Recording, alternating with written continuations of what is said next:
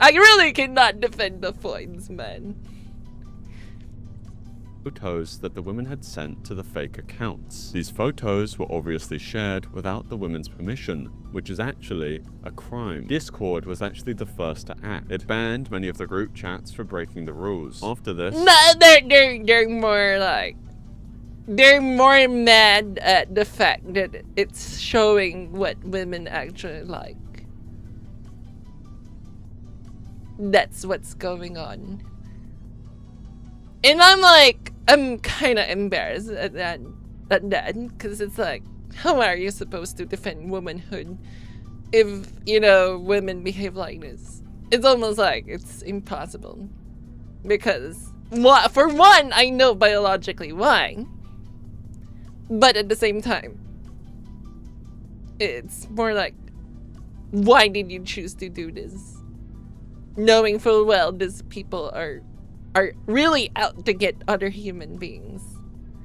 And not even looking out for your welfare. Reddit eventually stepped in and banned r/Chadfish for harassment. What they're doing is illegal. There's no argument there, but still though, it's more like women are getting called down, so. Like policies. r/TrueFemcells was a subreddit made for women. Oh my god! True. Oh my god, I called myself a femcell before, you know, before everything. But, you know, it's just funny.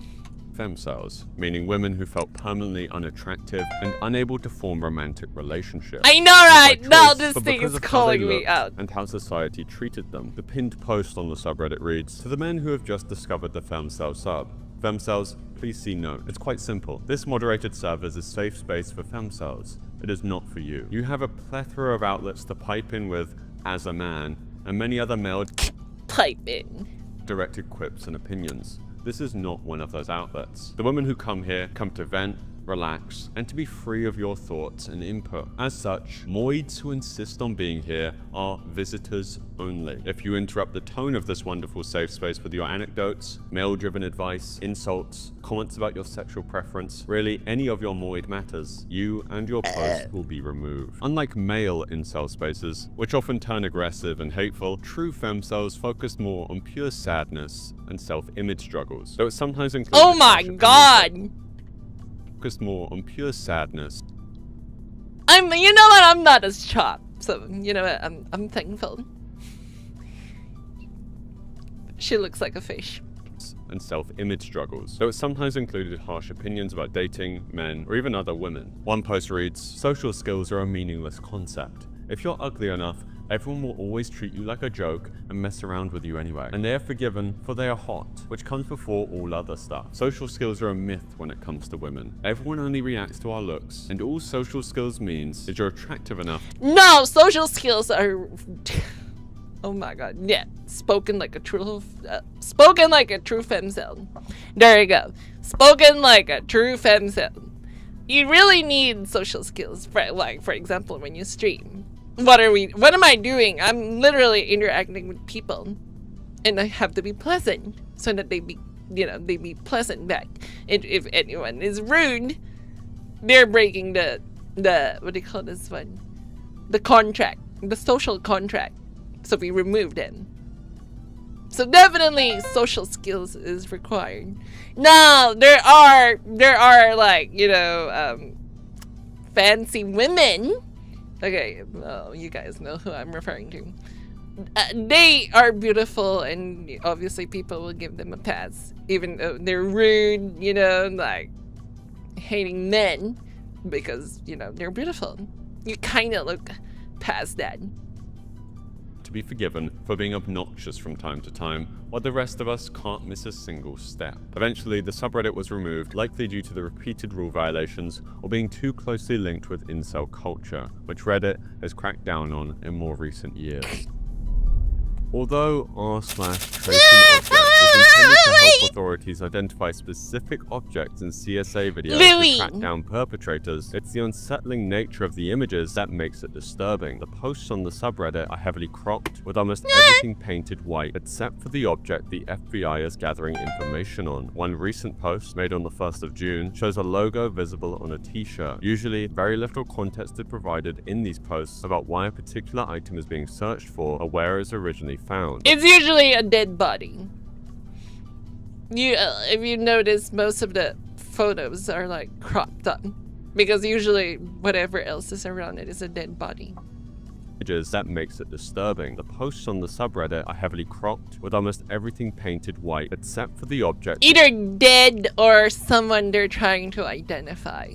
FBI is gathering information on. One recent post, made on the 1st of June, shows a logo visible on a t-shirt. Usually, very little context is provided in these posts about why a particular item is being searched for or where it was originally found, but most are objects appearing in highly illegal CSA videos. Some users in the comment section attempted to unblur the image and adjust its perspective to figure out what it was. One member suggested that it belonged to Aston Villa Football Club. Many other posts feature cropped items, mostly shirts or objects such as cups, calendars, and sometimes even teddy bears belonging to young children. These are shared in the hopes of identifying specific brands or locations, such as schools where particular uniforms are worn, which can help ongoing investigations. Monitoring the subreddit from time to time may be helpful, as it allows users to notice details that authorities might have overlooked. We are now on level 2 of the iceberg. That was creepy. So you're getting involved in an investigation with, you know, CSAN. In 2018, a Reddit user named OceanGate Inc. posted in r/RMS Titanic. He introduced himself as Stockton Rush, the CEO and founder of OceanGate, a company that we all know what submarine happened. tourism. Rush said his company was going to start diving to the wreck of the Titanic in 2021.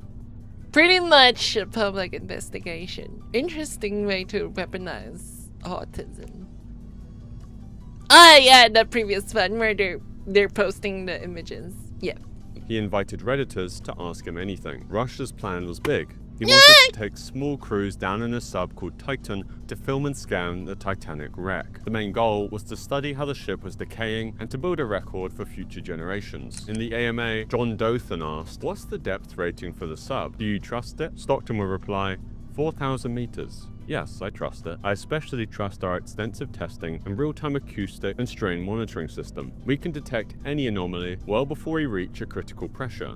We know of no other sub that is so well instrumented. By 2021, the dives were actually happening. OceanGate reached the wreck and began filming. The plan from the Reddit post had actually come to life. Then, in 2023, tragedy would strike. During one of their Titanic dives, the sub imploded. All 5 people on board, including Rush, died instantly. Now that old Reddit post reads very differently, as Stockton Rush was clearly very passionate about his project, but in the end, it would cost him everything. Yeah, they're pulverized. Okay. See you later! Wireless controller, yes. Yeah, that one. The members of r/Jailbait Oh my God. posted highly inappropriate images of underage girls. While the photos didn't feature any outright nudity, they were overtly suggestive. The community was explicitly focused on minors, with any content featuring girls who might have even slightly appeared over 18 being immediately removed. What makes it even stranger is that most of the images were taken without the girls' consent from Facebook and other social media platforms. Only a few archives remain, but the titles of some of the Attention is one hell of a drug. posts from the subreddit are extremely disturbing. Shockingly, it became one of Reddit's. You would think that if you're a woman, this is logically like something to avoid doing, right? But when you're being praised for your appearance, which is, you know, unfortunately our currency in society, you kind of get addicted to it, and then inevitably you will show your body because it progressively gets lewder. most popular community. Which is why it explains we have VTubers now doing skin streaming, IRL streaming, because, well, I don't really think they're in it for the money. The subreddit was created. Yeah, for real. Some of them are so hooked on attention. It's like, yeah, VTubers versus IRL. It's like, are they earning more money? Maybe. Are they trading it off for their, their privacy? Yes. Yes. Created by u/violent acras, who described himself as a troll and admitted to posting provocative content solely to provoke reactions. He also created other disturbing subreddits such as Pics of Dead Kids. A while later, a member of r/jailbait posted suggestive images of his 14-year-old ex-girlfriend and offered to provide full pictures in the DMs. This led to the subreddit being banned forever for very obvious reasons. And funny enough, these are the same people who would be anti-lollies. These PDFs. It's so funny. Because usually, when there is someone who's very vocal about anti-lollies, if you do some deep searching or what they like, for example, or what they mentioned before, hating anime is becoming popular again, they're usually PDFs, and they always have like a terabyte of CSAM, because they're again projecting their insecurity. No mirrors in the house. White beauty. What does that where mean? People posted pictures of white men and women. A strange concept, but other subreddits celebrating other races exist, so initially it was not seen as that bad. The subreddit hosted purely it's not bad. content. It's not bad. No nude photos were allowed. As long as it's fair. Like, okay, you got white people subreddit and you got black people subreddit. It's all fair. But controversially, neither were Jewish people. As the subreddit description reads, fascist beauty standards reign supreme. This is an SFW subreddit, so please no nudes. No Jews either. Somehow, even more controversially, there were multiple categories in the subreddit. Photos of women, photos of men, group photos, and photos of children, which obviously felt strange to many people. A collection of pictures of white children. Yeah, the moderators, unsurprisingly, that's were known for suspicious. posting in racist It's almost like a subreddits. fucking And some said they even cover wanted up. to upset non-white people by showing off white beauty. Eventually, Reddit took action. First, the subreddit was quarantined. That means it got a warning label, and people had to click through a message saying the content might be offensive. And eventually, in June of 2020, Reddit banned r/white beauty completely. Some people complained that Reddit was being unfair, saying other subreddits about other races were allowed to stay, but others pointed out that those groups didn't have hateful rules or connections to any sort of supremacy. Fair. From the name alone, you can likely guess what r/fat people hate was. Oh my god! The subreddit began in 2013, created by a user known as Gummy Queen Sarah. At first, it was a place. Oh god. You can tell by their... You can already tell by their username that they're, chubby. For venting and sharing anti-fat content in response to fat positivity movements. But as the community grew, things got more intense. A typical post looked like this. I'm so lucky there were 2 lines at the company buffet this morning, accompanied with a sneakily took photo of a morbidly obese person getting food at a buffet. The original creator started to feel uncomfortable and tried to shut down the subreddit. She even made the group private and changed the description to promote kindness. However, another moderator, known as the Penis Wizard, still had The Penis Wizard? What the and fuck? eventually convinced Reddit staff to hand over control. After that, the community exploded in size, reaching over 150,000 members. One unique feature was the verification system. If you wanted a special badge on your profile, you had to send a... Even in the fog of war, tank can be seen. It means they projecting and they don't see how they looks from a third POV. Yes, they would state things like, lollies are children, and I'm like, you may be right, but at the same time it's fictional still. Like, I don't even like him. But at the same time, I'm very fully aware where this rabbit hole will go. or slippery slope. Because apparently, they can't even differentiate the adult woman from a childlike character in anime. So the next obvious step is they're gonna, start harassing us adult women because they can't differentiate. Photo of your body to the moderators to prove you weren't overweight. Many users did this to get more respect within the subreddit. Those who refused to send pictures of their body were often mocked or ignored in comment sections. Ironically, the moderators themselves never shared their own photos. In June of 2015, Reddit introduced a new rule against communities that organize harassment, and just a few weeks later, r/fat people hate was banned.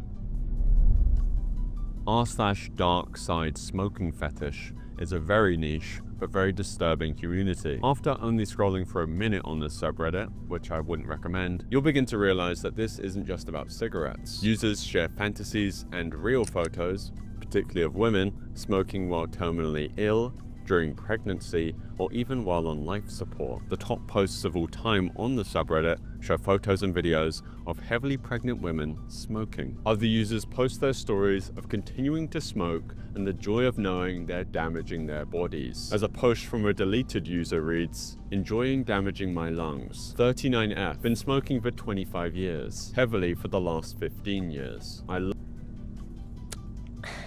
Well, this is a little close to home because I used to smoke. Don't smoke if you value your lungs, also your throat. Love the fact that my lungs are damaged and can barely exhale the smoke and it gets trapped inside." It has 73 upvotes and caused a discussion about how hot it is when women choose death for pleasure. On August 16th, 2016, a Reddit user shared an unsettling image of a man seemingly captured by a doorbell camera. The post, uploaded to r/creepy, was titled, "Got a notification no from my shit. smart home Yeah, app that's in the middle fucking of the night creepy. saying your doorbell detected a visitor." Most people speculated that this could have been a burglar trying to break into the house, urging the original poster to call the cops immediately. For further context, he shared a screenshot of the notifications he received. One of his comments reads, "Yes, this was real. I kept getting notifications on my app that my doorbell detected a visitor, yet when I checked the first few times, shotgun. nothing appeared. Now. I figured it was maybe a stray dog or someone on a sidewalk being detected by the sensor. Several notifications later, I checked again and this is what appeared. Yes, oh my I am God. alive." Some suggested I'm it might shooting have been through the someone door. mentally ill, with a few even urging OP to buy a gun for his own safety. Another commenter, noticing the odd way the man was standing, wrote, "I don't like the way they have their arms behind their back. For all we know, they could be holding a baseball bat or hammer or a gun. Creepy." Days later, the original poster returned with an update. It reads, "For all the PMs and comments regarding if I'm alive, yes, I am. I've been very busy with a wide spectrum of things in life. Visitor never returned, thankfully. Thank you everyone who checked on a stranger's well-being. There were no further updates, and it seems OP Well, was safe in the end." Fang. We don't say that word around here because we don't want to die. Maybe use use a euphemism. I'll let it slide, but gonna need to delete that.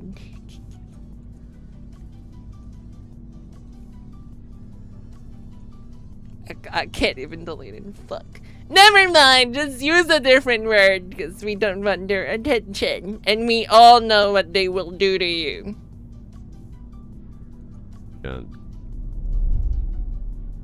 r/creepshots was a subreddit where people shared secret photos of women. Yeah, almost like always that. That's taken without better. their permission. That's better. These images were usually shot in public places. Again, if America was truly free, protecting you from consequences for saying something, it's like, I really don't understand the freedom of speech, but not free from consequences, because you're not free then, because there will be consequences if you say something.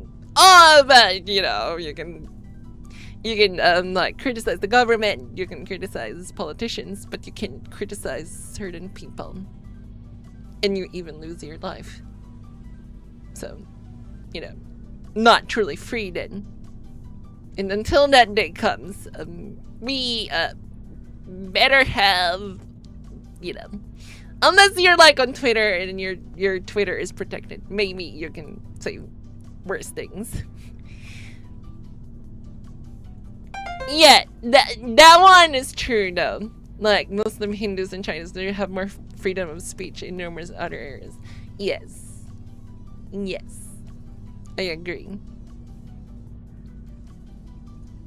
Like malls. We're living in dark times. As much as, most people still think there's hope. Schools or public transport, and focused on the women's bodies. Most of the photos were of women in tight clothing, short skirts, or in bikinis. The subreddit grew quickly and obviously sparked a lot of outrage. Many people, including news outlets, called it out for being creepy, violating privacy, and encouraging harassment. A major controversy hit in 2012 when a high school teacher was caught posting photos of his female students on the subreddit. The case put Reddit in the spotlight and led to more public pressure. In response, yeah, Reddit eventually shut the subreddit down. Yeah, see the difference? That was a real photo of a student of a teacher taking a photo of them without their permission. Oh my god. PDMs. They said it broke the platform's rules, and r/creepshots became one of the first big examples of Reddit banning an entire community. Nowadays, it would take like heaven and earth for Reddit to even do this nowadays, because they're so overrun by crazy people. We are now on level 3 of the iceberg. On March 15th, 2022, user Oxy over Oxygen would make his final ever Reddit post. Found a bag of heroin on the ground. Was so tempted to snort a line, and the bag had at least a gram of that 90% purity Cambodian number 4. Took everything in me to throw it back on the street later. Most users knew him from r/drug circle jerk and a niche subreddit called r/thedex cult, where he posted wild stories of substance binges and dark humor scattered with glimpses of self-awareness. Often, he just sounded plain exhausted. In one thread, he mourned a friend who overdosed, sparking up one with my best bud who OD'd. For those of you in the Golden Triangle, stay safe. Eventually, it was him people were mourning, as weeks after his last Reddit post, another Redditor commented that Oxy over Oxygen had died of a heroin overdose. They linked an obituary with his name and face on it. The first line reads, Nathan Jens Rasmussen passed away on March 16th, 2022 in Phnom Penh, Cambodia, from an accidental overdose at age 21. He was doing what he loved the most, traveling. It's very likely that Nathan, or Oxy over Oxygen, couldn't resist the temptation to try what he had mentioned in his final post. A woman... Well, I mean, that's one less useless person of the world. As much as I don't want to say it then, but they're in Cambodian. In a disturbing post on the subreddit Let's Not Meet titled He Pretended to Be My Dog. In the post, she explained that she and her husband usually hooked their dog's collar to a long line outside their house, which was connected to a pipe at the corner of their home. This setup allowed the dog to walk around a little and use the bathroom. One day, while her husband wasn't home, she decided to hook the dog outside one last time before going to bed. A short while later, she heard a light scratch on the front door. Naturally, she assumed it was her dog signaling to be let back in. However, unbeknownst to her, the thing making that sound wasn't her dog. The post reads, Since I've watched way too many scary movies, I always look through the door's peephole before opening the door. Out of habit, I look to check that my dog is in front of the door. Instead, I see a man staring very intently at the door handle. I freeze with my hand on the door handle. I don't know how much time went by, but then I heard another scratch. This one louder than the last. This one kind of wakes me up from my initial shock, and I run to grab my cell phone. I call my husband to tell him what's happening. He was very confused. I probably wasn't explaining the situation very well, but he says that he's heading home. While her husband was on his way back, OP realized that her dog was tied outside and this creepy man might try to hurt him. She checked the door again, only to find the man still standing there, staring intently at the doorknob. The post further reads, I considered calling the police, but I didn't feel they would take me seriously since all this man was doing was standing in front of my house. I tried taking a picture of him with my cell phone, but my camera was only able to take pictures of the peephole and not the images behind behind the glass. All of a sudden, the man looks directly at Oh me. my I God. swear he knew I was there. He glares at me, Jesus then opens Christ. his mouth to show his taunting, malicious grin. He stood that way for a few seconds. With that, he turns around and starts to walk down the street. I stay in the same place, almost expecting him to rush back and start pounding on the door. Instead, her husband arrived home. They called the police, but the man wasn't found. Fortunately, OP and her family were never harmed. Still, what makes the story scarier is the possibility that the man had been stalking her beforehand. As one comment pointed out, he'd watched you long enough to know that your dog scratching made you open the door, and he probably knew your husband wasn't there. Terrifying. Glad to hear the fur baby was safe.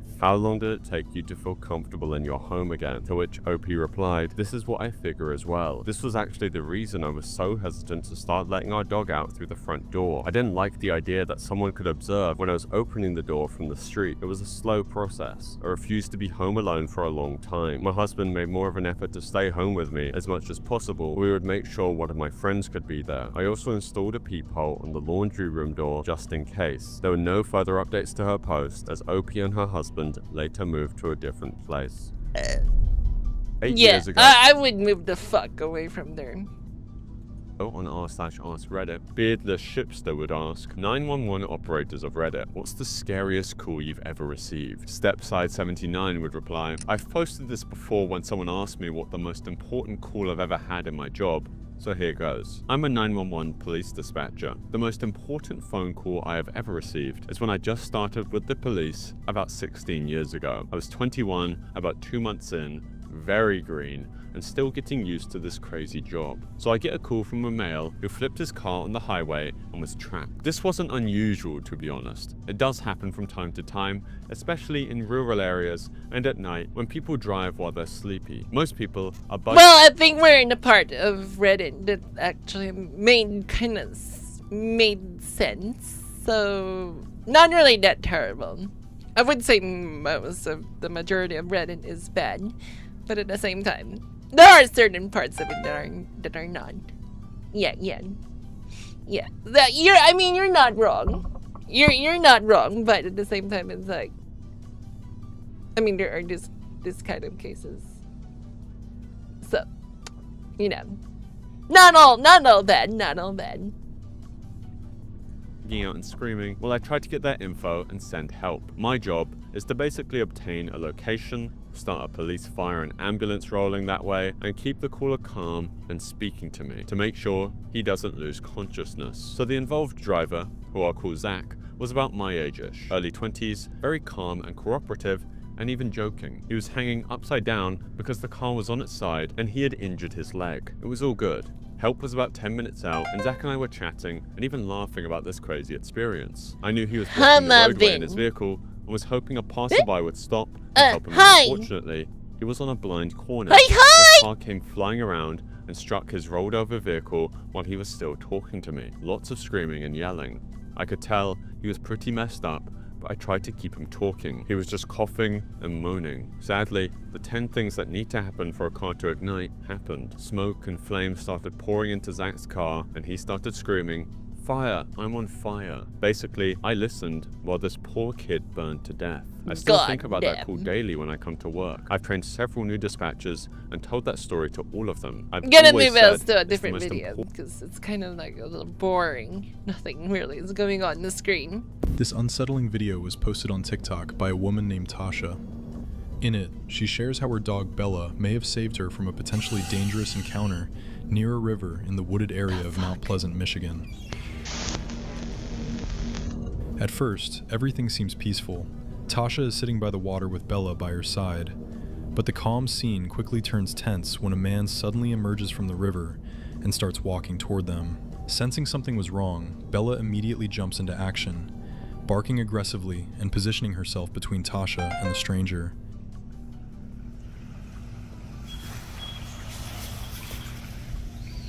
What are you doing? Yeah, stranger danger. No! Don't! Don't come! Don't come!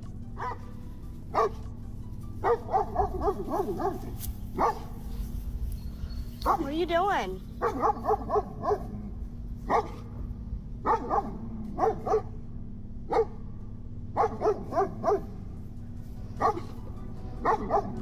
Even though Tasha Girl! tells him that he's not allowed to come ashore Call there, the cops! the man doesn't leave and starts acting strangely.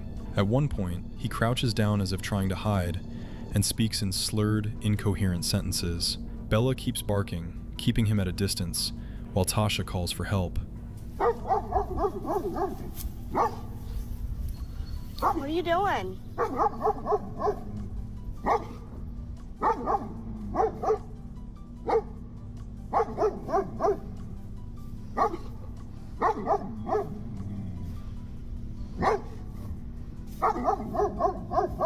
You're not taking my tube, boy.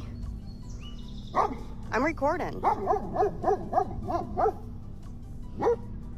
It is.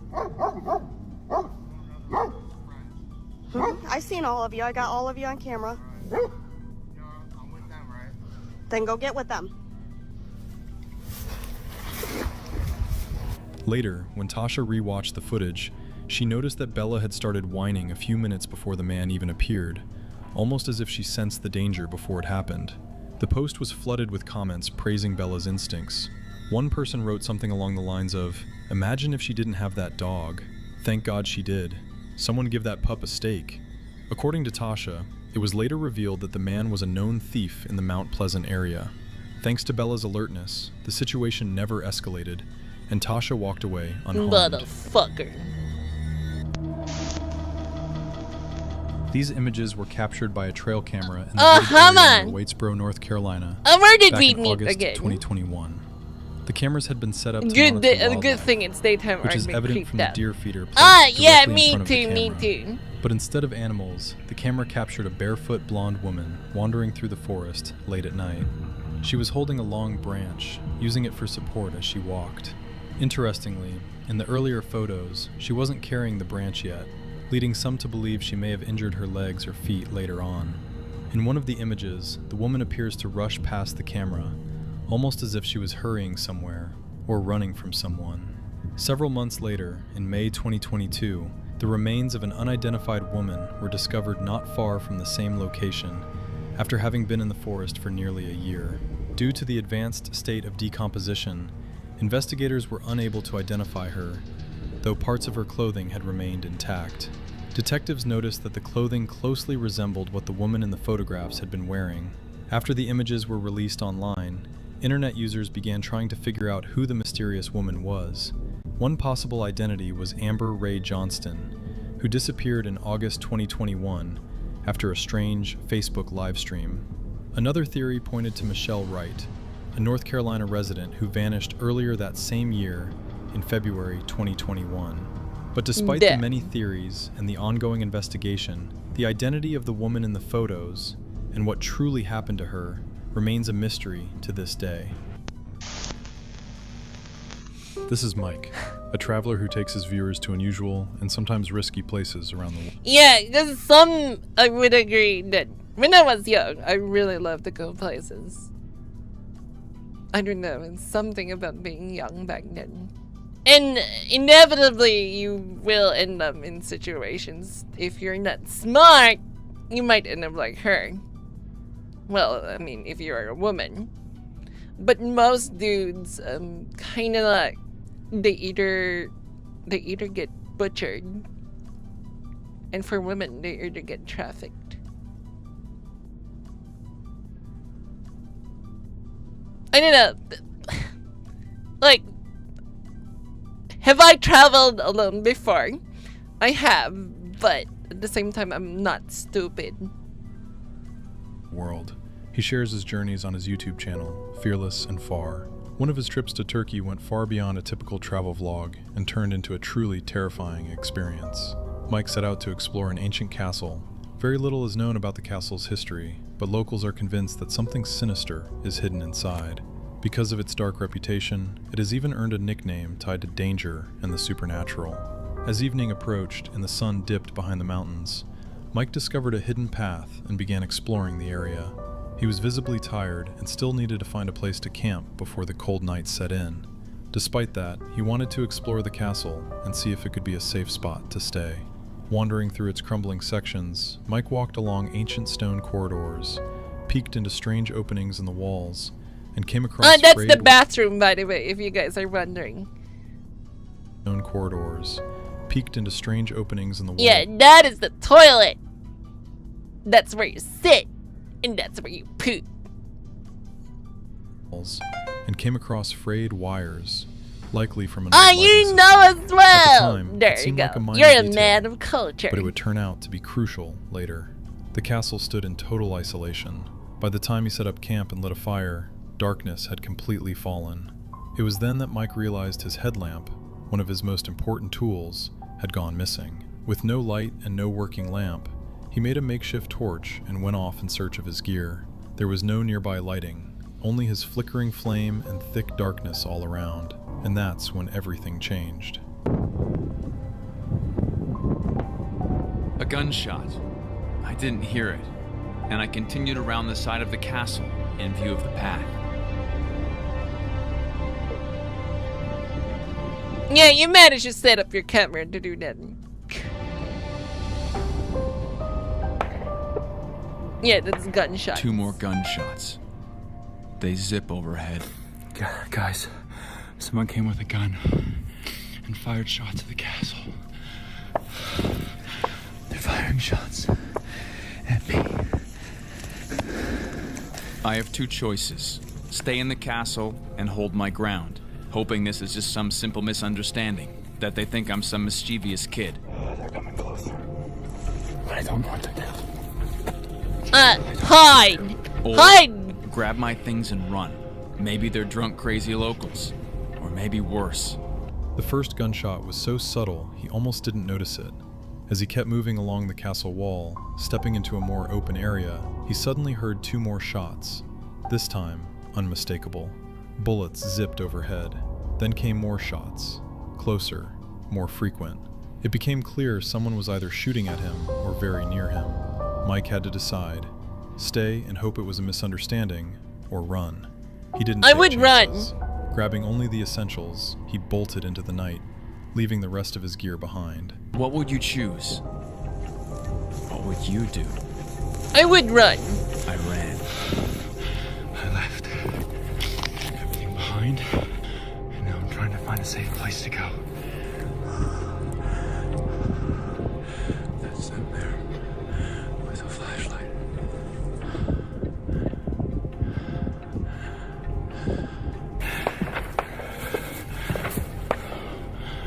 You hear those gunshots? They don't want me here. In the darkness, he spotted a light in the distance. Someone with a flashlight sweeping the area. It was clear he wasn't welcome here. Mike quickly messaged a friend who lived nearby.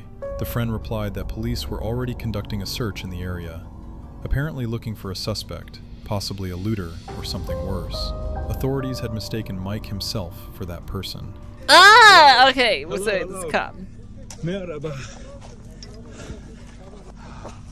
It's Mike. Where are you from? From Canada. Canada. You made me very slick as a big gun. No, no. It's a misunderstanding. Okay. Oh my god, they even let him hold it. Nereye aşağı mı inmiştin? Yeah. Çağırdık seni. Sen neredeydin? Can I make video? No. No? No, okay. You thought I was a you thought I was a thief. Yeah. The only thing I was taking was photos. How many bullets did you shoot? 4 or 5. 4 or 5 bullets. And then you? 3. So 5. And they were giving him a 5 from warning shot or pistol and something. 3 from a AK-47 or something similar. Fuck you children. Exactly. I was like, what the fuck? They're laughing And at then I him. ran- Oh my I god, ran these so Russians are crazy. In the dark with no light. Russians are Papa killed crazy, me. man. Frickin' died. Soon after, military personnel arrived. They ordered him back to the camp, surrounded him with weapons drawn, and began questioning him. But once they realized who he was, just a Canadian tourist with a camera, trying to spend the night in an old castle, their tone changed. Surprisingly, the soldiers were kind. They even gave him a ride to a hotel and told him to rest after everything he'd been through. The next day, Mike began Oh, piecing you everything crazy together. Russians! Those wires he found at the entrance? They were part of the lighting system. Locals, seeing a strange car and a man with camera equipment, assumed he was a treasure hunter. When the authorities arrived and discovered that the castle's lighting had gone out, their suspicions deepened. The lighting is intentionally kept on at night to discourage intruders, but that night the lights weren't working. Mike was inside, and the control box at the entrance had been damaged. The police concluded Okay, so a bunch of coincidences kind of stacked up against him. Where is this again? Russian? Yeah, I think it is in Russian. Deliberately disabled the lights to move around undetected. It was all one big Looks like coincidence, but an incredibly unfortunate one. Okay, that makes Mike sense. admitted he couldn't stop thinking about how differently things might have ended. What if it hadn't been the military who found him, but real criminals or hostile individuals? Luckily, he walked away unharmed, and now has one of the most intense stories ever shared on his channel. A man named Eric took his son deer hunting on a piece of private land where they had official permission My God, to be. my tongue. But from the very beginning, something felt off. There was already a stranger on the property, armed. Hey man, who are you? Who the hell are y'all? Eric, and this is my son. We're about to go down here and hunt. Do you have permission to hunt here? Yep. From who? Landowner. Who's the landowner?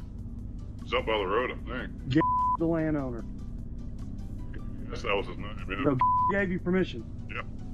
He's told me, last time I talked to him, he said he's not going to give any permission to anyone other than me and my son. You might want to draw your weapon now instead of talking like that with your gun slung around. You might as well be walking targets. That's chicks. How do you say that? Chicks. Yeah. In the Caucasus. Sheshnian. How do you say that? Eh? That's the code you're on. Okay, then I'll call him. Well, you might want to draw your Hey, weapon, why are sir. you filming me? He can film whoever he wants. Hey, stay back, man, because we don't know you. You don't know us. We're just trying to go to our stand and hunt and have a peaceful day. Keep them. When Eric tried to speak with him, things escalated quickly. The man claimed he also had permission from the landowner. Eric seriously doubted that. Having heard nothing about any other authorized hunters, he immediately called the landowner to confirm, and the response was clear. The stranger had no right to be there. While Eric was still on the phone, the man's demeanor changed dramatically. Hey, have you given permission to this somebody come out here and hunt besides me and my son? Just a guy in a camo jacket, blue jeans, boots, got a gun. He's not even wearing orange. Okay, man. You do not have permission to hunt here. Okay, Do now you live draw around your here? fucking I'm weapon, going sir. on my truck. Where's your I truck? don't trust you. Well, we dang sure don't trust you because you're not allowed to hunt here. I just wanted to have a day of deer hunting. And besides, the road's not even that way. How did you get into this property? The damn road is over there. I don't know what road you're talking about. I'm getting away from y'all. You're acting like we're the issue, dude. You're hunting property where you're not supposed to be. You're trespassing. Y'all are shit. He became visibly nervous, increasingly aggressive, and at one point even drew his weapon. Eric confronted him directly, stating that he was trespassing and illegally hunting on private property.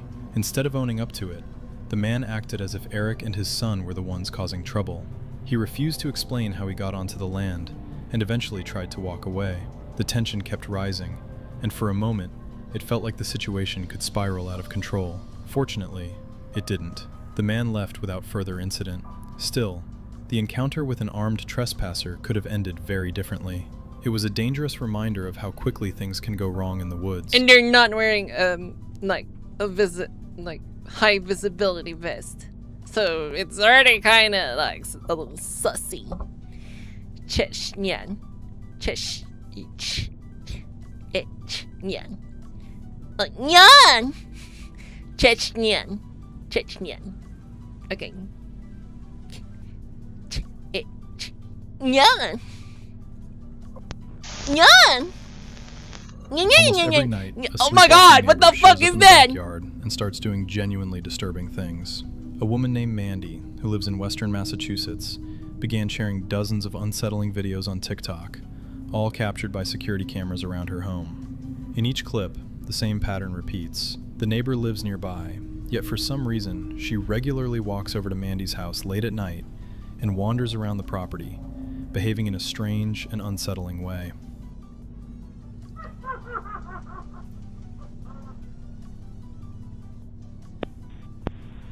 Yeah, I would freak the fuck out. It was someone laughing at the fucking outside of my house. It was later revealed that the woman suffers from a severe form of sleepwalking, and for reasons no one can explain, she seems drawn specifically to Mandy's yard. In the footage, she can be heard making disturbing noises, growling, hiding as if someone is after her, approaching the front door, and whispering in an eerie voice, asking to be let inside.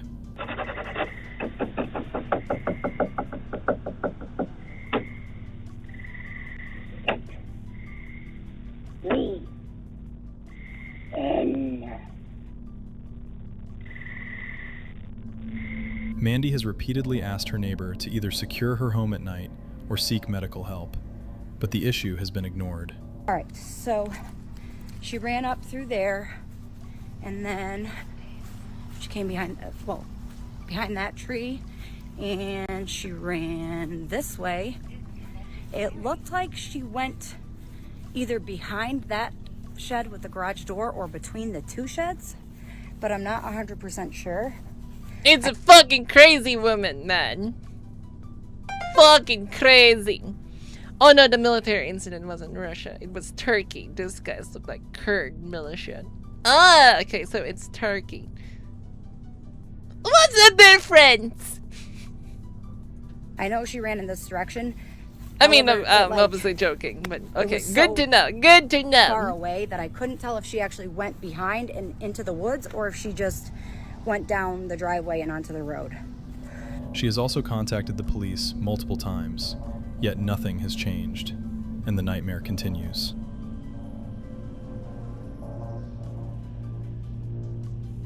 Yeah, that is fucked up. On May 26th, 2025, yes. a man named Ray Savage released footage no one expected to see.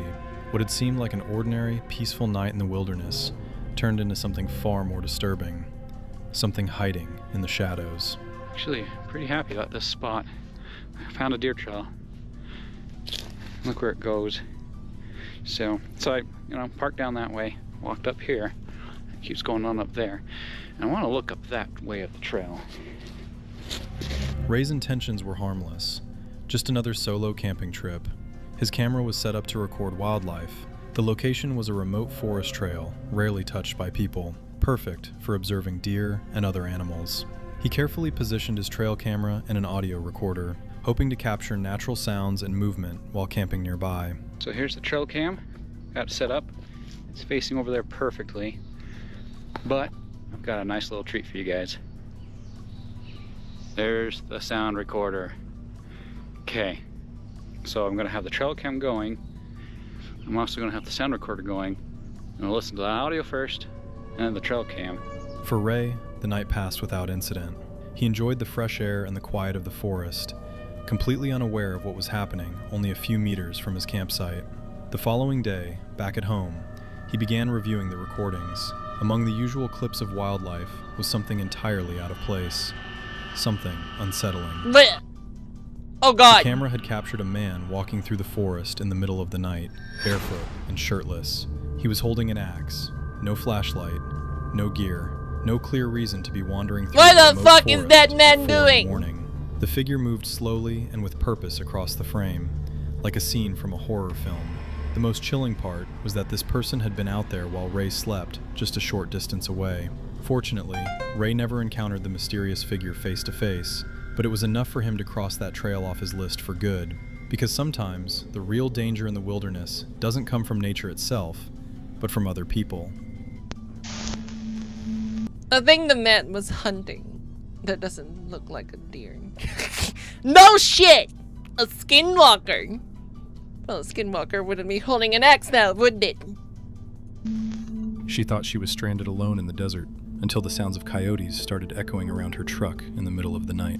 Roaming Reckless is a channel focused on solo overlanding and remote camping adventures. Roaming usually Reckless. Alongside Of course, it's another woman doing the same thing. her dog, Tazzy.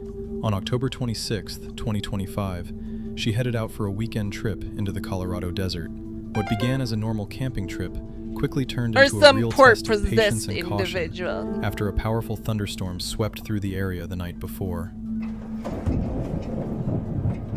The campsite had great reviews, but it also... No, it's more like I'm already had my fair share of adventures. So it's like... But obviously, I don't put myself in this kind of situations, but it's more like, why? Okay, I don't mean that in a sexist way, but damn, girl, all alone. Oh, it's okay. I get it. It's even I myself wouldn't want to put myself in that situation where I'm alone. Possessed by vodka. Yes, possessed by vodka. It came with one clear warning. If it rained, vehicles could easily get stuck. By morning, the desert's clay-like soil, known locally as gumbo, had turned into thick, sticky mud.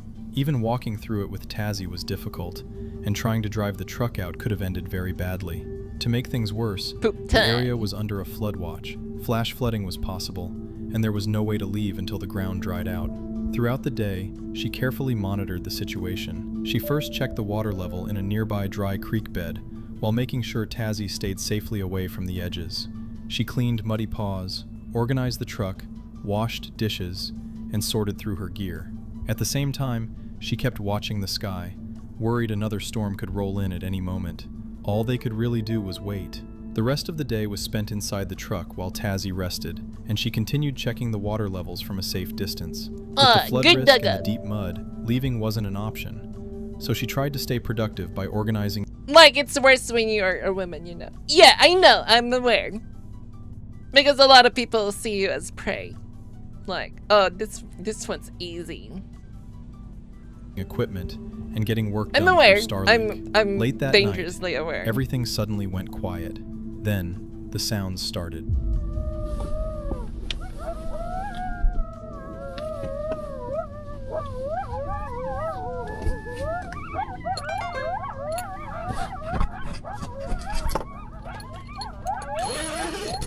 At the bottom of the food chain.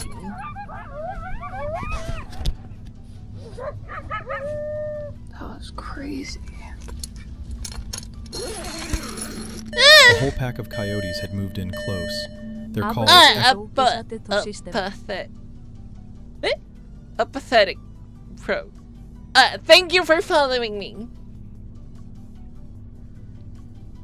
Going through the darkness. Welcome to she the sat stream. Frozen inside the cab, listening as they Frosty. circled around her. Is it far a too close for all intents and purposes? And far too calm to feel no problem. No problem. None taken. Safe.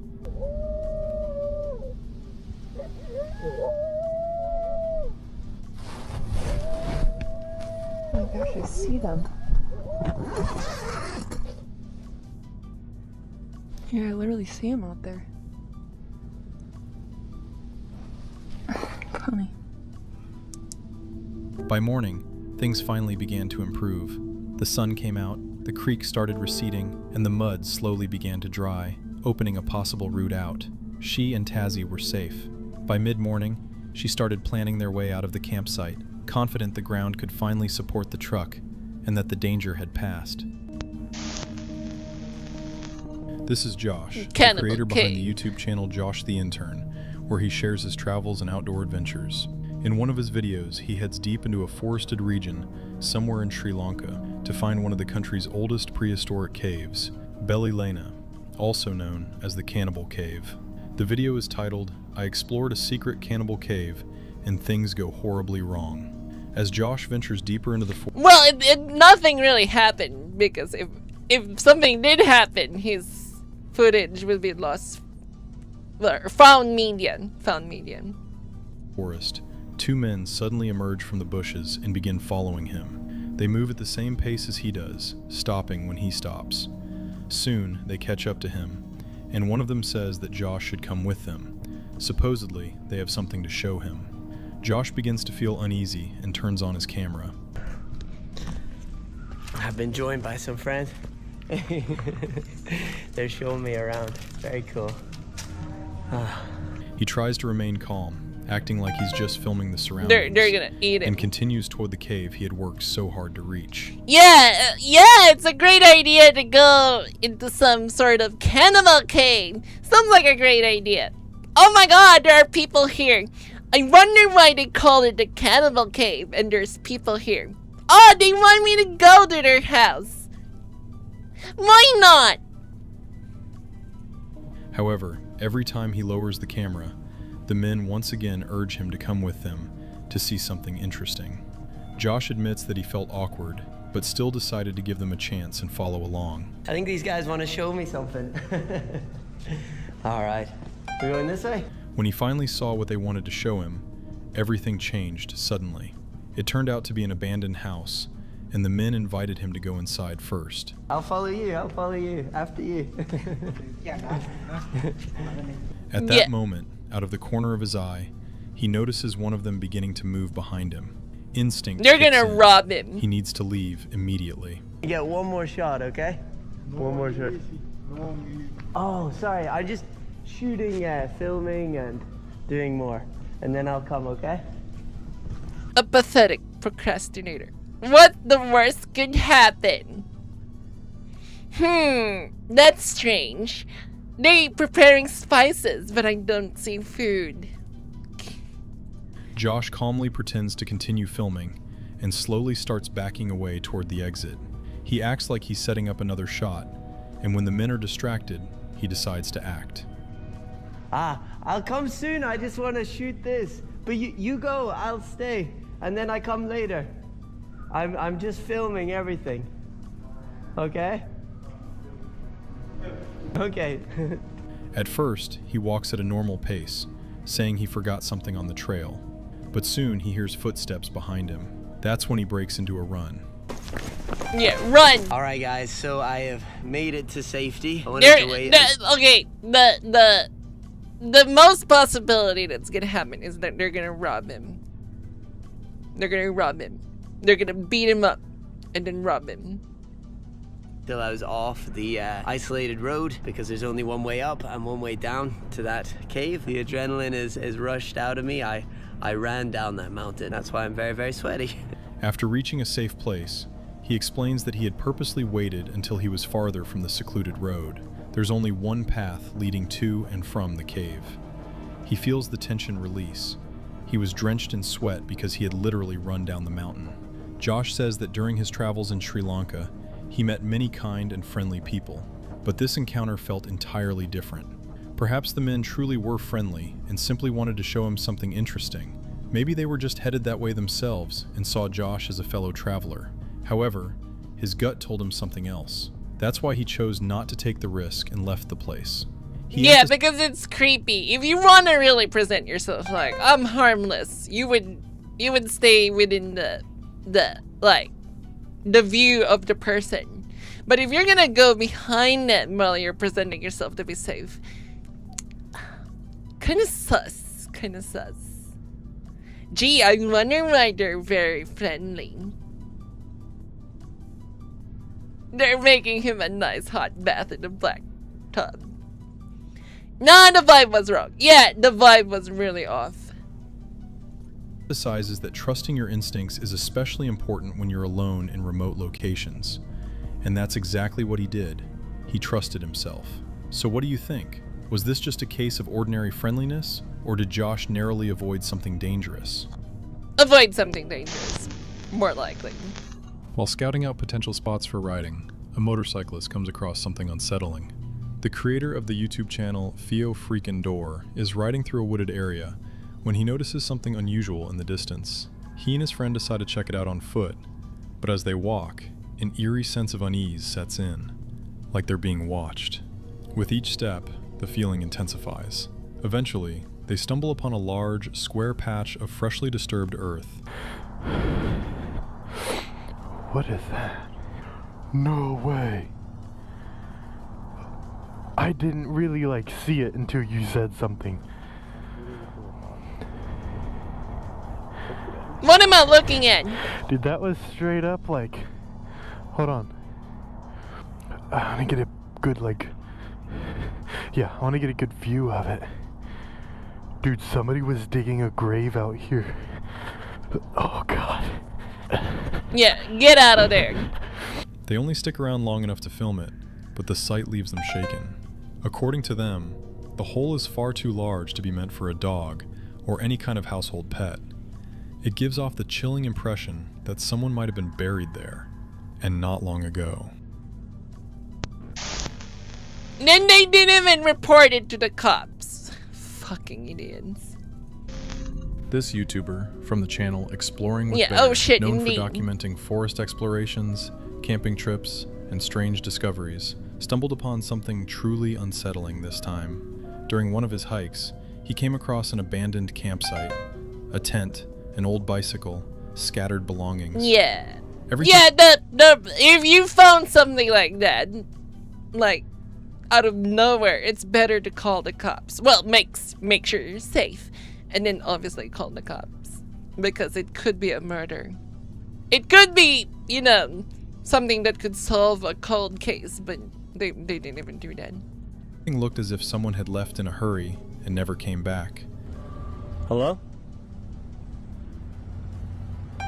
They're probably gone.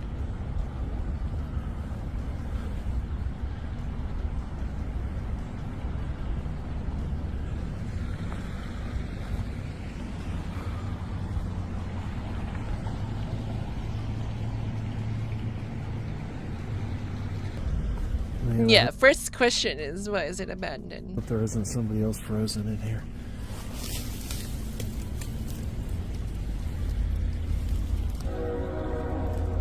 Okay, things have changed. Somebody's still using it.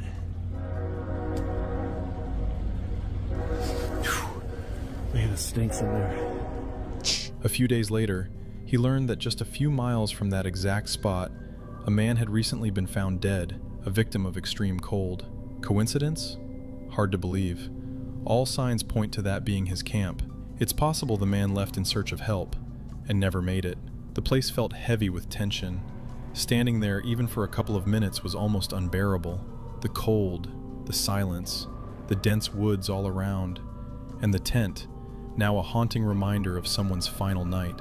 Bear filmed everything, sharing his thoughts with the camera, unable to shake the feeling that this wasn't just a random find, as if the trail itself had led him there for a reason, to tell this story. Yeah, but we would like to know who died. In 1986, 19-year-old Christopher Knight disappeared from his home in Maine and chose to live deep in the woods, for no clear reason. To survive, he stole food from dozens of nearby cottages and campsites. During these break-ins, he also took clothing, camping gear, propane tanks, batteries, and other supplies. Locals eventually became aware of his presence. Some even began leaving out food and essentials on purpose, hoping to prevent him from breaking into their homes at night. Despite the fact that people knew about his existence, one thing was certain. Christopher did not want to be found. He went to great lengths to remain hidden. For example, he never started a fire, fearing the smoke would give away the location of his camp. Winters in the area were brutally cold, with temperatures dropping as low as 10 degrees Fahrenheit, around minus 12 degrees Celsius. Still, he refused to make fires. Instead, he'd wrap himself in multiple sleeping bags to stay warm. As surveillance cameras became more common over the years, some of his thefts started to show up on footage. Then, 27 years after he vanished, he accidentally triggered a motion sensor while attempting to steal food from a camp. Police responded and found him right there. It was his first human contact in decades, and it led straight to his arrest. Authorities had finally located the man behind thousands of petty thefts in the region. In the end, Christopher was sentenced to 7 months in jail and 3 years of probation. Later, a blogger searching for a wild camping spot stumbled upon Knight's old campsite by chance. It was packed with items collected over the decades, from stolen gear to everyday essentials. It was confirmed to be Christopher Knight's hidden camp. Damn. All by accident, by the way. All by accident. Like, the guy was just like, I'm looking for a camp, and then apparently they spotted that guy's camp.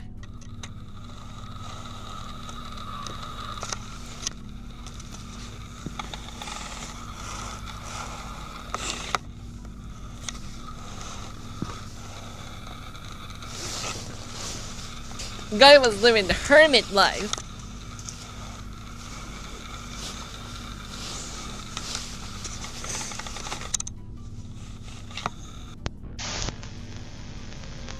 This guy recently uploaded a deeply unsettling and shocking video to his YouTube channel, titled, "I found a camera belonging to a missing person."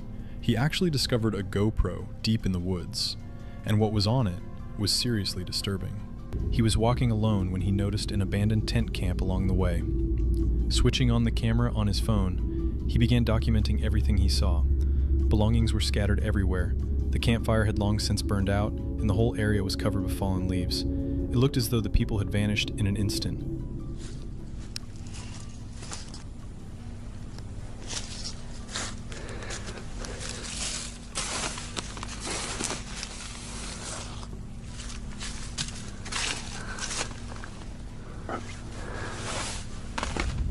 The most horrifying part was that, inside the camp, he stumbled upon a dead, torn-apart dog, which he buried in the ground.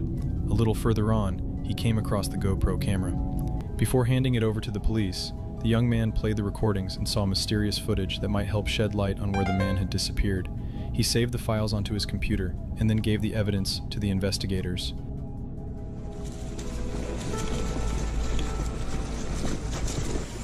Yeah, why did a dog die?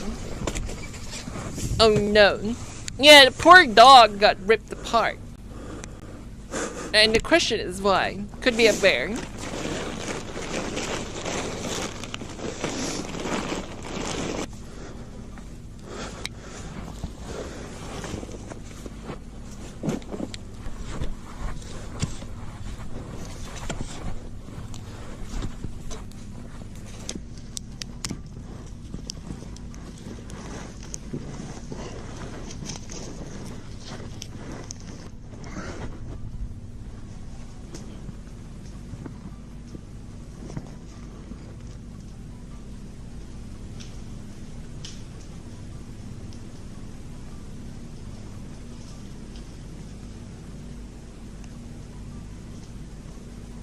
Another person.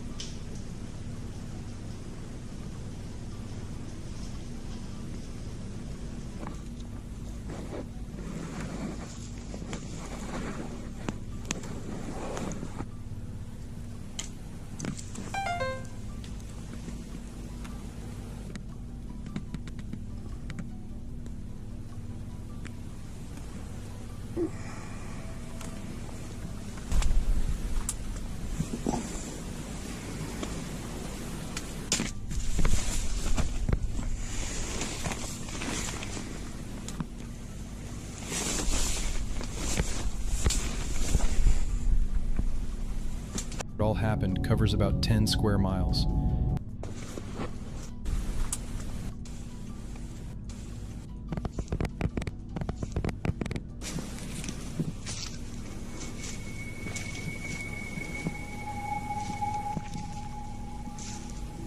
I would have left, right? Yeah, he stayed overnight.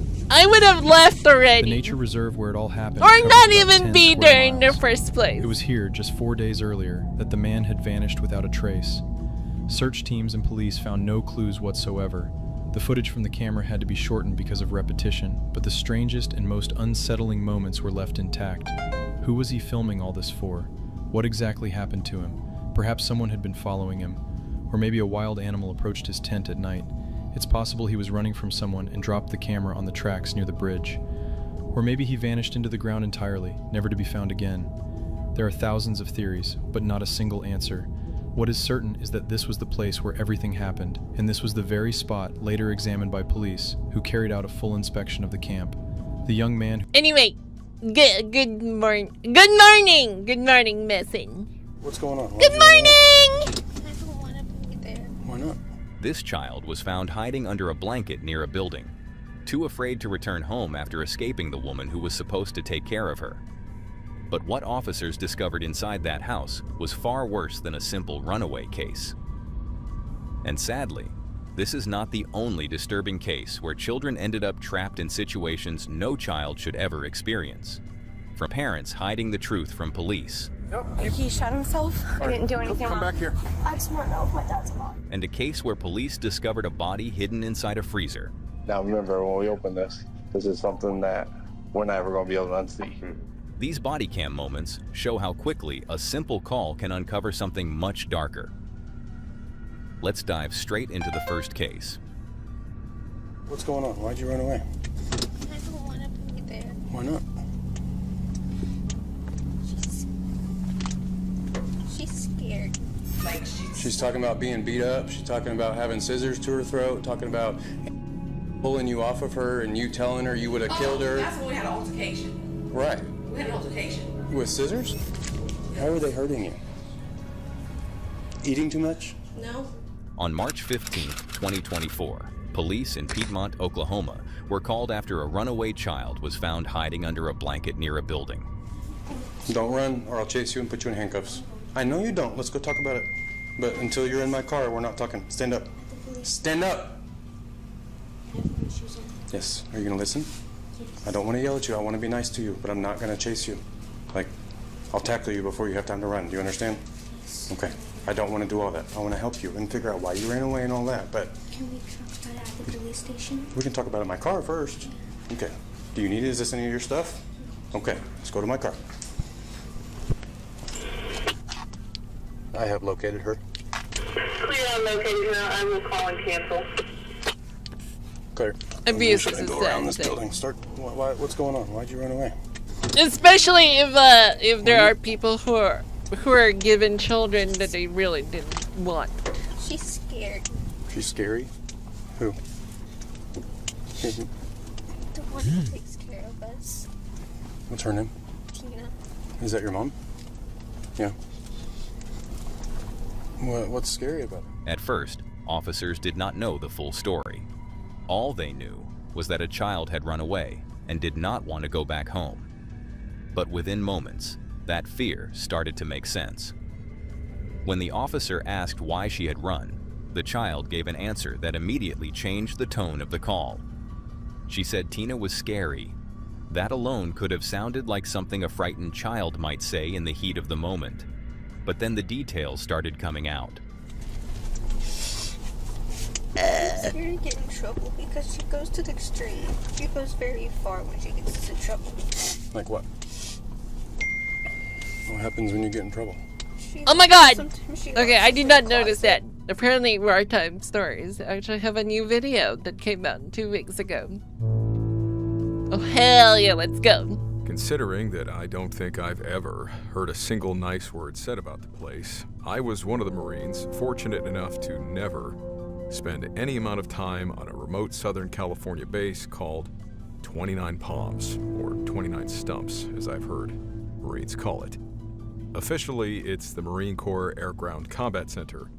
Unofficially, it's one of the places Marines get sent to be forgotten about and to suffer, kind of like the Night's Watch in Game of Thrones. It's enormous, more than 900 square miles of Mojave Desert, mountains, dry lake beds, live fire ranges, mountain towns, and terrain built to make Marines miserable before they ever get anywhere near a real war.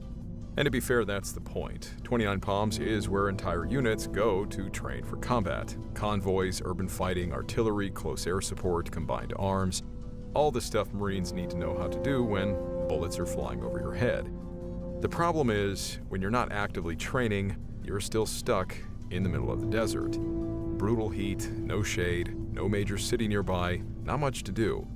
And that wonderful feeling of being hours away from civilization while all the moisture is being sucked out of your body through your skin. So yeah, Marines complain about 29 Palms a lot. Water getting But once the sucked out sun of goes them. down out there, the desert also has a reputation for getting kind of weird. Marines talk about strange lights in the mountains, figures moving across the desert, patrols and people ending up where they shouldn't be, and creatures that don't quite move like animals, but don't really look human either. Some call them skinwalkers, some don't know what to call them. But according to the Marines in these stories, something is moving around 29 Palms at night. It's just the And gremlins. sometimes Don't worry about It it. gets a little too close for comfort. From the Marines who lived them, these are their true stories of whatever is stalking them through the desert around 29 Palms.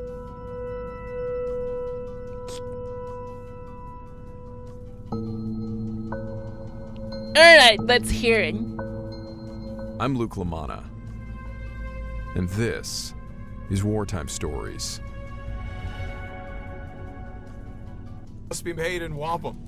The last thing any business wants is for someone who wants to support them to find their website. God damn, look at him. He's got a sound booth. Oh my god. Okay, the man is going up in life. They want to buy, and they get stuck in the shopping cart. For years now, I've used Shopify for the Wartime Stories storefront, and the Shopify checkout makes that process simple, and even more because you guys are so awesome. When customers come back, their details can already be saved, so they can check out with one tap. Wartime. Oh, so you're familiar with this. Checkout, okay. I can spend a lot less time worrying about I should have how started everything works with this, behind I the scenes, suppose. and more time creating these stories. That's weird. When did he leave?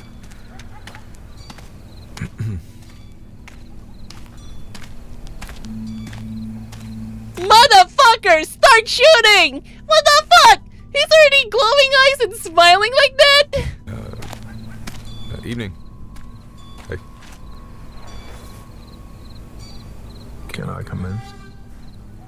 How about no? You taking a dump way out there? It's pretty far. You've seen this Any before. reason? Sorry, can you identify yourself? You know, Sergeant Wright.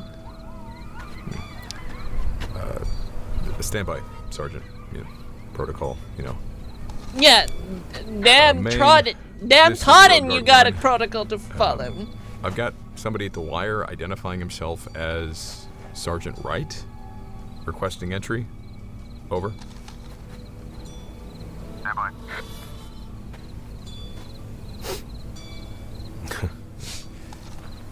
Road Guard 1, there is no Sergeant Wright in our company. You sure that's his name? He might be with a different unit. Maybe got lost. Let me find out. Sergeant, what unit are you with? We checked that. The closest unit is like 25 miles from here. Over. Shoot his ass! Sergeant, you want to help me out? Yeah, roger that. Copy. Just a sec. Over. Sergeant, they don't seem to have you on any of the Get back here, right now. Why? Do not let him in. Do you copy? Don't speak to him. Don't even look at him. Run. Dude, run. Oh, shit. God fucking damn.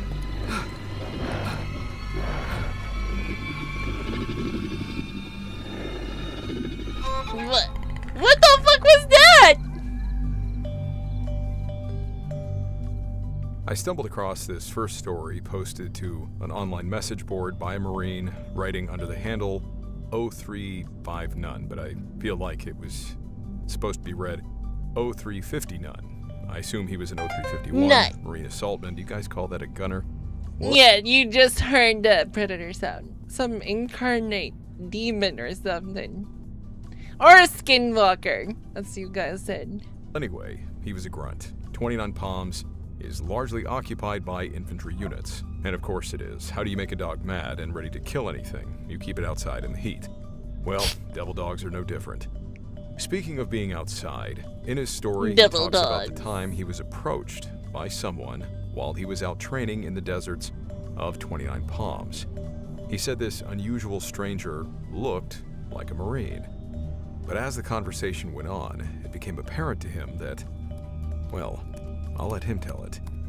He writes, growing up playing video games and watching war movies, I didn't think twice about joining the Marines, so I could be in the infantry. I went through all of the training and the many unwelcome hardships that make you really reconsider and sometimes regret your decision, but I pushed on and made it through. Well, I mean, what else are you doing with your life? And if you don't really feel like you're going anywhere, you might as well join the Marines and then hate it afterwards. After boot camp, I got sent to a desert base known as 29 Palms, the largest piece of military-controlled land in the entire United States, or at least one of them.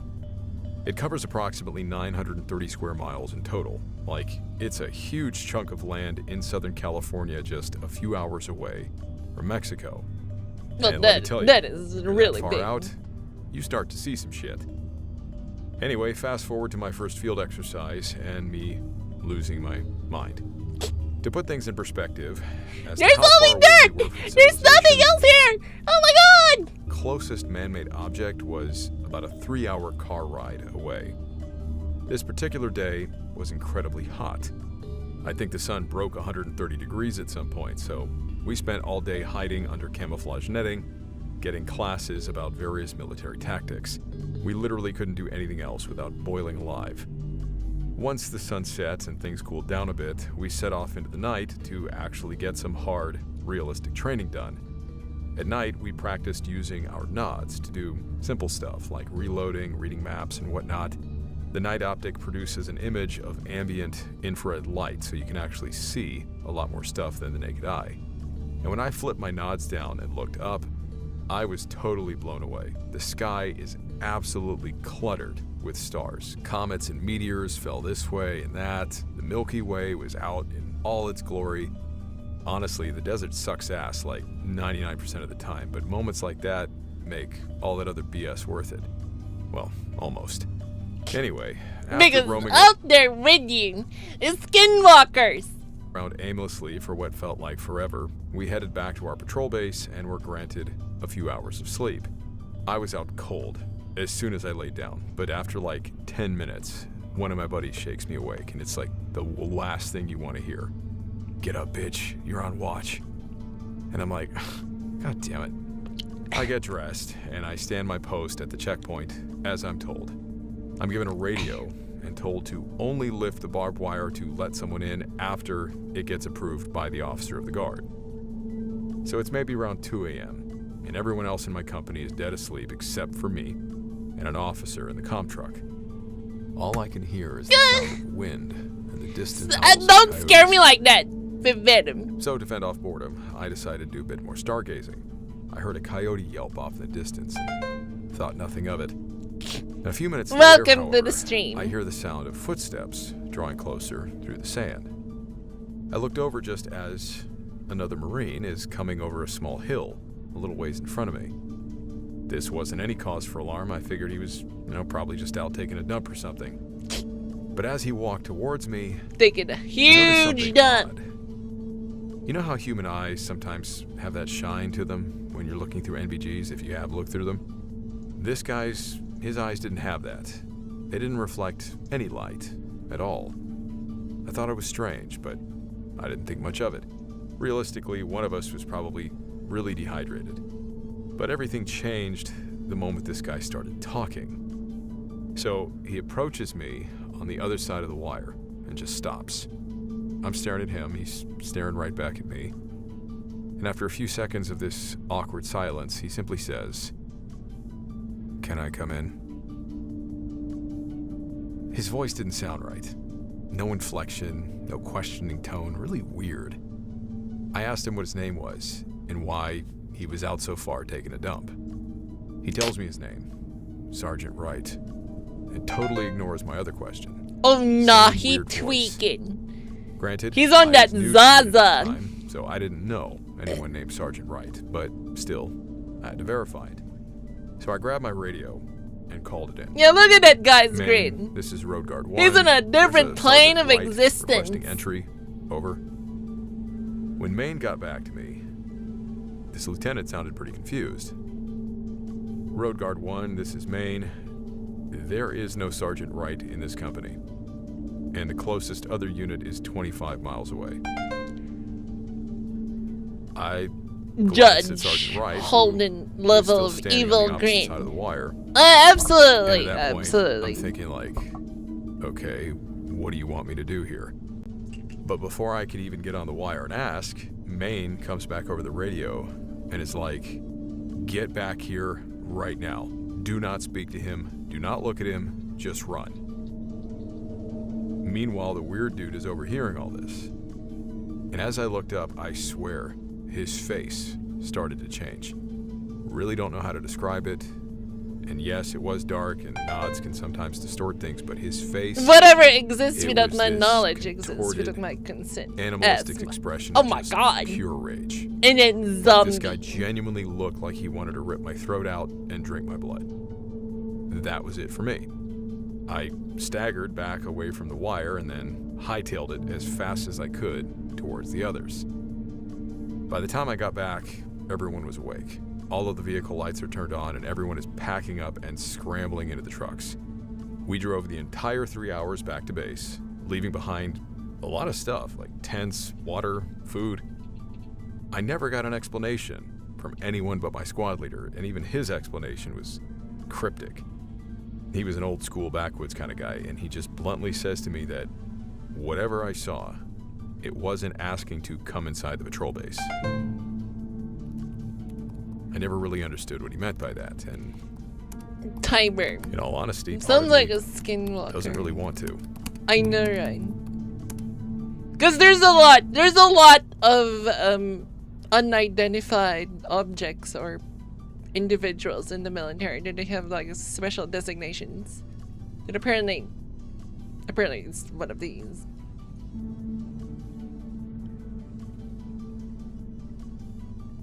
Although it's weird that the military would not even acknowledge the existence of skinwalkers. Well, interesting story. You know, I don't always chime in after every story. I don't always have something to say. But on this one, Southern California, night vision, if you have heard my story, whether it was in the credits section of an episode or we did an episode on the team stories and the weird things that we have been hot and miserable, named Linda. When Linda was active okay. duty back in the Sorry, 1970s, I really want to move on further because of my I guess I have undiagnosed ADHD, but I'm gonna move along because otherwise my brain is gonna fly everywhere. she was stationed at 29 Palms. She didn't have many nice things to say about the base Understimulated. either, Yeah. but Marines have Understimulated. been hot and miserable for at least 5 decades now. Marines are big on keeping traditions alive. Well, one night, Linda and her friends left the base to enjoy some much-needed time off on Weekend Liberty. While your average male Marine would probably have driven to the nearest dive bar to drown his sorrows, Linda and her entourage decided to take a road trip to Joshua Tree National Park. Rest in peace, Joshua Tree. Now, I've driven past this part of California, but never stopped in it. I actually met a German musician named Kamrad on a flight to the UK last year that said he was filming a music video out in Joshua Tree. Nice guy. The song that he was filming was called Be Mine. Anyway, Kamrad spelled Kamrad. So it's a popular tourist spot. People go out there to film, people go out there to hike, people do all kinds of stuff out there. And I asked ChatGPT for a summary of why so many people like to visit this same spot, because it just seems like a very remote desert. Like, is there like a spring out there? Like, what is it about it? And the response I got was, people go there because it feels like a completely different world, even though it's only a few hours from major cities. You get huge boulder formations, open desert, strange plants, dramatic sunsets, clear night skies, and a quiet, almost eerie feel. See you later, and thank you for staying with us, John. John D.O.D. Yeah, good night, and thank you, and sleep well. Although we did watch a lot of horrifying shit. See you later. That's hard to find in the city. Well, Linda's story just adds one more eerie thing about that desert. Skinwalker. She writes, "This happened to me when I was 19 years old. At the time, I was stationed at 29 Palms, the Marine Corps base, in the 1970s. While on liberty, a friend, an acquaintance, and I decided to drive out towards Joshua Tree National Park. We had a great time. It was just the 3 of us walking around and taking in all the natural beauty. But as the sun set, we hit the road back to base. Looking out at the desert was like staring into a pitch-black void. The only light on the highway came from my car's headlights. We were just laughing and talking when, out of nowhere, a loud pounding sound started hitting my driver's side door. It scared the crap out of us, but being Marines, we're thinking logically, or at least trying to, and I figured that I must have hit some poor animal on the road. So I turned the car around to see what I might have hit, but I couldn't see anything. There's no traffic, so I got out of the car in the middle of the road and looked at my door. No dents, no blood, not even a slight chipping of paint. I shrugged, got back in my car, and we started driving again. And just a few miles down the road, that same banging noise started up again. Only this time, whatever was hitting us was now on the passenger side. We were girls. Our nerves got the better of us, and we all screamed. Like, it is pure darkness for miles around, and something sounds like it's pounding on the side of our vehicle while driving. We locked our doors, and I backed up, turning at an angle to see the entire road behind us, but it was just empty wilderness. We started. Yeah, driving. I would freak the fuck out too. My foot was all the way to the floor. We wanted to get If you're driving and something knocking on your door side, oh my god. back to base as fast as humanly possible. Yeah. After a few minutes, the mood lightened. Holy fuck. And we started talking again. But just as things were beginning to feel normal, my car just dies and then slows down and rolls to a stop. We were on a dark road in the middle of nowhere. There were no cell phones, and there were no people living anywhere around us. We were stuck. I tried starting the car a few times, and I'm starting to think that my battery must be dead. But just as things are starting to look really bleak, the car suddenly roars back to life, and when the lights come on, that's when we see it. On the right side of the road, there is some kind of animal. It looked like a cross between a wolf and a dog. It was huge, and it had this long, reddish-brown hair. As we're watching it, this animal stands up on its hind legs, and you could feel the air getting sucked out of her lungs. This thing was tall, at least 7 feet. Yeah, it's a how it was furry. standing up. It escaped from I don't know how far the 29 Palms is from what's that? Area 51 is. But imagine if it were close. Oh, wait, it would be too far. It would be too far. But anyway, probably a US experiment. It's a furry! Bolting across the road and into the night. Scared the absolute hell out of us. All three of us had pretty high security clearances at the time, so there was no way we were going to report something like this. So we all agreed that we are never going to tell anybody about this incident. And I kept my word on that. And yeah, when knowing the US military now, apparently if you report this kind of things, it could affect your rank or your job or like your career perspectives in the military, because it's like people will be more like, you're crazy, only because they themselves have experienced something scary but they didn't say it. And so I don't know how the military even functions. Until many years later. I was in a college biology class, and my professor at the time mentioned something called cryptozoology, the study of animals, plants, or other entities whose existence is unsubstantiated by science. After class, I told him about what I saw that night near 29 Palms. He said that similar animals had been reported many times. That was the first time I'd ever heard the term skinwalker. I probably wouldn't have believed it at the time, but now, I honestly don't know. My professor saw my sincerity, and he acted like he believed me, but I don't think anyone else would have at that time.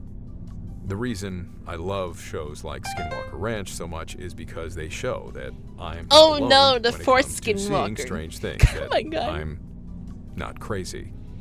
Thank you for reading my story. Welcome back, Leon. Of something I witnessed yes, as of a course. United States Marine. What do you mean, Frost?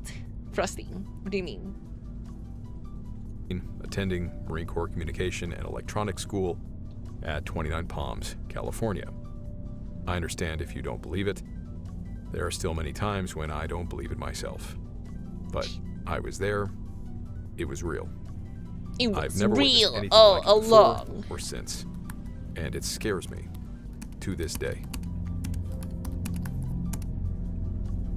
Yeah, I would find it very suspicious someone's like bringing up a story like that because they want to hear themselves talk, but at the same time you cannot like brush aside some This next story was written by a Marine using the handle accomplished bit 627. Like the Marines. Because again, it's like how does it benefit them to be telling this kind of story? That's also one thing. I'm like, why it would give some credibility where there are lab experiments. Yeah, no doubt there are that we don't know of. That is true. But then again, it's like to even try to figure out if someone is lying about their told stories. It's just figure out if it's gonna benefit them in any way possible.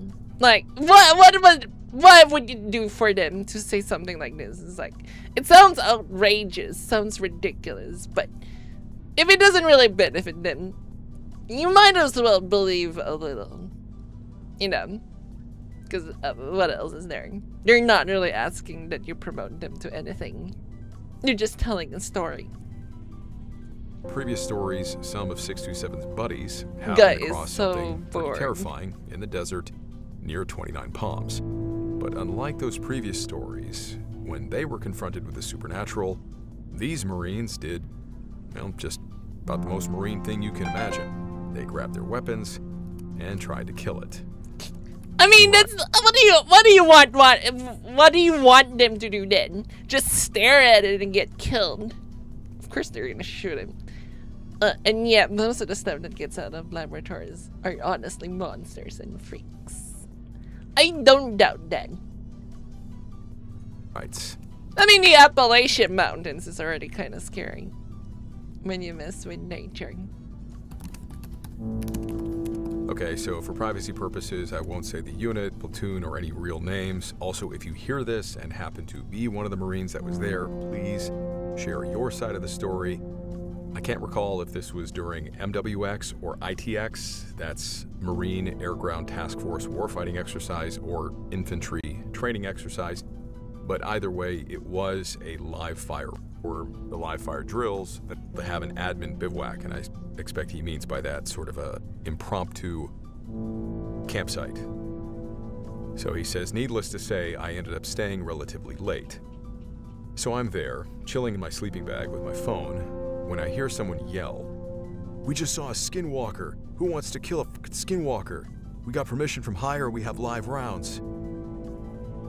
I'm there thinking to myself, like, shut the hell up, bro. Like, what the hell are these idiots talking about? And they kept going on and on about what they just seen, and looking back, I wish I'd got in on the conversation and asked what was up, but I was honestly so tired. They're like, phone away. they're at least enthusiastic about it. They're like, hey, who wants to kill a fucking skinwalker? What the fuck was that?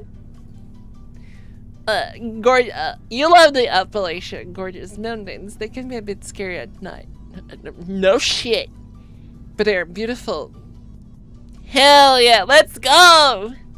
Tried to block out the noise. Let's go kill a skinwalker, guys! I didn't think about it at the time, but at some point in the night, I wake up to the sound of coyotes crying out in the distance. And as I'm listening, I distinctly remember thinking, this about? Like military ghost stories or supernatural stuff. I'd heard coyotes plenty of times before, but these ones just sounded off for some reason. I didn't put two and two together until the next day. So I woke up the following day, and while packing up my stuff, I heard people start talking about what happened the night before, about who were those guys yelling, and what was that about a skinwalker? After talking with some of the guys and eavesdropping on the odd conversation, a clearer picture of what happened started to take shape. So apparently these two senior guys took this boot, this new guy, for a run because they caught him sleeping on road guard earlier in the day. This poor kid, they ran him pretty far east from where a bivouac site was. The story goes that while these guys were on the run, around 2200-ish, they heard coyotes howling from somewhere in the distance. Nothing unusual about that. But all of a sudden, they start hearing growls and noises that they described as unnatural. They all got this feeling that something wasn't right and decided to start heading back to the bivouac area. That's when they saw this tall creature standing on its hind legs out in the distance. The three of them watched this thing as it got down on all fours before taking off towards the general direction of the coyotes. According to the seniors, it didn't run like any coyote or some other wild dog. It was more of this frantic, unnatural crawling motion. From there, the guys just booked it as fast as they could towards us. Once those Marines returned, they stormed into the command post, the CP, where Hire was, and started explaining what they just witnessed. Apparently, the boot couldn't stop crying. He was so afraid. They actually had to give him some drugs to calm him down and knock him out. And I don't know about you, but you gotta be pretty ballsy to storm into the CP and start yelling crap about a skinwalker. So, I guess they must have been serious. As for the live rounds that they were talking about, I'm not sure if they actually got the go-ahead to use them from Hire, as they stated, but it's not far-fetched to think that they were actually loaded up when they came to us asking, if we wanted to kill a skinwalker. We had our gear laid out to the side with our mags loaded with live ammo for the following day anyhow. It wouldn't take much for them to just grab their stuff and go try to find this thing. But thankfully, I think cooler heads prevailed and the impromptu skinwalker hunt never happened. At least, I don't think it did. Man, why did I have to fall asleep? The entire next day was just a big running joke about skinwalkers and wendigos running around the area.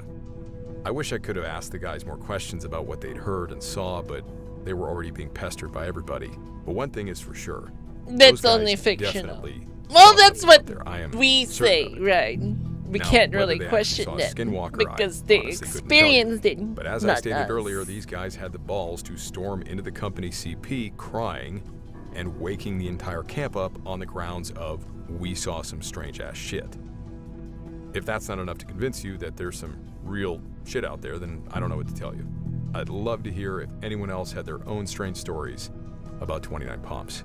But yeah, refrain from saying units, real names, etc. Call me paranoid, but I am not trying to get contacted by Men in Black for this shit. From the grid square. In it, another Marine recounts yet another strange incident that occurred while conducting a training exercise at, you guessed it, 29 Palms. Honestly, I don't know if this is a skinwalker encounter, except with how it compares to the other stories, and there are rumors that the base was built on isn't it that one grid square in the military map? It's like a perfectly square 1 kilometer.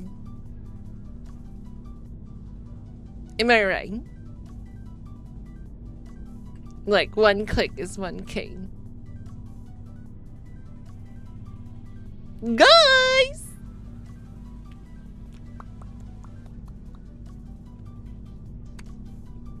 Indian burial ground or something like that. The place is cursed. But whatever these guys stumbled into, it was disturbing, to say the least. He writes, my platoon was tasked with being the OP-4 opposing force for a battalion being evaluated during MWX, Marine Air Ground Task Force. So I remember right. In 29 Palms. It was getting dark, and we were getting settled into a defensive posture for the night and about to pull watch. I was going around to each truck and getting an EDL count before we turn 2. EDL stands for Equipment Density List and is basically our way of maintaining accountability for all our stuff. We take inventory of everything we bring with us into the field, and everything on that list should come back when the exercise wraps up. Well, naturally, I come to find out that one of my juniors lost his binoculars a few hours into the op and, of course, decided not to say anything. Some time passed, and we ultimately decided to backtrack our route to try to find them. So, it's 0300 at this point, and our convoy of 6 is heading down an MSR main supply route adjacent to Lead Mountain. And as we're driving along, I catch a glimpse of something crawling across the road on all fours in my peripherals. Even though I only saw this thing out of the corner of my eye, I saw enough to know that it wasn't an animal. I'm a believer in the paranormal, and I was well aware of 29 Palms' history of strange activity, so I just ignored it because, you know, if you ignore the paranormal, it's more likely to leave you alone, I guess. Mr. Nightmare. Well, our convoy comes 3 to a very sudden stop, disturbing and over the military net, I hear horror stories. It's a very someone good just video. crossed the road. Really? Both my lieutenant and platoon sergeant got out of their vehicles to investigate the issue. As it turns out, Mr. this person Nightmare. they saw crossing the road was a Marine. This kid had no name tapes on his camis, no cat card. His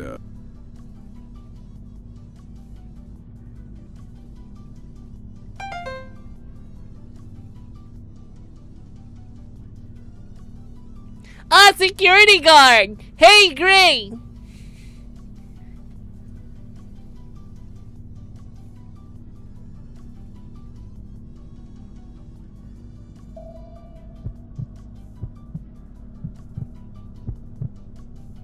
I've been with my company now for a good amount of time. I'd say probably about 6 years now.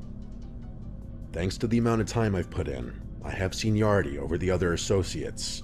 Not to mention, I have a lot more training and credentials under my belt than they do. The company recently picked up a new contract for some kind of big government office building. Where it's located is rather Oh yeah, I think I found it. Yep. strange for it to be a government office building. I won't get into exact locations, but to give you an I idea won't of what give the area it's exact located in looks locations. like, and what makes it so strange, is that it's located in damn near the middle of nowhere. It's a giant 6-story building surrounded by a giant parking lot. The parking lot is surrounded by a metal fence that's about 10 feet tall. On the top of the fence is barbed wire.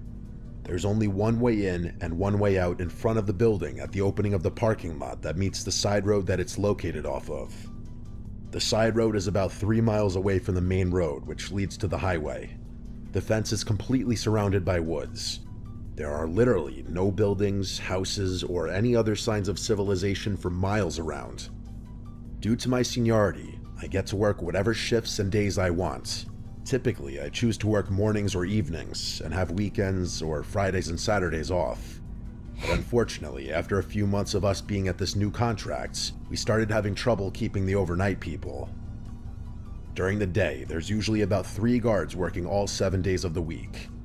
On the overnight shift during the weekdays, there's 2 guards, and on the overnight shift during the weekends, starting Friday to Sunday, there was only 1 guard. I should mention before I go any further that every guard is armed on every shift. As I said, we're having trouble keeping people on the overnight shift. I wonder why. Why would anyone want the overnight shift anyway? I mean, Gray here has taken it for the extra pay, right? Gray! Gray! Gray! You're in the night shift, right?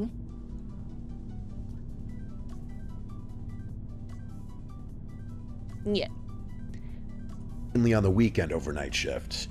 Because of this, my supervisor asked me if I could help out until they could hire more people and work some overtime on the weekend overnight shifts. I could have, and in hindsight, should have said no thanks. But at the time, No I actually thanks. needed the extra money because I was getting ready to move to a new apartment soon.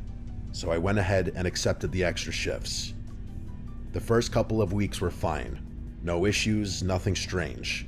But what happened on the 3rd weekend is what made me regret my decision for the overtime. It was a Saturday night around 2 a.m. There was a very bad thunderstorm going on outside. I was sitting in the camera control room, which is on the top floor. The control room has a window that oversees the back part of the For this stuff, if I have a gun, I'll do it for the months. And the confidence if I have in my gun. parking lot. In the room, there's 3 large-sized computer screens that show the CCTV live feeds from all the cameras located throughout the building, as well as the few cameras that are outside in the parking lot and by the entrance/exit of the parking lot. I was sitting in the control room doing what I normally was doing while working overnight by myself. I had the lights off watching movies I previously downloaded on my phone, while also playing games on my Game Boy. I had been White sitting down people for a take while overnight and got up to stuff. stretch my legs You're and used move to around it. a bit. I was also starting to feel a little sleepy and was thinking about going down the hall to the vending machine and grabbing an energy drink. After I got up and walked around the control room for a bit, stretching my legs, I went over prefer to the coffee window, peeked over through the blind. like at night. I would prefer like coffee if I'm gonna do this kind of job. But I work urban, so it's fine. To look outside. As I was watching, I was looking at all the heavy wind and rain blowing the random debris around.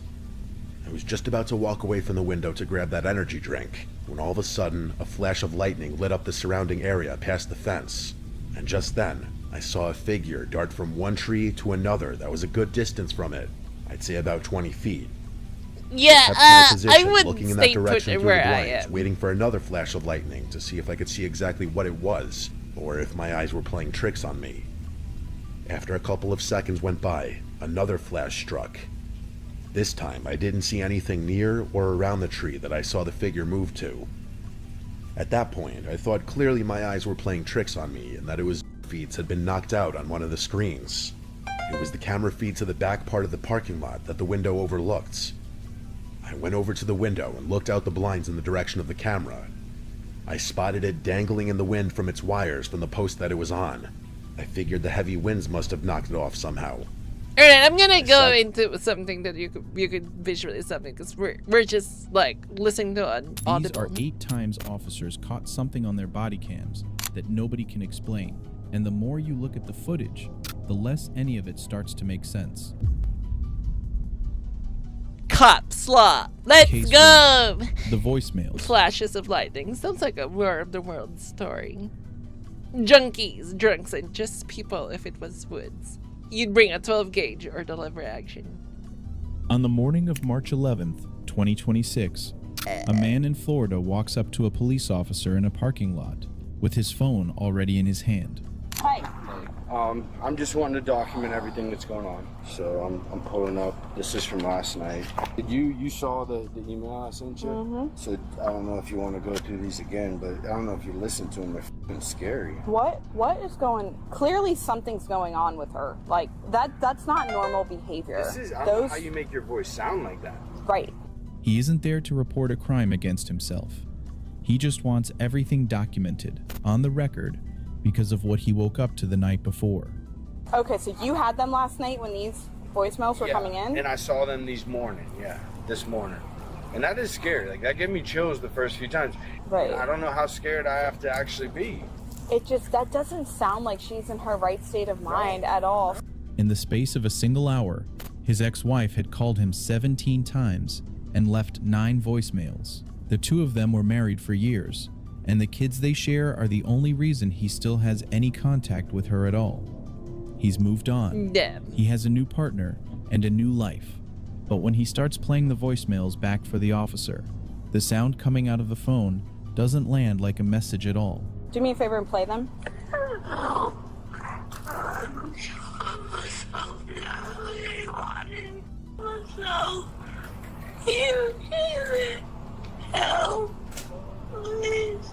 Play the other one.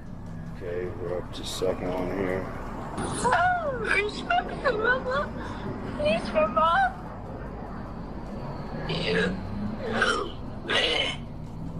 That was 145. This is 146.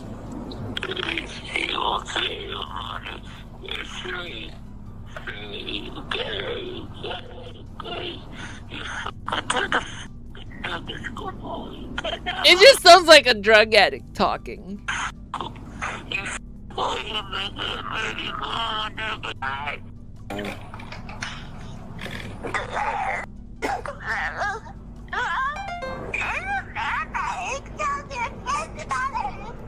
Yeah, it just sounds like a fucking it's a weird ASMR from a drug addict.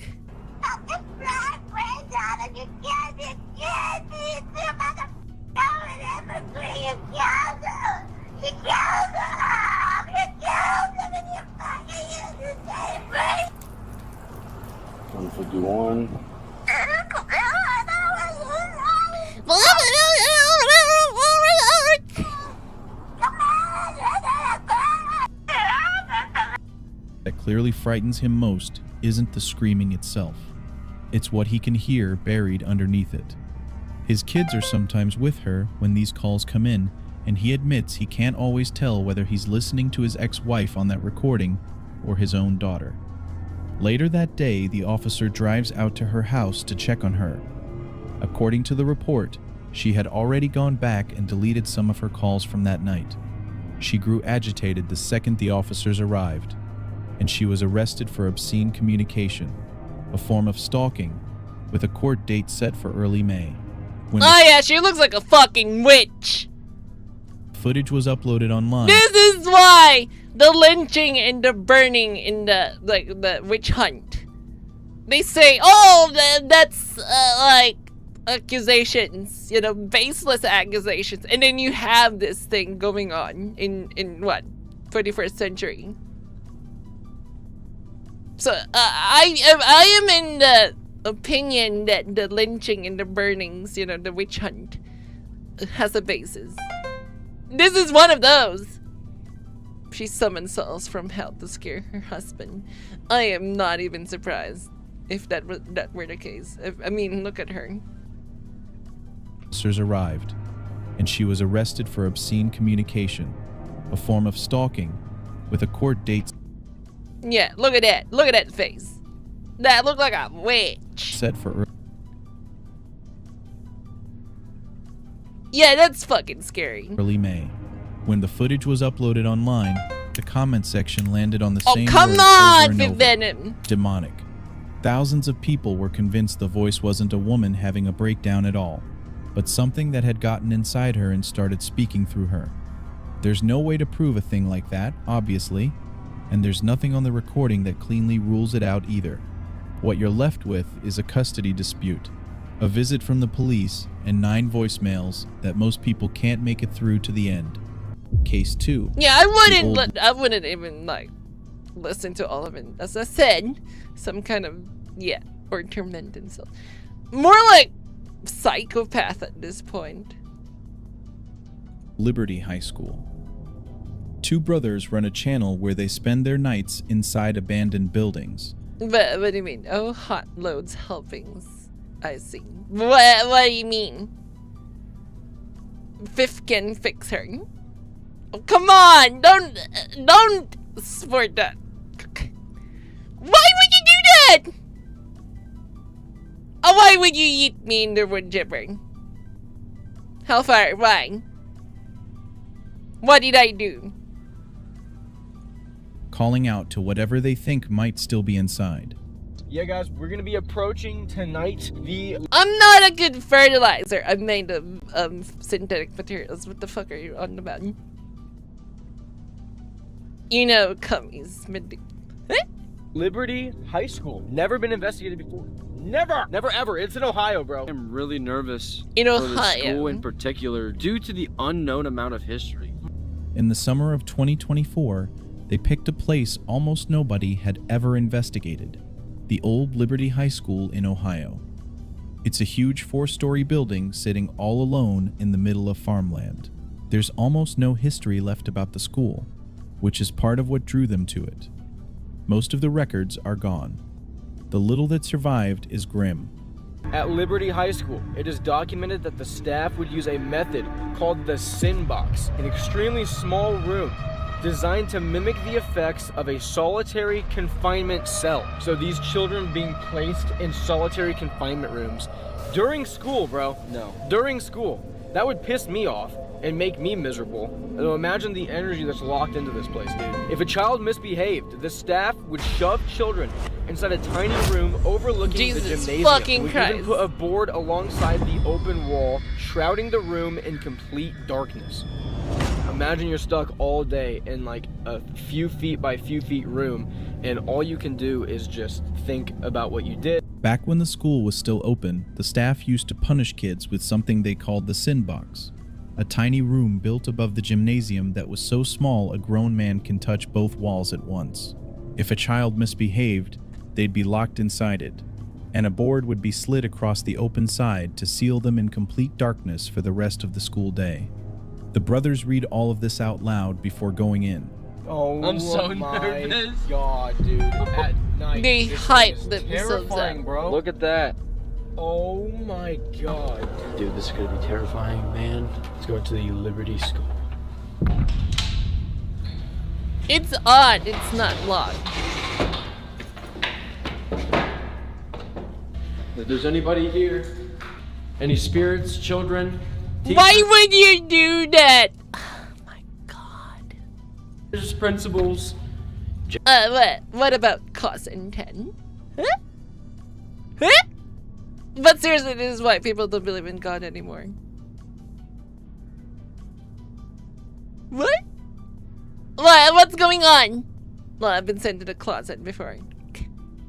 Janitors. We're here to talk to you tonight. Ah, bear! Average white people goes hunting. Don't be scared of us. Feel free to make any kind of noises you want. Hello?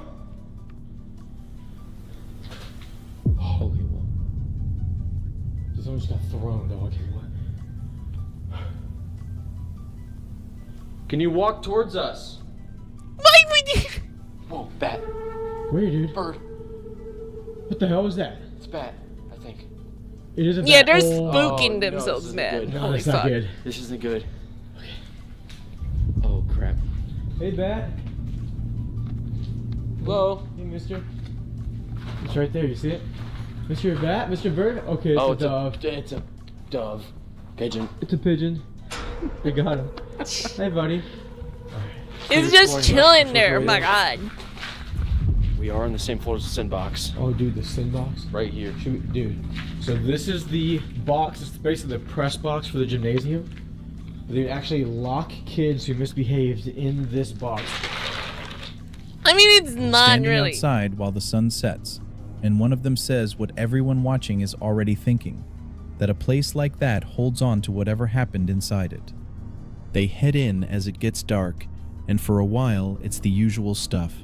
Empty rooms, flashlights, equipment that beeps for no clear reason. At one point, a pigeon flies out of the dark and scares them so badly, one of them almost runs. And then their devices start answering back. Whoa.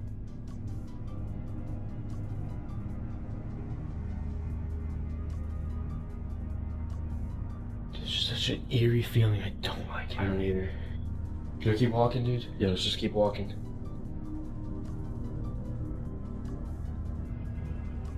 Man, it's also really Okay. huge. What? I hope that was a bat clear down there, but I 100% saw a black ball just go across the middle of that hallway. Yes, dude. You should go check it out. Anyone down here with us? We're here to communicate. What the fuck are you asking them like that? What is that? Bear in the gun. I'll use a bear as a meat shield just in case. I'll eat them for you. Use a crucifix, you dumbasses. I know, right? Well, I mean, they wanted to meet them, so I guess that's why they don't have one. Plot twist, it's just a random detector going on. They're just giving us a balls cancer. Okay.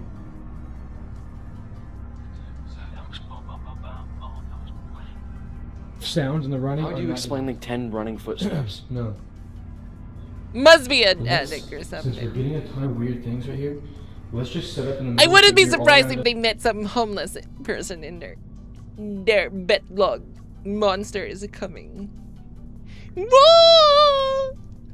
Yeah, the betlog monster is coming for their balls. Let's see what happens. Alright, so now we're sitting on the third floor hallway. The REM pod just went nuts, so now it's time to see exactly what is up here with us right now. Can you go like that, bro? Again? Yeah, let me take my bag off. 3, 2, 1. Dude, it's a different vibe. Yeah, it's horrible. So guys, look at Noah's camera. That is what we're seeing right now. Yeah, Can you touch that REM pod again, that red light? Yeah, fuck that shit, man. Touch one of our pieces of equipment. Dude. Bro, what the hell was I that? just saw a ball of light right in front of me. No way. Yeah, it was like, it looked like a freaking like a plasma. Dude, what was that bang? I don't know. That was loud. Nah, this is all bullshit. They're scaring themselves. I just heard a kid go, hey. Yeah, it was like. Oh my god! Back away if we heard your voice. Was that someone else? It says homicide and then it says homicide again. A motion sensor their own father built for them, meant to light up when something crosses in front of it, suddenly goes off with nothing there, and then dies completely at the exact same second as their camera and 2 other devices, as if something in that room needed the power. Just get out. Turn the lights off. 911, what's the address to your emergency? I'm at the old Liberty High School. There's shots fired. Please come here quick. Okay, stay on the line, please. Shots fired. Call the cops on my phone now. No, you come with me, bro. That was on my level. Call the cops on my phone now. Call the cops. Call the fucking cops.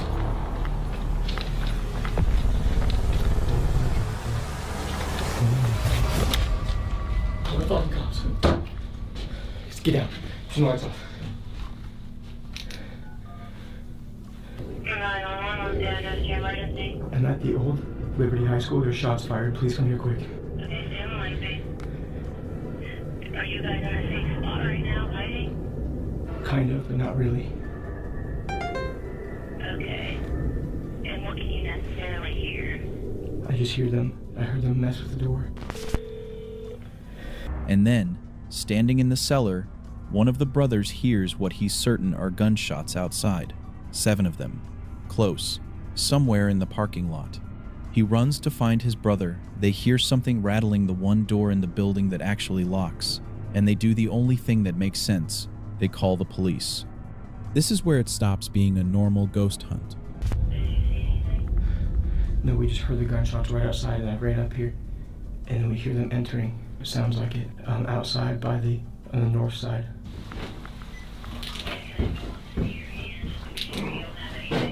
Okay.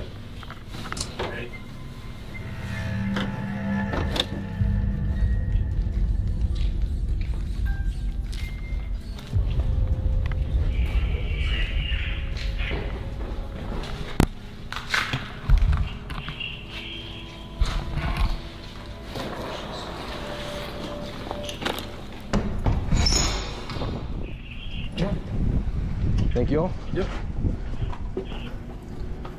We go over here. You guys armed at all? No, we have nothing. Are you the callers? Yes, yeah, we are. So what happened? Well, we're back here. We're in here filming a ghost video of all things, and I was a ghost video. And what did you get? And it sounded like it had. What did you get? Parking lot, just like 7 shots. A homeless guy with a gun. Where he was up in the gymnasium, and we just heard like rattling on the door, and that's when we were like, yeah, we should probably call. The gunshots were all here. The rattling on the door and the footsteps were in the gymnasium, which is right over here. Sheriff's office, security room, make yourself known. Over here, like I heard it on that staircase. I heard the noises, like, I don't know, because I was in the damn box. So you didn't hear the noises, like the gunshots? No, that's why I screamed. Jack! Was literally in that window doing an EVP. Yeah, that was a gunshot. And we were right here. That was a gunshot.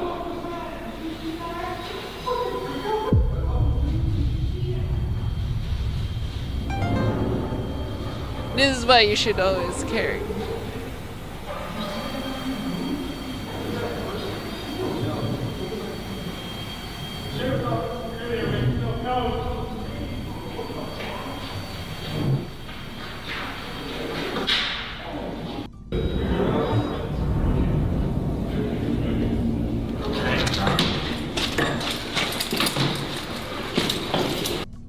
Yes. We were looking this way. I heard pitter patter, like that, along that, what would that be? The east wall? Yeah. And then he hears it at the end of the hallway, and as I'm taking my light down, I see something go, like dart across. Are you guys dead ass? Swear. Do you have And then body we were cam? like, Even the cops are We were talking about spooked. you guys. We were like, let's just black out for a second. So we went completely black in there, and all of a sudden we heard movement behind us, and we just ran. For real. Because there's nobody in there. The officers arrive and clear the building. Even the cops are spooked. Oh my god. It's over, guys. Even the cops are spooked. There's a real intruder inside, because as far as they know, someone just fired 7 shots and tried to force a door, but they find nothing. No shell casings, no shooter, no other footprints in the dust. The brothers explain what they were doing in there, and the cops take it surprisingly well. Then, while they're all still inside, the officers go quiet. One of them says he heard footsteps moving along a wall on the 2nd floor, soft and quick, heading toward the end of a hallway. As he lowers his flashlight toward the sound, he watches something at the far end of the hall go dark, like a shape stepping out of his light. He asks the brothers, more than once, if they're absolutely sure there's nobody else in the building. They tell him no. There's no one else in there. After that, the officers leave. Not slowly, and not to go write up a report, but quickly, telling the brothers that if they hear anything else, they better hope it turns out to be a real person, and then wishing them good luck on the way out. Whatever Even the fired cops those are like, shots was never oh, found. shit, No shit, suspect, shit. no shell casings, no explanation for the 7 bangs picked up on the brothers' own audio. No team, no spirit box, just a flashlight and a camera, with Josh watching the live video from outside. Okay, so out of all the, I'm not going to talk, you guys, I'm going to be quiet. Out of all the places I have ever been to and investigated, this is the creepiest place.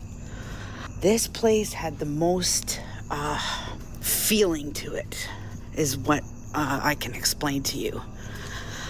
That's And yet, all I'm going to say. here we are. What the hell is this? Okay, I'm going to be quiet now, and here we go. She's been inside a lot of scary buildings over the years, but she says this one felt worse than anywhere she'd ever been, and she says it before anything even happens, in the voice people use when they already know they shouldn't have come. Yeah. That looked like somebody standing there. Go straight. As you come down, I will see the chapel on my left. Okay, go straight. It's lost almost right away. The place twists back on itself, with doors already hanging open that she doesn't want to touch, and somewhere in the dark, a woman can be heard screaming. It isn't faint, and it isn't far enough away to ignore. She calls out to Josh through the camera and asks if he heard it too. He did. Watching from outside on a feed with its own delay, he heard the same scream she did. Of course, the door is wide open. Shit. Yeah. Okay, Josh. It's almost like it's welcoming them in. I swear to God, I heard a woman's voice. Is there somebody in here? On the stairs Oh, and to come the right? on. I don't Don't know what do the that. hell. That's where the woman was screaming at. Yeah, I heard this woman knew how it. Who are you? You guys, this is. Like, as soon as you were coming up there, I heard a woman. Yes, me. What finally broke her wasn't the figure. It was Josh's voice in her ear telling her to get out now, which in the moment she thought meant the police were on their way. There were no police. It was just the two of them, one inside and one watching from the car, both hearing the same woman scream in a building where no woman. Alright, let's go to This case next 4 one anyway. is We're short, moving on. We're moving and on. it's over almost before it starts, which is exactly what makes it stick. Pardon, je crois que c'est la vie des suites. Ça marche, merci, on va tout à l'heure. Ça marche. Je vais laisser retourner chez vous. Vous avez respirer. Ouais, mais vous avez pas un truc pour les serrures parce qu'en fait on a pas les clés. C'est vrai, juste là. Oui. Elle est ouverte. D'accord, très bien, y a pas de problème. I'm phasmophobia. I don't think I have that. Oui, bah ça va, c'est Gaël qui m'a dit qu'elle était fermée. J'y peux rien, moi. C'est lui qui est rebou sa race. C'est pas boire, on les voit pas. Ah, mais lui, il boit pas beaucoup d'habitude. Ouais, baissez. Ouais, baissez. Ouais, carrément, franchement, il est pas bien du tout, le gamin. Ah ouais? Non. Bah non, justement. Je voulais avoir ce moment et je l'ai pas eu. Et je l'ai pas eu. Je suis assez confus. I wonder what's going on on The your police side. were called out to a house during a night party, the kind of call that's usually nothing, a noise complaint that ends with everyone going home.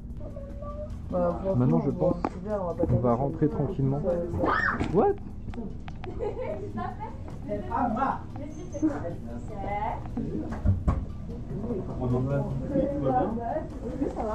vous? Excusez-moi, est-ce que vous pouvez baisser la caméra? Ouais, bien sûr. Bon. What? Il y a de l'ambiance chez vous, monsieur? Bah ouais, ouais, vous voulez venir avec nous ou quoi? Bah écoutez, non. What? Whoa! Whoa, what the fuck? In the footage, the officers can be seen moving through the house slowly, and even before anything happens, something about the place feels off. One of the officers seems to feel it too, moving carefully without really knowing why. Then he steps toward the kitchen, and in that same second, the entire rack over the counter comes down. Nobody is standing near it. Must be no an earthquake. hand anywhere close, and the timing is what people can't get past. The exact moment he crossed into that room, like something in there had been waiting for him to come close enough. Whatever pulled it loose never enters the frame. Case 5. Yeah, it must be a movie. It must be from September a movie 14th, or an earthquake. 2003. Started out as a completely normal day at the hotel, until the front desk started getting complaints about screaming coming from room 209. Okay, I remember this one. We're moving forward of then. Okay, I know this case too. Okay, case 7. Okay, let's go to case 7. Okay, case 7. A man walked into a Walmart, picked up something he had no way to pay for, and then simply refused to leave. The staff called the police, but by the time the officers arrived, the stolen item was the least strange thing about him.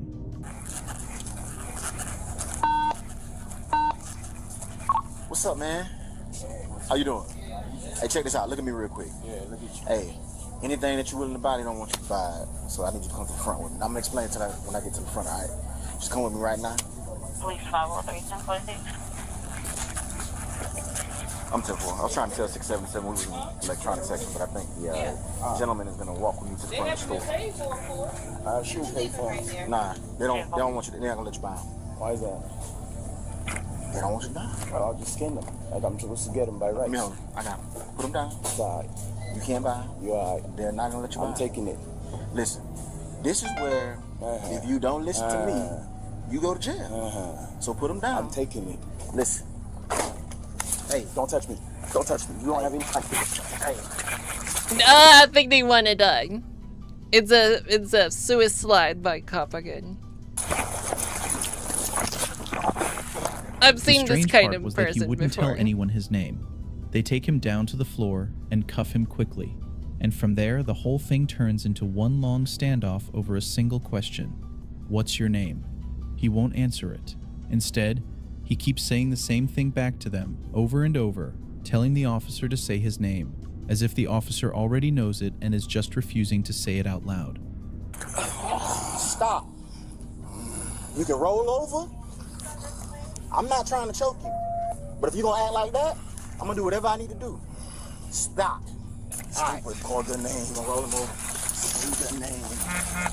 Say the name. You only got this way. Or someone just really out of their fucking mind, because usually this kind of case is just like they're just fucking insane. They're crazy, man. They're fucking crazy. There's no explanation. Stay playing. Hey, if you don't give up, you're gonna be tased. You're gonna get tased. Yeah, they're crazy, man. Say my name. Say my name. Say my name. Just go back. You could say my name. What's your name? 1, 2, 3. I don't know. Let me hold traffic. Yeah, they're crazy, man. They're crazy. I'm not familiar with him. I'll send her chats positive energy. Visiting the great and been having a great. Okay. They ask him again. They Be safe explain on the pretty way. patiently that the jail won't release him if they don't know who he is, that he'll end up sitting in a cell until he tells them something. He doesn't care. When they finally push hard enough, the name he gives them isn't really a name at all. Marty, Mighty Mo. There's no last name that stays the same twice. No date of birth, no address, nothing they can check against anything real. At one point, he says something the officer clearly doesn't know what to do with. He tells them there are a lot more of us than there are of you. Not more of me, more of us. The officer lets it slide and gets back to the paperwork. But on the recording, that one line lands like a crack in an otherwise ordinary arrest. A man with no name and no ID, calmly claiming to speak for something bigger than just himself. The part that never adds up is how little of it fits together. He had no money, no card, no way to buy the thing he wouldn't put down, and no way to prove he was anybody. He wasn't violent the way people usually get when they're caught. He was locked onto one idea, that his name was something the officers were supposed to already know, and that saying it was their job, not his. They put him in the car still asking, and he rides off still refusing. He goes to jail under a name it's that crazy means nothing. pills, man. A man who showed up out of nowhere, wanted nothing he could actually pay for, and wouldn't let a single officer find out who he really was. As far as any record shows, they never did. Case 8. The Stop. On August 9th, 2024, what should have been a simple speeding stop turned into something the officers couldn't quite make sense of. They pulled a woman over on a road she didn't seem to want to explain being on, and almost right away, the whole thing stopped acting like a normal traffic stop. She tells the officers she doesn't have time for this and tries to leave. When they move to arrest her, she fights it, and from there the recording turns into a long string of things she says that never quite connect to each other. One minute she's furious and in real pain, the next she's calm and almost friendly, talking about a place she used to belong to, about being proposed to twice, about a night she got filmed somewhere. She says her name is Elizabeth, then in the same breath calls herself Monica, then something else, then says she doesn't even know what the initial stands for, that he's Russian, and asks if he's there today to a group of people who have no idea who she's talking about. She keeps swinging back and forth between wanting to go home, wanting to go to the hospital, and wanting her mom and dad called. She asks the officers more than once whether they even have jobs. She talks to the people standing right in front of her, and she talks to people who aren't there at all.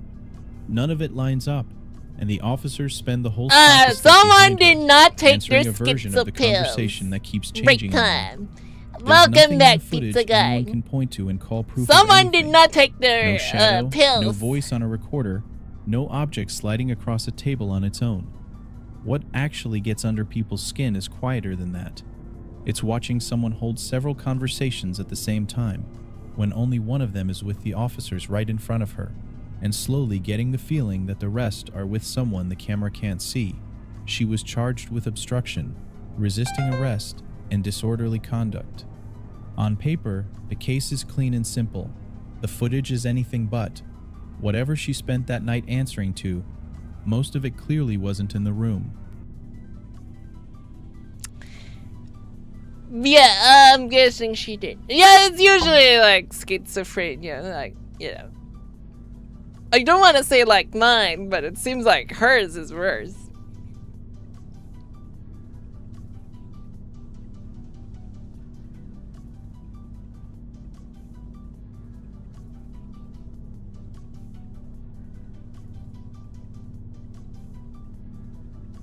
Chaos.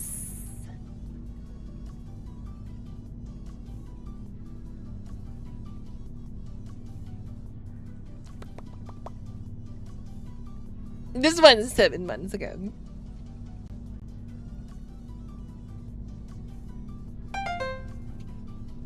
Yeah, you've met people with that type of problem. One of the largest and widely used sites on the internet, claiming over 5 billion visits a month and millions of active users, talking about Reddit. everything and anything. You Welcome can to very easily Reddit. get Welcome lost to for hell. hours here, scrolling through threads and going down rabbit holes. But as per usual with the internet, there is always a dark side. And today, we're going to be taking the dive into some of the most disturbing rabbit holes I could find on Reddit. Ew, why is Reddit stinky? I don't know. Don't stay up.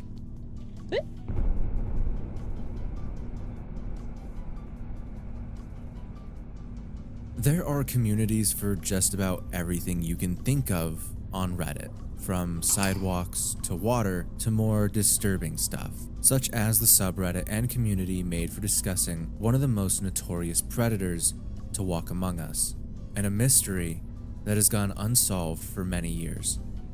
On June 11th of 2021, Reddit user Corrupted would make a post onto r/unsolved murders, a true crime subreddit dedicated to gathering as much information as possible on cases that were never brought to justice. But due to the contents of the post, many of the community members suggested her to post it into another subreddit, r/Mr. Cruel, a rabbit hole we have gone down already on this channel, but one that still sticks with me to this day. Concerned, scared, and confused, was I raised by Mr. Cruel? I am the OP of this post, and originally had it posted in r/unsolved murders, but it was suggested that I post it here, as there may be someone out there who could possibly alleviate some of my concerns, or if not, then possibly put me in touch with someone who could help me share this information with the correct authorities. Hi fellow Redditors. Not too sure if this is even where I should be or even if I should be posting this. It's been on my mind for many decades now, at least 30 plus years, and it's always terrified me. Although I have no definitive evidence, the coincidences are just too much. To start with, I am only mentioning all of this because I know it's anonymous, and if it wasn't, then there is no way I would even consider mentioning any of this in a public. Yeah, but Mr. Cruel would know who you are, because you claim that Mr. Cruel could probably be your dad. So, someone's already LARPing. Forum. I grew up in an extremely abusive household. My mother displays narcissistic personality disorder, my stepfather is a pedophile, and his oldest son is an alcoholic, a compulsive liar, and is also a pedophile. Sadly, I know this from first-hand experience, and also know that I am not the only person that was afflicted by their intentions. My mother did nothing about the situation. In fact, often deliberately putting me in compromising positions. That or in their made custody, Mr. Cruel is turning in a jail blind or eye kicking the bucket. when she had undeniable evidence that's that true. something had occurred. Although this group Like, the creator of the subreddit is already gone. Like, of this world. is about unsolved murders and not other forms of abuse, this will all make sense as it is all intertwined. When I was about 11 years old, I lived in the state of Tasmania, in Australia. My eldest stepbrother had moved interstate to Victoria to join the army, and I was just relieved for the break from his presence. When he completed his basic training, my stepfather and my mother went for a trip to Victoria to watch my stepbrother march out, which is a ceremony at the end of their training to signify that they are now full-serving members of the Defense Force. They were gone interstate for approximately a 2-week period. My dates are not 100% accurate, but they were gone from about late August to somewhere mid-September.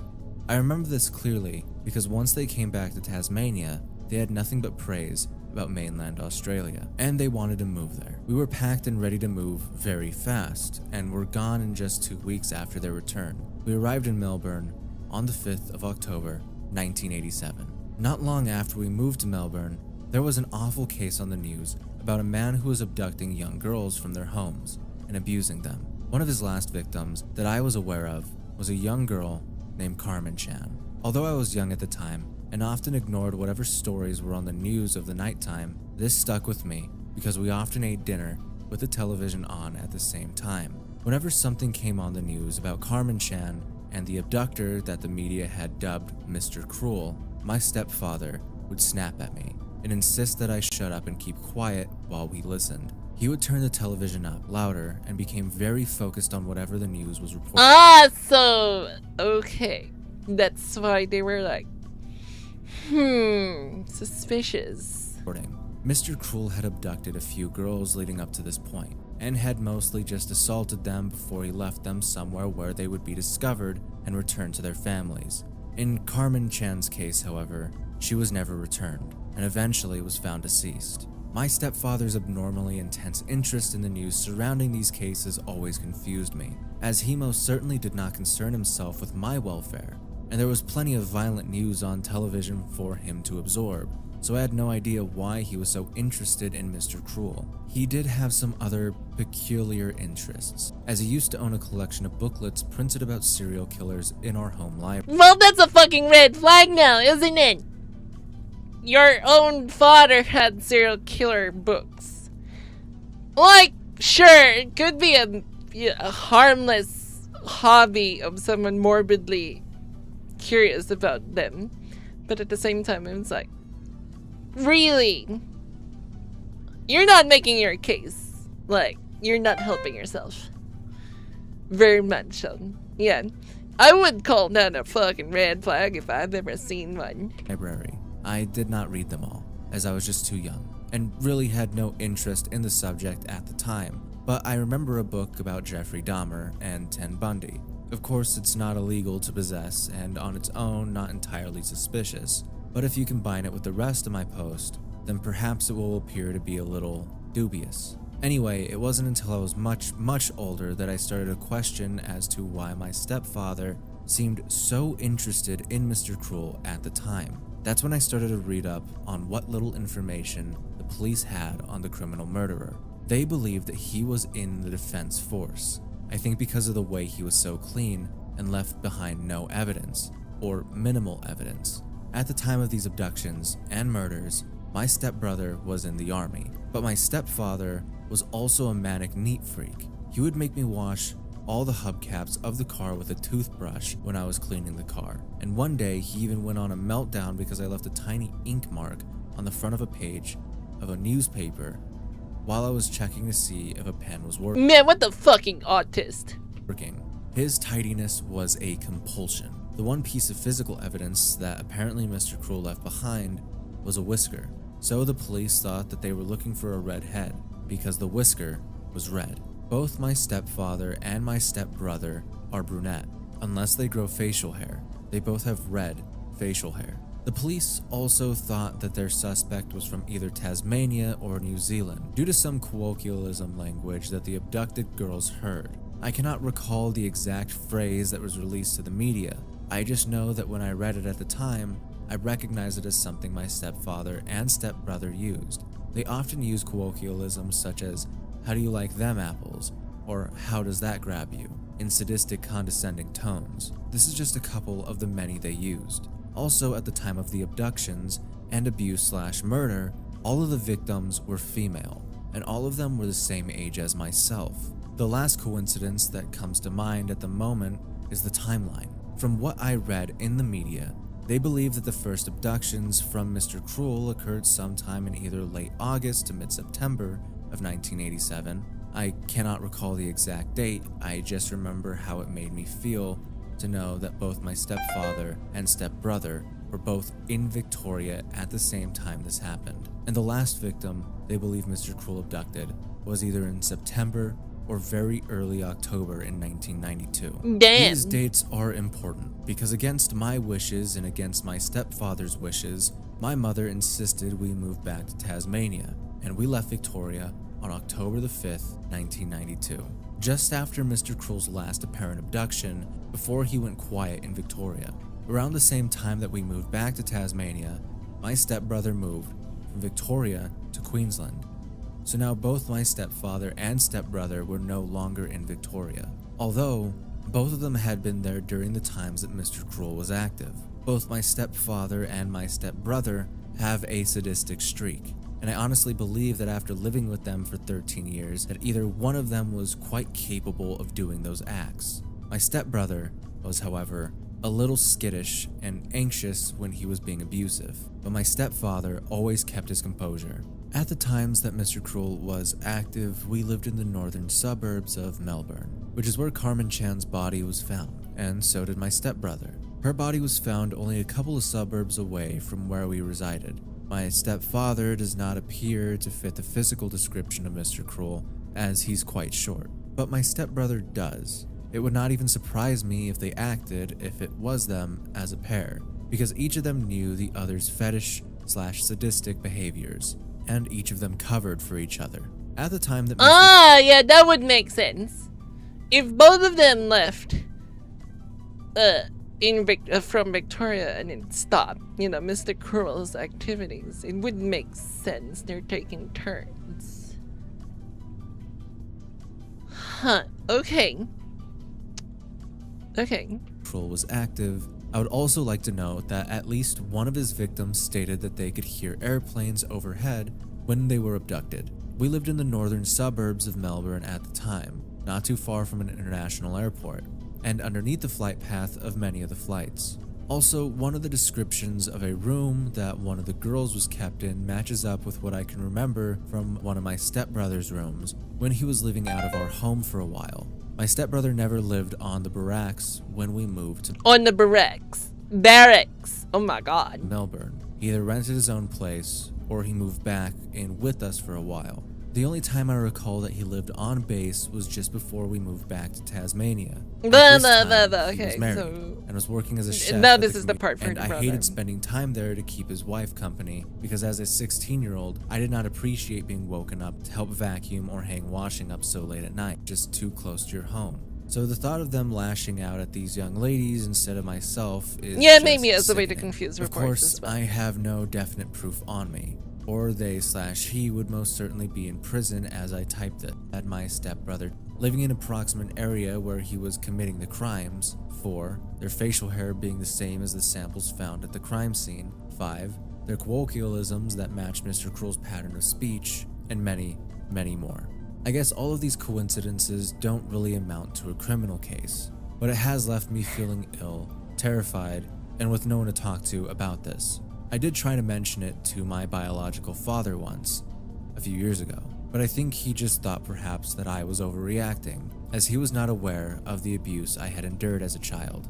I never told him about any of this, even when my stepbrother was charged and went to jail by my stepfather, my own now. And so many words. Video before this. But for those of you who are new here, let me give you a bit of an explanation as to who Mr. Cruel is. Mr. Cruel is the moniker given to a man who committed a disturbingly targeted wave of attacks from 1988 to 1991 in the Victoria area of Australia. It's a real case. Multiple young girls for kidnapping, and only 4 of his victims are confirmed, but it's reported that the police believe that he has over 30 victims over the course of 5 years, up until 1991, when his last victim, Carmen Chan, was found dead with 3 gunshot wounds to the back of her head. The police have no idea who this person could be, as stated in Corrupted's post. The police only found a single red hair, and nothing more. Mr. Cruel was a ghost, and to this day we know very little about him. The case is extremely cold, but still ongoing. With most of the current suspects getting old, there's not much time left to have whoever he was face justice. But this post isn't exactly something to write off. A lot of what she brings up does fit Mr. Cruel's MO and could be a real possibility. Even if not, it is one of the more disturbing posts I've read on Reddit, and was an unfortunate find while doing my research for the Mr. Cruel video. This post, unfortunately, is not the only one like it, however. On May 8th of 2024, user JumpyCantaloupe648 would make a post directly to r/Mr. Cruel. I have some suspension my dad is Mr. Cruel. I'm not sure. What a misspell, suspension. Sure how crazy this will sound, but let's try and get some opinion. To find someone, and I saw something that caused me to run, and my dad chased me. By the time my mother saw this, I couldn't remember what I had seen. This led to my parents' divorce approximately 6 months later, which corresponds perfectly with Mr. Cruel's final kill. 6. The police released many sketches over the years with different hairstyles based on witnesses. One in particular is virtually a photo. 7. My dad is weirdly obsessed with food. He always has been. He would always make sure he ate and everyone around him ate. He would virtually force feed. So Mr. Cruel always feeding his victims and himself makes sense. The way it is reported Mr. Cruel acts, personality-wise, describes my dad. While he never touched me sexually, he would glare, stare, and check me out and all my friends. He would insist on reaching over them to put their seatbelts on. My dad is deceptively intelligent. He's very good at science. He would be the sort of person to know exactly how not to leave a trace. So, am I nuts for thinking this could be a possibility? This one has a lot less in it when it comes down to detail. And the mention of one of the police drawings matching their dad, almost like a photo, is also a bit of a red flag, that this one is fake. As the police sketches are only of a man in a balaclava. No one has ever actually seen Mr. Cruel's face, and the only person who is believed to have is dead. There are countless stories like this on r/Mr. So now Cruel. there's Many two people believing claiming it could that have been they have father, their brother, father or a neighbor. or even It stepdad is as Mr. unfortunate to see, Cruel. but it just goes to show Okay. how many evil people in the world go unchecked. Unfortunately, there are no resolutions to these Reddit posts, as the case, as stated Unsolved. prior, is cold and has been cold for some time. But if you would like to learn Are more you- about this case and the Well, rabbit hole, I would what? recommend you to check out my video on Creek, it. what if you is haven't wrong seen it with you? already. You really have a problem, don't you?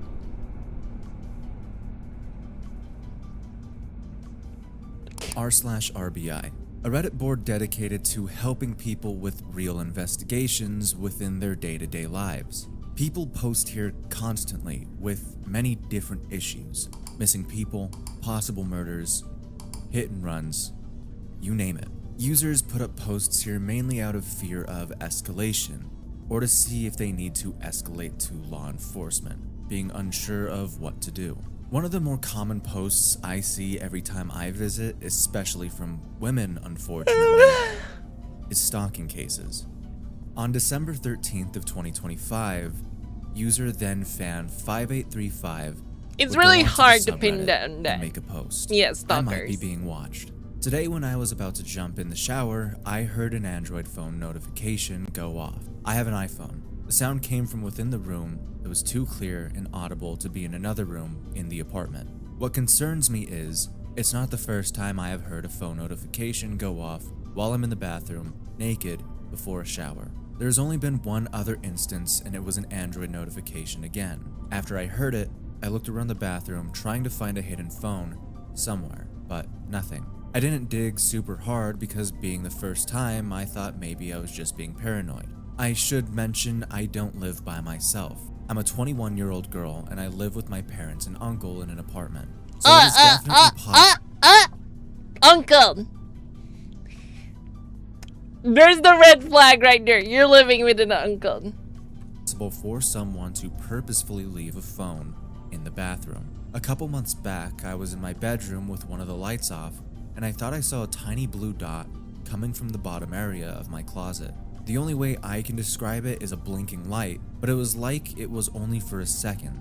Then it disappeared. I looked around my closet and nothing. I'm a pretty laid back person, so I honestly didn't think much of it and just thought I was imagining it. But I know deep down, I actually saw and heard those things. Does anyone have any suggestions to find a hidden phone somewhere? I looked around already and didn't find anything. As unfortunate as it is, this case is all too common, and cases like this constantly get posted onto the Reddit.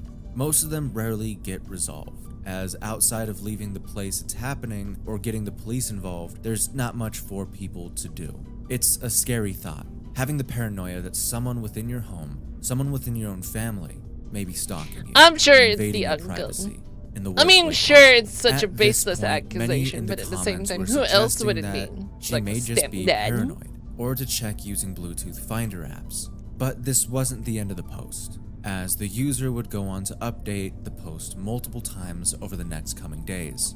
Update. I did leave updates on the subreddit for those who are wondering what happened. Thank you to everyone for their suggestions. My purpose for posting this here was to be able to find the phone. I can't prove anything unless I can find where the phone is being hidden when I'm in the bathroom. Everyone's suggestions were very helpful.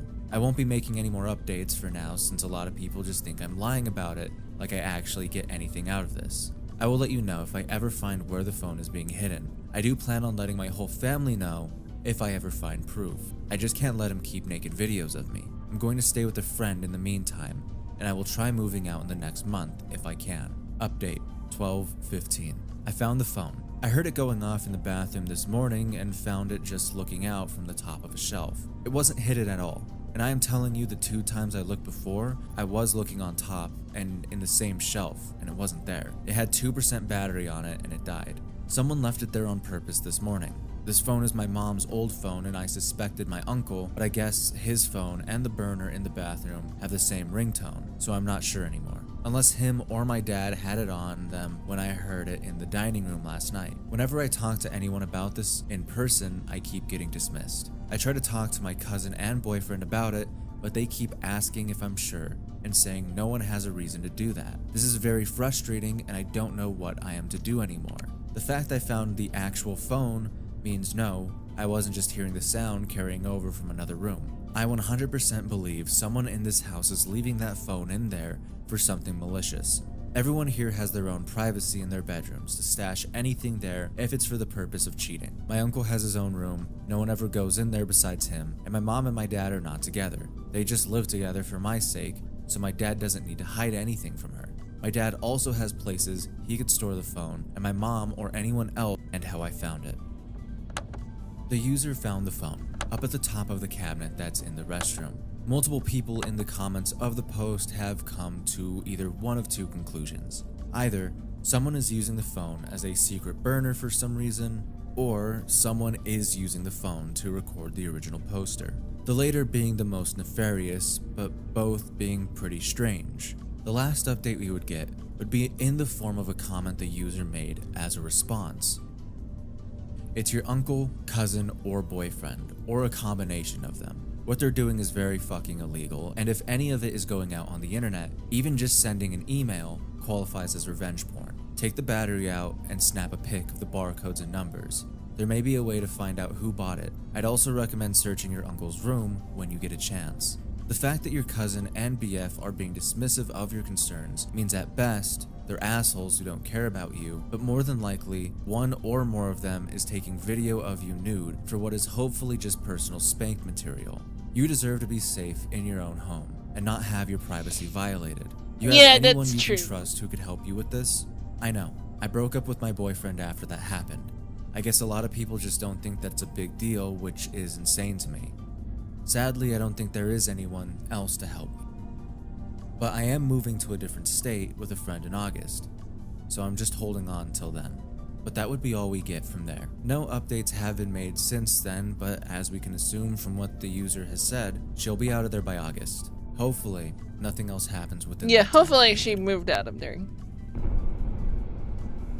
My friend went missing. r/RBI has many cases come and go within the subreddit daily. Some get solved, some get help, and some go without answers for years. Some of the most heartbreaking are the missing persons and cold cases. 2 years ago, a post would be made on r/RBI by user Def Lemon that caught my attention. We're gonna go in a different mind. What is it? Can you hear it? There's some blood right here. There's some blood. You guys okay? No, my guys. Where's your car?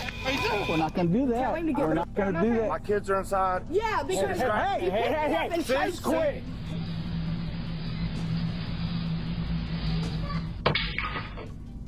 On the afternoon of May 2nd, What 2023, the fuck? Cleveland police got a call that sounded messy, unclear, the kind of thing officers hear all the time and still have to take seriously. A woman told 911 she'd been at a nearby store when a stranger ran up to her, panicked, shaking, terrified, insisting there was a woman tied up in a basement at a nearby house. I was just calling because I was at this store, right? And this lady had came out of nowhere and was just like all hysterical and scared and stuff or whatever. I don't know where she went to, but she said that this lady was supposed to be tied up in this basement. Now, I'm only calling because I'm not going to be able to sleep tonight knowing that somebody might be tied up, even if it is a lie or whatever. I kind of believe her because the way she was scared. Like, no, she didn't say anything else. The caller didn't even pretend she was sure it was true. She just said, "If I don't call this in, I'm not going to sleep tonight." So officers go to the address. Yeah, I would too.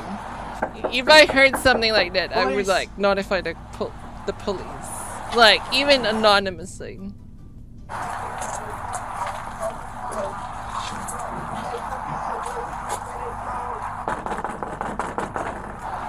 There's music coming from the back. Hello? Bro, y'all can't be here like this. Oh, look. You can't be here like this, bro. I'm just knocking on your door. I understand that, but you making me hot. What does that mean? I'm about to come out. All right, come on out. How you doing, sir? Y'all can't be out here like this. Just so you know, everything's recorded. Listen. Yes? Turn those cameras off, please. Well, what's going on? Can you please turn the cameras off? You have to give me a reason, and I can. You guys are making my spot hot. I work for you guys, okay? Long story short, I work for you guys. Please get out here. You guys are blowing the spot up. All right? Who do you work for? I can't tell you that. Why? I cannot tell you that because I'm not allowed to tell you that. Okay, so just understand that. Well, here, go home. We have a call. Here, sir, let me just tell you why we're here and then we'll leave. It could be nothing. I don't know. I don't know anything about you. All right, I'm just saying, y'all can't be here. Y'all making my spot hot. All right? The man who finally opens the door is Delonte Edmund Geiger Sr., and right away, he's not acting like an innocent person confused by police at his doorstep. He's agitated, defensive. He keeps telling them they can't be there, that they're making his spot hot, that they're putting him in danger. Yeah, sounds like someone's, like, even if you do work for, like, undercover, usually the station will actually remind you, oh, you're heading there. Well, guess what? There's an undercover operation going on there. Maybe you don't want to go there. Then he drops what he thinks is a magic phrase. He claims he's a confidential informant, that he works with police, and that the officers need to leave. But here's the thing. If someone's calm and innocent, they don't usually panic at the idea of a quick check. And when the officers explain the complaint, a woman injured and tied up in the basement, he doesn't laugh it off like a normal person would. He snaps. He tries to shut it down. He refuses to let them look. He says no over and over, like the word itself can build a wall. Oh my gosh, there's too many people here. Well, it's no big deal, man. Man, it is a big deal. What? I'm trying to tell you guys up. Well, we were told that a lady They're LARPing as an undercover agent. tied up in the basement. There ain't nobody It's tied up in the pathetic. basement. Can we look? No, but like, why not? Because I say so. Is someone tied up down there? No. What's your name, buddy? I can't tell you that, bro. What do you mean you can't tell me that? I'm trying to tell you I'm a confidential informant. That's all I have to say. You guys are bugging right now. You guys are No, that's not all you have to say. Who told you that? I can't say nothing else. Please. Well, if there's someone tied up in the basement, we got a There's problem. nobody in the basement. So why can't I look? Why do you? Because you all that informant? Yeah. And every time they're up to no good and they're coming, that's what they do. He allows a limited search of the basement. No, crack it. Just in case you scream for No, bro. They're not coming in. Oh, You have my word. Let's just start screaming. But police found nothing. For a moment, it almost looks like the call might have been wrong. Never come back here again. Okay? You want to lie back? What happened to your hand? I got scratched. Like what? Because this isn't just a guy being annoyed. This is someone trying to control every second of what police can see and hear. And then later that day, it gets worse. Police receive another tip. This time from a woman who says Edmund Geiger showed her photos of a woman being tortured and zip-tied and warned her that she'd be next. So of course, officers go back. It's late. The energy is different now, more urgent, more serious. Okay. Dragging, like something heavy being pushed out of sight. And that's when the entire case turns in a single second.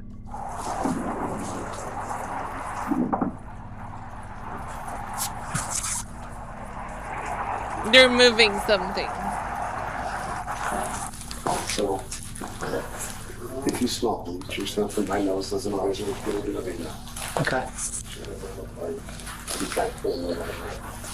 I smell cat pee, so. My doghouse. Oh. I'll be on the house. I got tours all over. Y'all better some tours all over here. I'm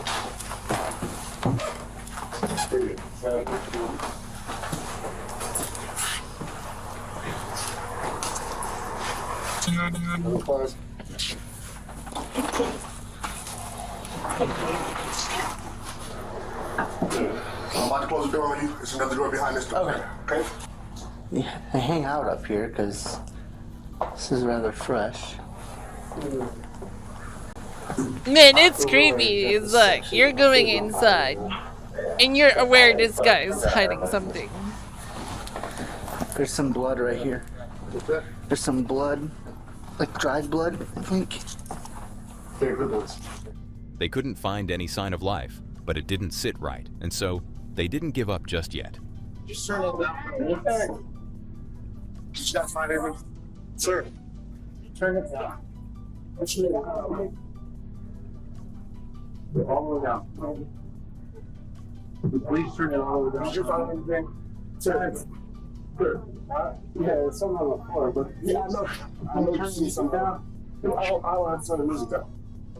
Can you turn the music down? Yeah, he's trying to mask something because he's playing like really loud music while they're trying to look for something. And then probably they'll find someone like in a box or something.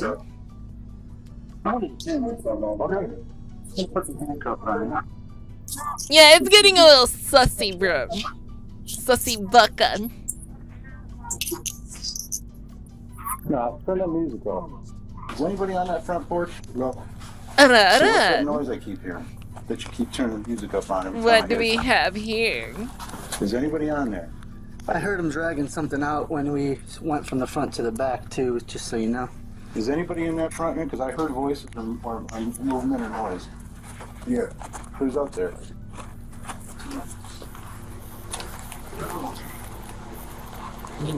Who's out there? Sweating a lot. What is that? Can you hear it? Who's out there?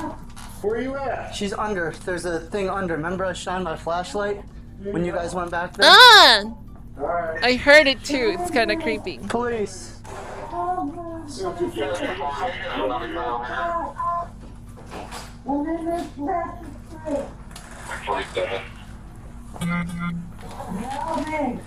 Alright. Yeah, I heard him sliding something under there when he went from the front to the back. Where are you at? Where you at, man?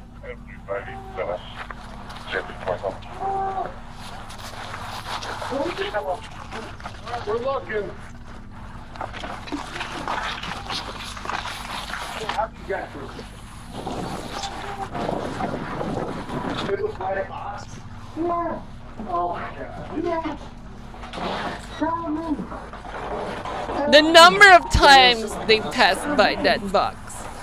I'm paralyzed. I'm paralyzed. All right. Okay. How old are you? 60. 6-year-old female. Oh my God. Yes. Are you injured besides that? I'm paralyzed. You're paralyzed. I'm paralyzed. What's your name? Cheryl Cyrus. Is she like Carol? Carol? All right, Carol. Not Cheryl. Cheryl. Cheryl.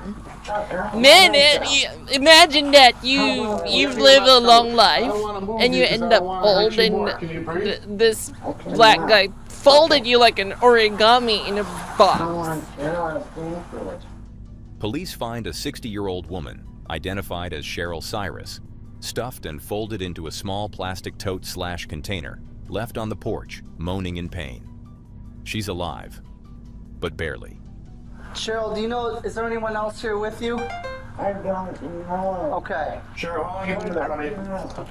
How long? I don't know. They're hurt. You hurt? All right, we want to get you out of there, but I'm afraid to move you. I'm going to let EMS do all that, okay? They're the best. Well, who does that? Well, the guy, obviously. You what? Hey, you want fire to come at least get her upright? They can put on her backboard? I know, we get fire here, they can all hear. No, but we got no ETA on EMS. There's no dispatch. Huh? Did he stab you? Yeah. Where did he stab you, think? His arm? Did he sexually assault you at all? Okay. Do you know how long you've been here? Is it just one day? Okay. At that moment, all the nonsense about confidential informant status collapses. The loud music, the excuses, the attitude. None of it matters anymore, because now the truth is sitting right in front of them. Someone tried to hide a living human being. And it's like funny she was though, because garbage. they passed it multiple times when they were looking around the house during the morning. So imagine that. She was that close to being safe during the morning. Edmund Geiger is taken into custody, and as the details come out, the picture gets even darker. Prosecutors say he picked the woman up, brought her to his home near West 97th Street and Henley Court, assaulted her, stabbed her, zip-tied her hands, tortured her, and tried to conceal what he'd done. Later, Cheryl's condition is described as catastrophic, including paralysis and long-term dependence on others for basic needs. In the end, the case didn't go to a full trial. On November 1st, 2023, Edmund Geiger pleaded guilty to charges including felonious assault, kidnapping, tampering with evidence, and having weapons under disability, with the attempted murder charge dropped as part of the plea. He was sentenced to 16 to 20 years in prison, and what makes this case linger isn't just the brutality, it's how close it came to being missed. Because if the police had taken that first call as probably nothing, if they'd trusted the performance at the door, if they'd walked away and never returned, nobody knows how long Cheryl would have lasted in that box. You would think it couldn't get any worse than this, but the next case will probably shake you even more. It was captured on December 25th. Yeah, but you the would next see case the, will probably shake the moment he You would knew think it that couldn't he's get already any worse done than for. this. There, But the next his face. They always make this face. It's almost like they know the gig is up, so they it's almost like a sigh of relief. case will probably shake you even more. It was captured on December 25th, 2020, Christmas morning. While most of Nashville was waking up to enjoy the holiday, a 63-year-old man named Anthony Quinn Warner had other plans. He drove his RV into the heart of the city, parked on 2nd Avenue, and soon after, the quiet streets were filled with a chilling robotic voice emanating from the vehicle.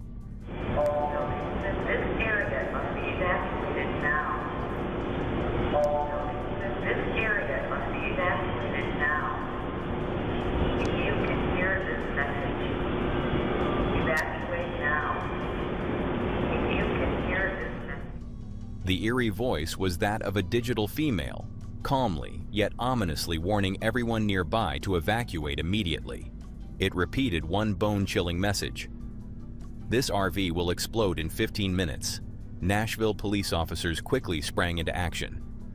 Body cam footage later released by authorities shows them walking through the deserted streets, urging anyone they found to evacuate for their own safety. You're not doing anything wrong, okay? You're not in trouble. But there is something serious happening down the road. Go for 11. Okay. Do you mind going down to 2nd and Where do they need to go when they are evacuated? That's so weird. That's like something out of a movie. Like The Purge? Yeah. Evacuate now. Evacuate now. Stay clear. Vehicle. Stay clear. Vehicle. But it wasn't just the robotic warning that made this scene feel surreal, it was the music. Snippets of the 1964 hit song Downtown by Petula Clark played from the RV, adding a bizarre twist. The song, about finding joy in the city's hustle and bustle, echoed down the empty streets. A haunting contrast to the disaster that was about to unfold. As the countdown to the detonation ticked away, the urgency increased. But just as the robotic voice had warned, 15 minutes later, at 6:30 a.m., the RV exploded. The blast was massive, powerful enough to damage more than 50 buildings, some of which collapsed entirely. The destruction was catastrophic, with debris scattered for blocks.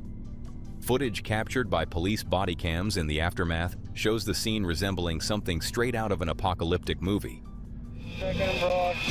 Commander 425, are you 10-4? Gone dead. If I remember correctly, the guy was inside the RV. You guys okay? Yeah, no, I got it. Where's your car? Okay, go to your car. What's going on?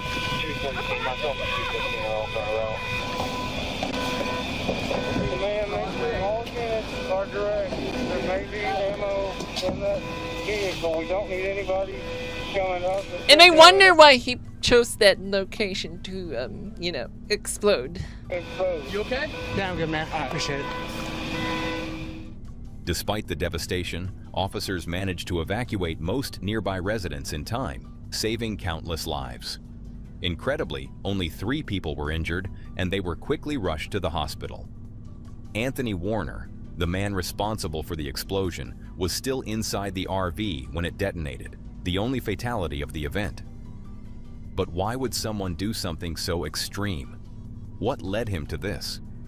When investigators dug into Warner's past, they uncovered a disturbing picture.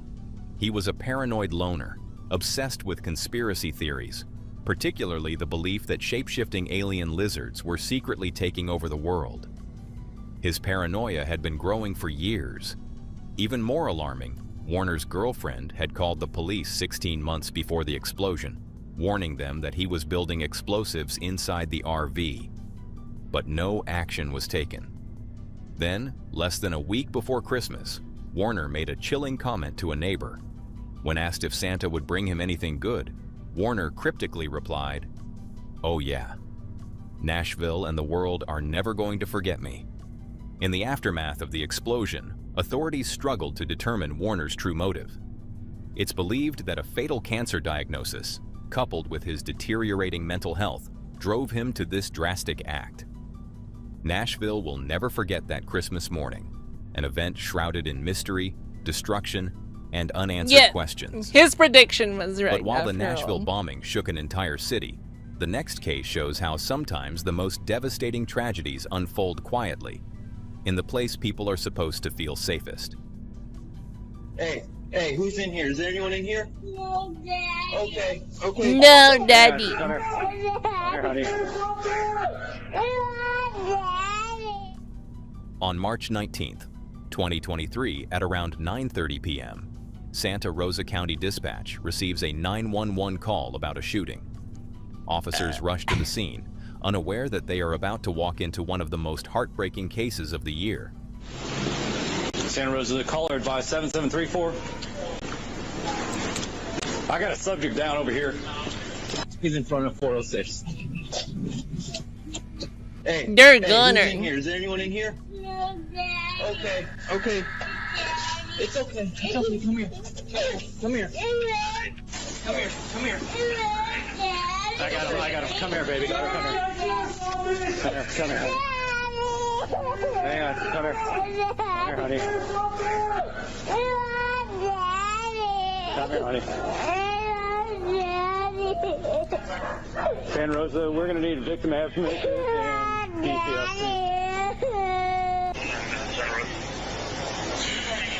I wonder what happened. Must be When they arrive, must be like a turf war. they are met with a devastating sight. A young man lies motionless on the ground outside his apartment. Nearby stands his 4-year-old daughter, Presley. She is visibly shaken, small, confused. It's painfully clear she has just witnessed something no child should ever see, her father's final moments. Baby. It's okay. It's okay. It's okay. So where's Annie?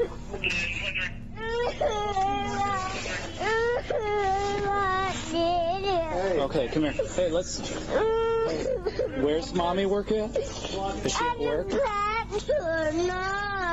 Where at? At your house? They realize there is nothing they can do. The gunshot wound to the back of the head is fatal. Presley keeps asking for her daddy.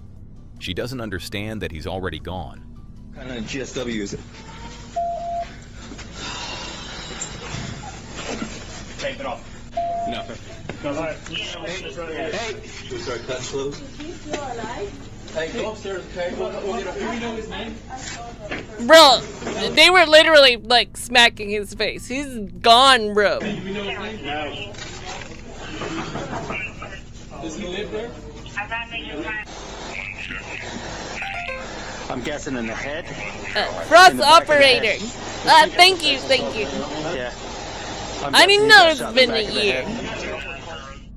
With the killer still unknown, officers secure the scene. They search for shell casings, footprints, anything that might explain what happened. The air is tense. This doesn't look random.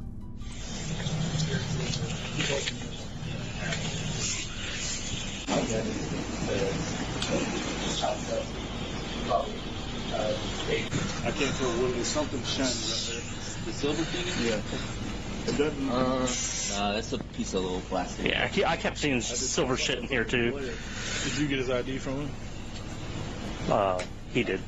Out of his pocket? You're yet to reach yours. There was a cell phone right there in that pocket. It was connected to the wallet, but so. Oh wait. You're Frost operator, the snowman, right? The snowman.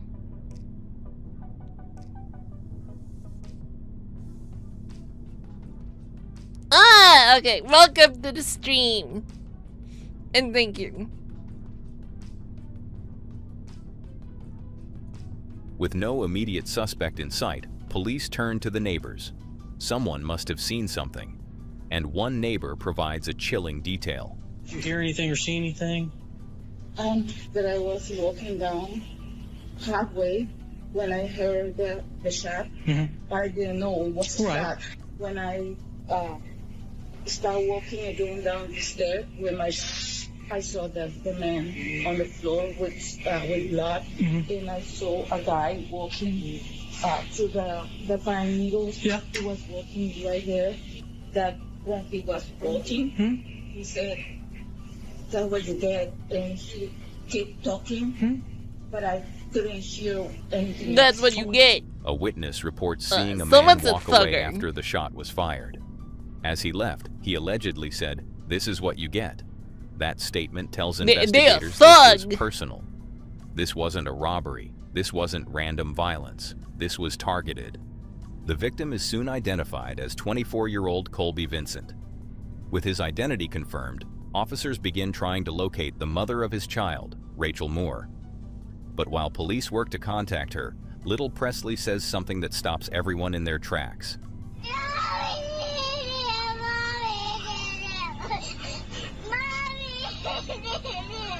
Mommy did it?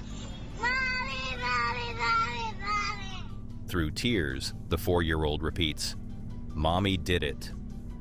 It's not something officers can ignore, not when it comes from the only eyewitness at the scene. Oh yeah, now that I've been here long enough, it's like,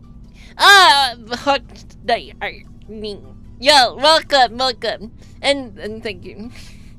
I was gonna say it's like child. What do you call this one? Like, there's a term for it, and I forgot. Like, who would like take care of the child when it comes to a divorce? Yeah, apparently it's pretty messy, and it can end up in this situation. And usually the wives, the ex-wives are the more violent ones. Yeah, who would be the guardian of the children? And it's like women cannot believe, well, some of them, like this one, couldn't believe that they were not chosen. Well, for one, you don't have a job, so obviously why would they? And so they resort to something like this because they need the money.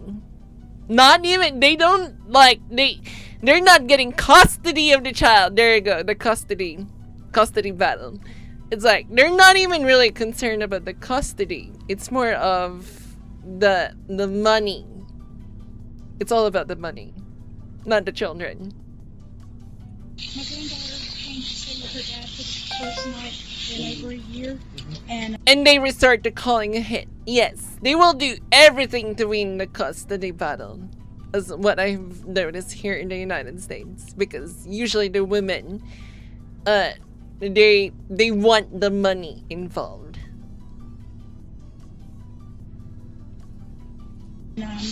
this is my best friend. Her kids live upstairs. That's what I noticed about divorce in the United States. It heavily favors women. It almost incentivizes women to divorce. Because you get half the estate. No questions asked.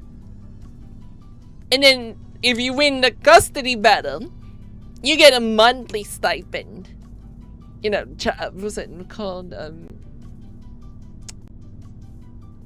There is a term for it as well, where the husband would have to send money. A lot of stuff in the US is absolutely fucked up.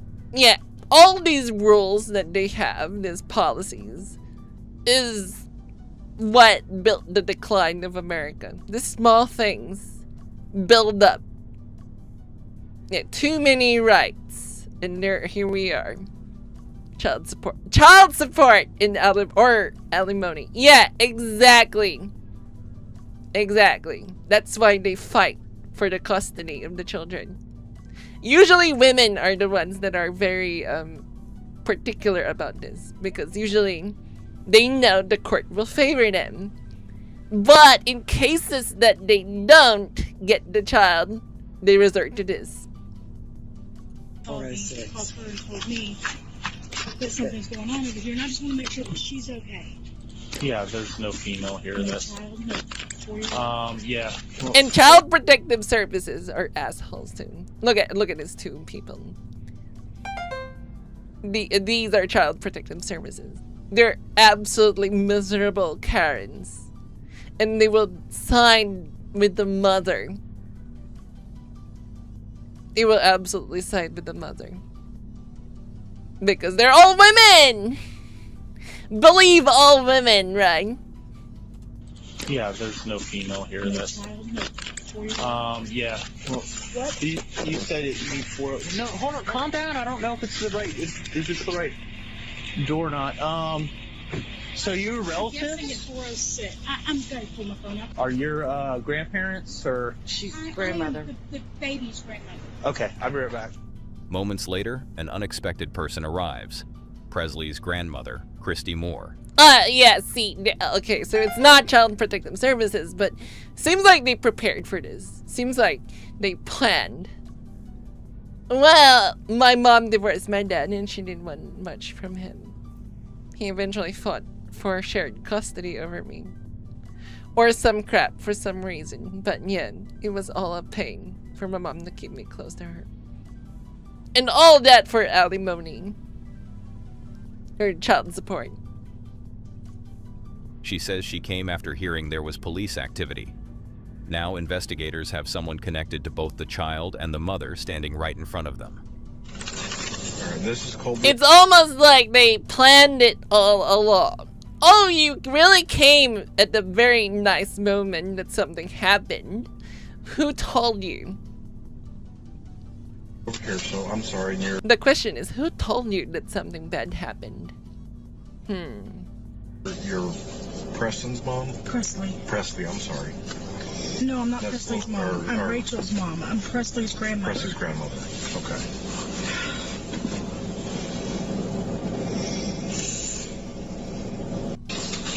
Brief, officers uncover an important detail. There was an ongoing custody battle. There you go! This was Presley's first overnight visit with her father in over a year. That changes everything. This wasn't just a shooting. This may have been about control. Oh my God, to be honest with you, I haven't spoken to him in almost a year because we have been... Detectives replay Presley's words in their minds. Mommy did it. With an active custody dispute and a child directly accusing her own mother, suspicion quickly shifts toward Rachel. And because of that, officers know they cannot immediately release Presley to her family, not until they understand who is truly responsible. As the investigation unfolds, the truth becomes impossible to ignore. Evidence reveals that Rachel had contacted her former stepfather, Jason Curtis, about the custody case. Money was sent, weapons were discussed, and the shooting was no accident. I knew it! I knew it! I've seen enough crime shows to know, and like, it's the bitch. It's the bitch. Yup, and I'm right! It was planned. In the end, Rachel Moore is convicted of first-degree murder and sentenced to life in prison without parole. Jason Curtis receives the same sentence. The grandmother is charged as an accessory. And Presley? Yeah, the grandmother is very suspicious. Why are you here immediately? Like, that's a very suspiciously fast time for you to react. Like, knowing when the crime happened and being there. As if it was planned all along. One single night, she lost both parents. Her father was murdered in front of her. Her mother, the person she would normally run to for comfort, was responsible. Fucking disgusting. The words she spoke through tears were true. Mommy did it. That 4-year-old told the truth. But the cost of that truth is something she will carry for the rest of her life. She witnessed her father's execution. She was separated from her mother. And she was thrust into a criminal case that would send her own parents to prison forever. For Presley, this wasn't just a crime scene. It was the moment her childhood ended. The case showed how even experienced investigators can be shaken by what they witness on duty. But in the next story... Yeah, again, because America's justice system made it very profitable for women to, do divorce. And, getting custody of children. So they would go to great lengths to secure that. Even to the point of assassinating their ex-husbands. It's so fucking crazy. A veteran officer encounters something disturbing, not on the job, but inside his own home. Chastity Pineda TV. But what the camera captured had nothing to do with content creation. It was something else entirely. One night, at exactly 2:52 a.m., the basement motion sensor was triggered.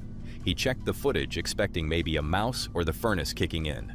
But the feed showed nothing. No movement, no intruder, not even a shadow. Yet there were sounds.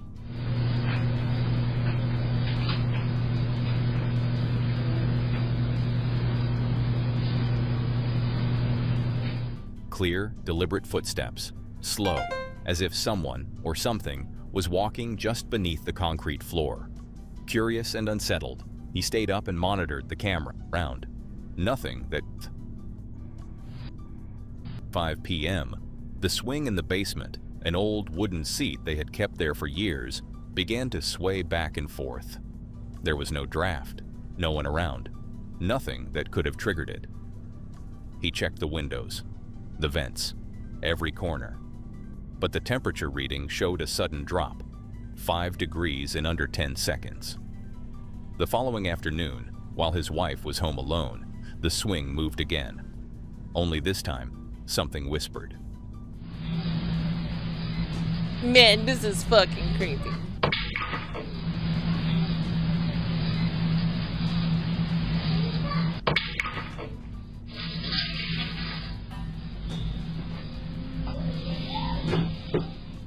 A childlike voice, faint but clear, echoed through the basement just before an old wooden cane hit the concrete floor.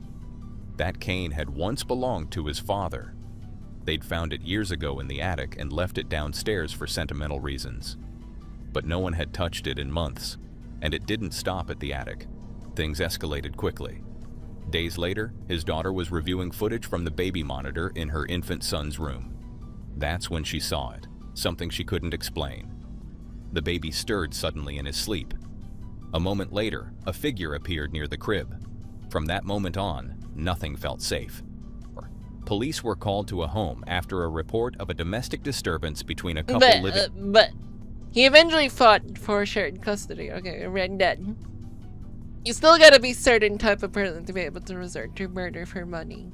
Yes, but the funny part, again, I like to insist, is that how a lot of Americans and their view of money is very wrong. And so in times where they need it, they don't have it. It's almost like they have a very wishy-washy way of treating money. Like, oh, when we get to that problem is when we're gonna fix it, instead of planning. And I really hate it that way. I wish Americans actually changed that way of thinking, because it pisses me off. Together. What started as a verbal argument about their children had apparently escalated into something physical. When officers arrived, they were immediately met by the woman involved. She was angry and speaking rapidly, insisting that her boyfriend had attacked her. Yes, ma'am. He's not gonna put him. Chokes me by my. Stop telling me how to do my job. Okay? I've dealt with this with you before, and you won't let me talk. When I try to figure the mess out, you wanna try to just run everything. Because it's not gonna happen. Because the point is, when I've had enough, I've had enough. Yeah, but you gotta let me do my job. She repeatedly interrupted the officers, talked over their questions, and tried to dictate what they should do next. At one point, she insisted they call the man's mother, claiming she had been on the phone during the incident and could confirm that he had attacked her. The officers separated the couple to hear both sides of the story. And when they spoke with the boyfriend, he described a very different version of events. She's crazy. What took place today? Nothing, she's crazy, dude, I'm telling you. Well, something took place today. She's mad about something that got said yesterday. Her kid's bad. He's disrespectful to my kids.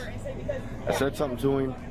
She's got mad. She started hit me, scratching me, hit me with the fucking iPad. It's broken there. She was on the ground. I told her to chill the fuck out, stop. She said, I'm calling the cops. I said, fucking call them. It's the second time in a month y'all been here for the same thing, 2 different people. Y'all ain't got to worry about nothing. I'm packing my shit. I'll be out of here today. I pay the bills here.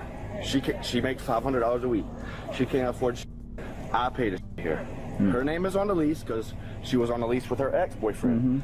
Y'all were here maybe a month ago about the same thing. They were fighting, fist fighting, this, that, and other. Everybody told me she was crazy. I said, whatever. It's almost like the society that rewards Floyd's in doing this. Like, I can get away with this.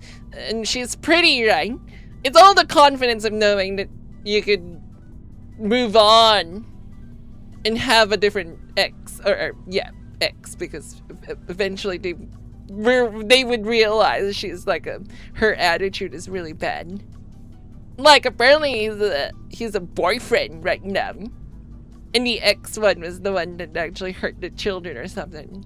It's cool. And all he did was protect the children because the ex was being disrespectful to the kids and to him. This thing, same thing y'all were here for. So I moved in. My little girl's birthday party was yesterday. Hey, buddy, go inside. Yeah, go inside for a minute. He said the argument started over behavior between their children. According to him, she became angry and began hitting him and even scratching his neck.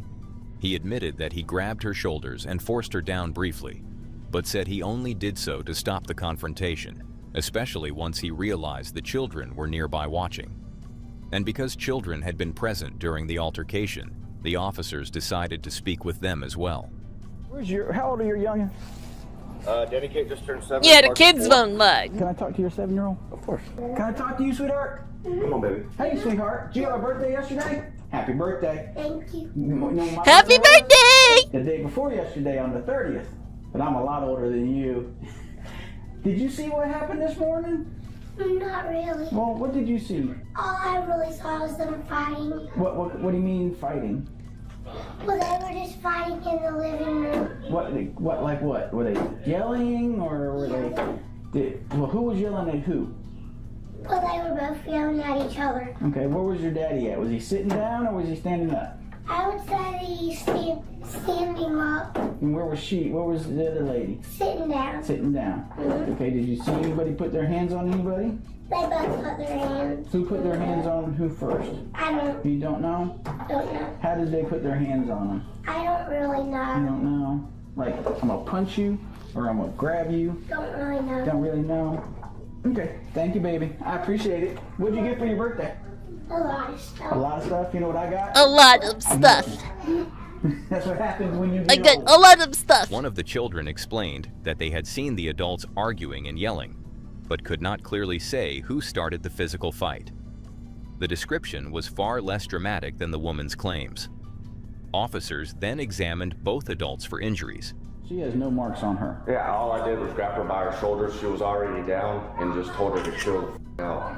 Because by then I looked and I seen all them in my periphery. Yeah. I've never had a confrontation with a woman, much less nothing like that, and it's especially not going to happen in front of these babies. Because this one is hers, he's already been put to the ring. You know what I'm saying? But y'all don't have to worry about this because my brother's on his way. Getting home, and I'm out of here. I got you. I locked her out. Who's the closest that could come watch the little one? Her son. Her person? Yeah. Probably her dad. That's who she wants to call all the time. I mean, she would more than likely leave him. Man, the family system of this family, well, it's kind of fucked. Neighbor, they're very close, Amanda. Family. I feel bad for the He kids. stays with his papa a lot. Does he?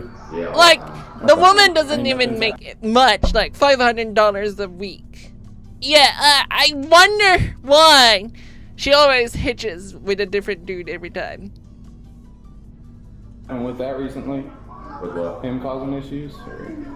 Papa? Yeah. Well, what happens is, that's where it all starts. He goes with his papa, and her brother lives with him, and he just does whatever he wants to do. So when he comes back here, he's on the move. No, he does have... Oh, but you're living here now, so that's your new address right now. Yeah, but... What's a phone number? I'm going back here. Yeah, well, this is the address where Okay, yeah. 912. So he goes to his papa's house and does whatever the hell he wants. There's no... So then he has... they call it stage 1 autism, there's Asperger's. Yeah. That's what he has. I think they stopped using that term. Yeah, they did. Yeah. But looking at him, talking to him, you never tell. Yeah. It took me like a week and a half, 2 weeks to see any sign of it. It's just like, I mean... very. You got Asperger's. He's smart, he talks. It's just when he gets told to or something, he has temper tantrums, we know how to yell real loud. He does that, but that's what happens. He goes over there to his papa's and he comes back and, dude, y'all seen it out there? Yeah. It's like whenever they didn't get their way, they get mad and they get loud. I got nothing for my birthday. That's what happens when you get old. My God, growing up is optional. I wouldn't say that, Clapboard, because you really do have to grow up. Otherwise, you'll be homeless.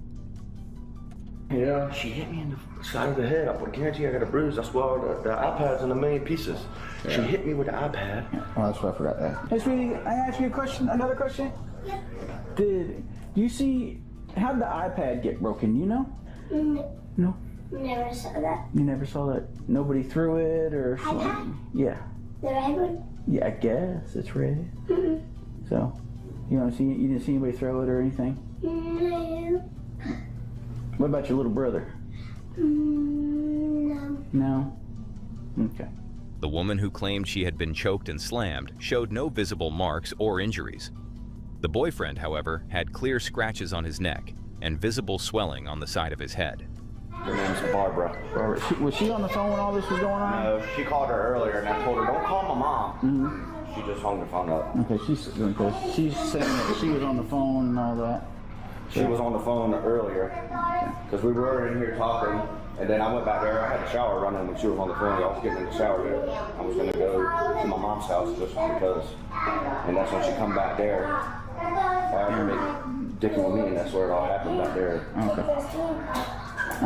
She put her hands on me a couple times before that this morning in the laundry room. Like she's some grown man, she grabbed her arm and went in my neck. Like, I feel bad for her at the same time because apparently she's like very, not only is she violent and she might actually be drunk, but it's like, why do you have 3 toddlers at the same time from different baby daddies?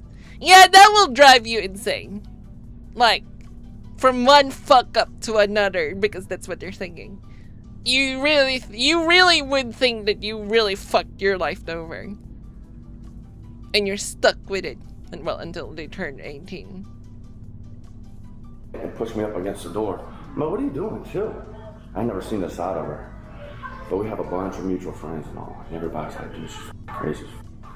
The officers eventually followed It's up always the pretty ones that are crazy. on the woman's request and called the boyfriend's mother, who had supposedly been listening during the incident.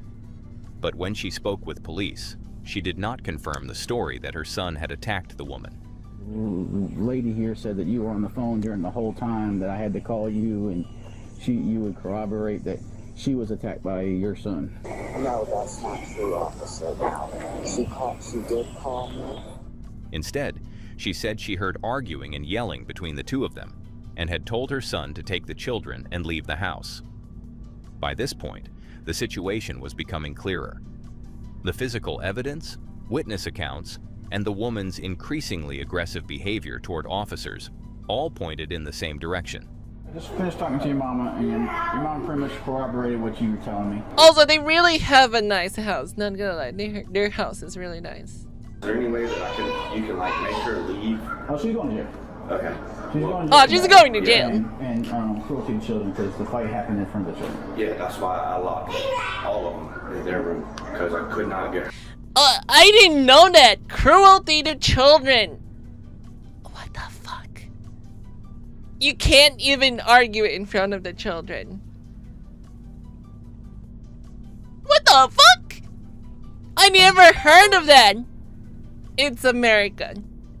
Yeah, it's fucking crazy. So where do you expect people to argue then, or like have a conversation? You mean it can get heated? What the fuck? What is the explanation for that? Oh, because probably they're saying that it's probably gonna leave like a psychological mark about their parents arguing. But that's just a normal pace of life, you know. So you can go to prison apparently in like cruelty to children, arguing with your partner in front of them. Well,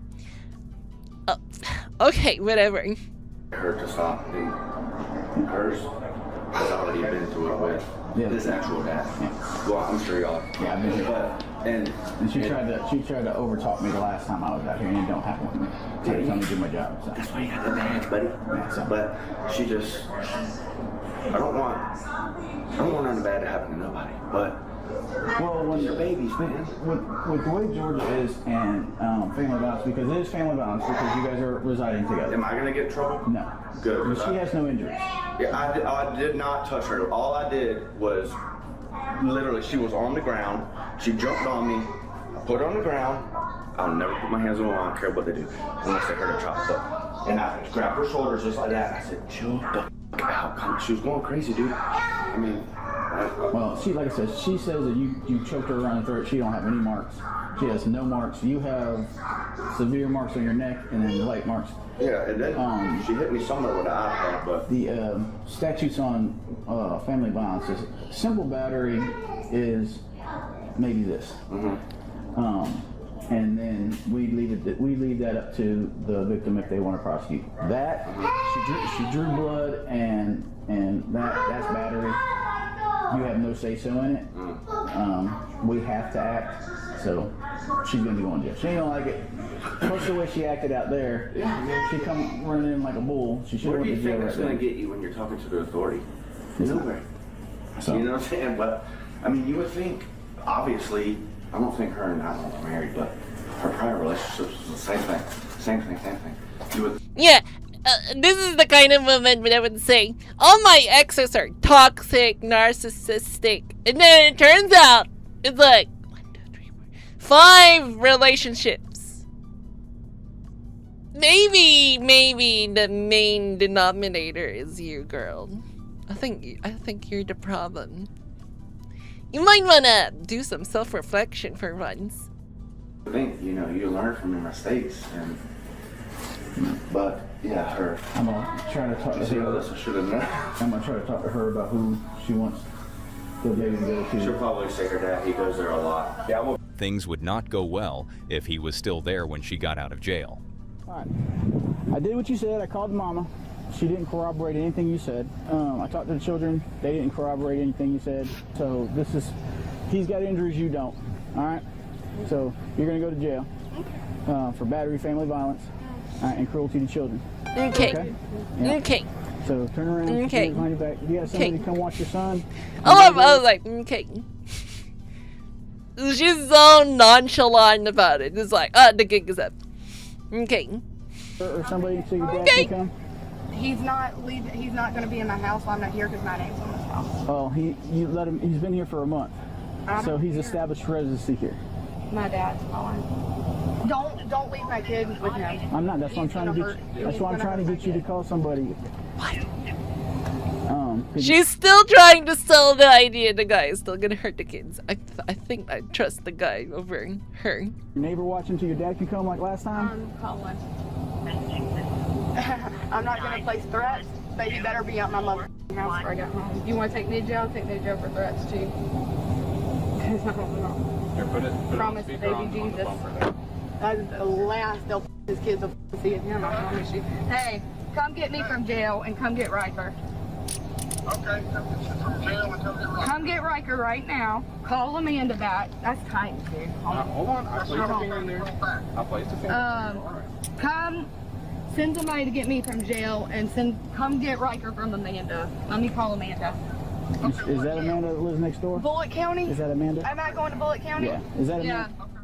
With the arrest made, officers still had to deal with the immediate concern of the child who lived in the home. After attempts to reach family members, a nearby neighbor agreed to watch the child temporarily until a relative could arrive to take over. Meanwhile, the boyfriend began gathering his belongings, planning to move out of the house that same day to avoid further conflict. By the time officers left the scene, the shouting had finally stopped. What began as another domestic argument had escalated into a situation that forced police to step in, separate the adults, and ensure the children involved were safe. In the end, the evidence on scene They're gonna end up in foster care. told a very different story than the one first shouted when officers walked through the door. Like the baby daddy doesn't have custody of the kids, and then the mother is going to jail for battery. And like, what was it? And it was like fucking assaulting the children or something. Unfortunately, yeah, this sucks. It sucks for them, but at the same time, I mean, it's better that I go to the fostering, because in the Philippines, well, unless you want to be on the streets. Now this next and final one is a supposed paranormal event that reportedly took place inside a police station in Osorno, Chile. Really? It was early morning when one of the officers would suddenly move. Curious and slightly unsettled, the officer walked over to a colleague who was monitoring the security cameras and asked him to rewind the footage. If something had triggered the door, the cameras should show it. But what they were about to see would only raise more questions. Prende el foco. Prende el foco.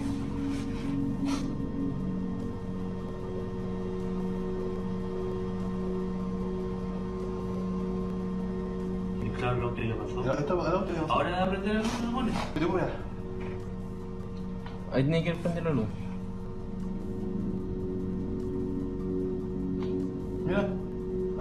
Ah, yes, someone's inside. And then it closed. Esa es hijo de adentro. Tiene que ser no. Mira, esta es la puerta. Yo veo una hueá blanca. Mira. Ahí salió. Mira como un humo. Yeah, that is fucking creepy.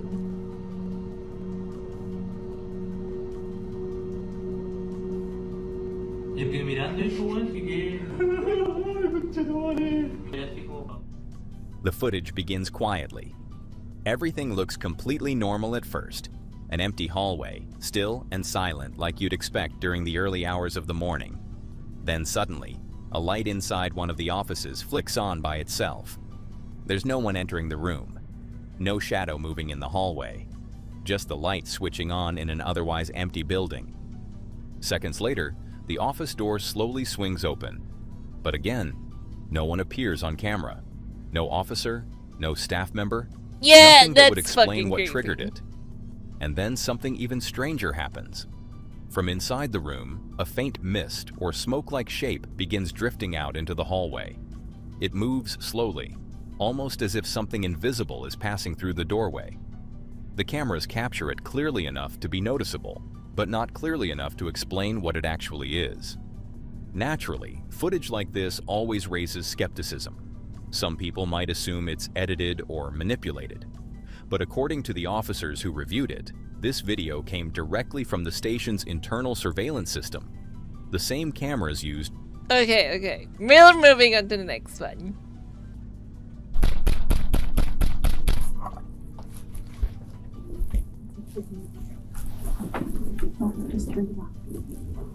As a mom, I would never in the shower. There's a baby cars. Where are these kids? Like where? Yeah. It's playing down here. There's gotta be a way to get down. On the afternoon of November 13th, 2019, Officer Landon of El Paso County, Colorado conducts a welfare check at a daycare center after receiving a tip about its owner, Carla Marie Faith. You mean She'd a allegedly leering been center? taking in more children than allowed by her license and was hiding them. The licensing officer tries to contact Carla but is told that no children are present that day. However, parents had requested a welfare Yeah, it's check always on a the child fucking that has been daycare centers, man. It's a fucking scam. dropped off at the center that morning. As Officer Landon and the licensing Does that even look like a fucking center? That looks like a fucking house. officer approach the property, they remain unprepared for the shocking discovery that awaits them inside.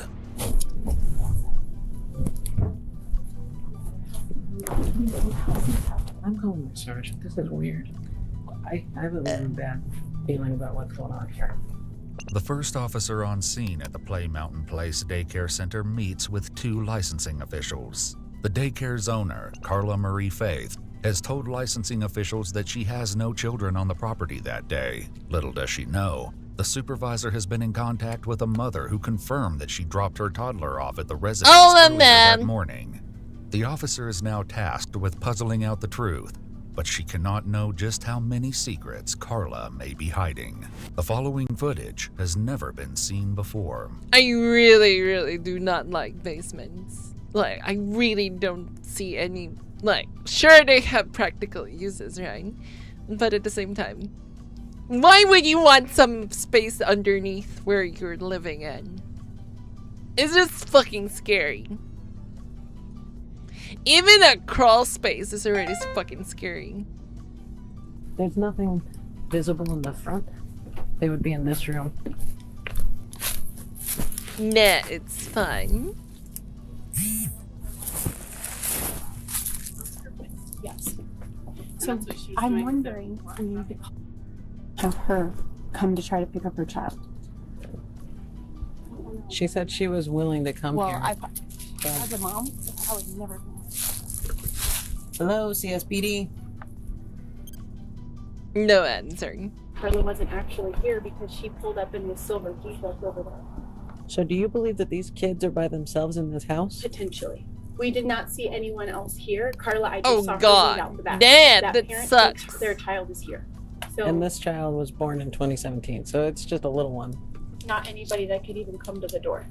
So we have a 2-year-old. Yeah, that's fucked At the time up. of the video, And you Carla's put them in license the states that basement, no too. more than 2 children under the age of 2 may be in her care, with a maximum capacity of 6 children in total for this location. Well, do we know that someone's in here? Dungeness. Or just...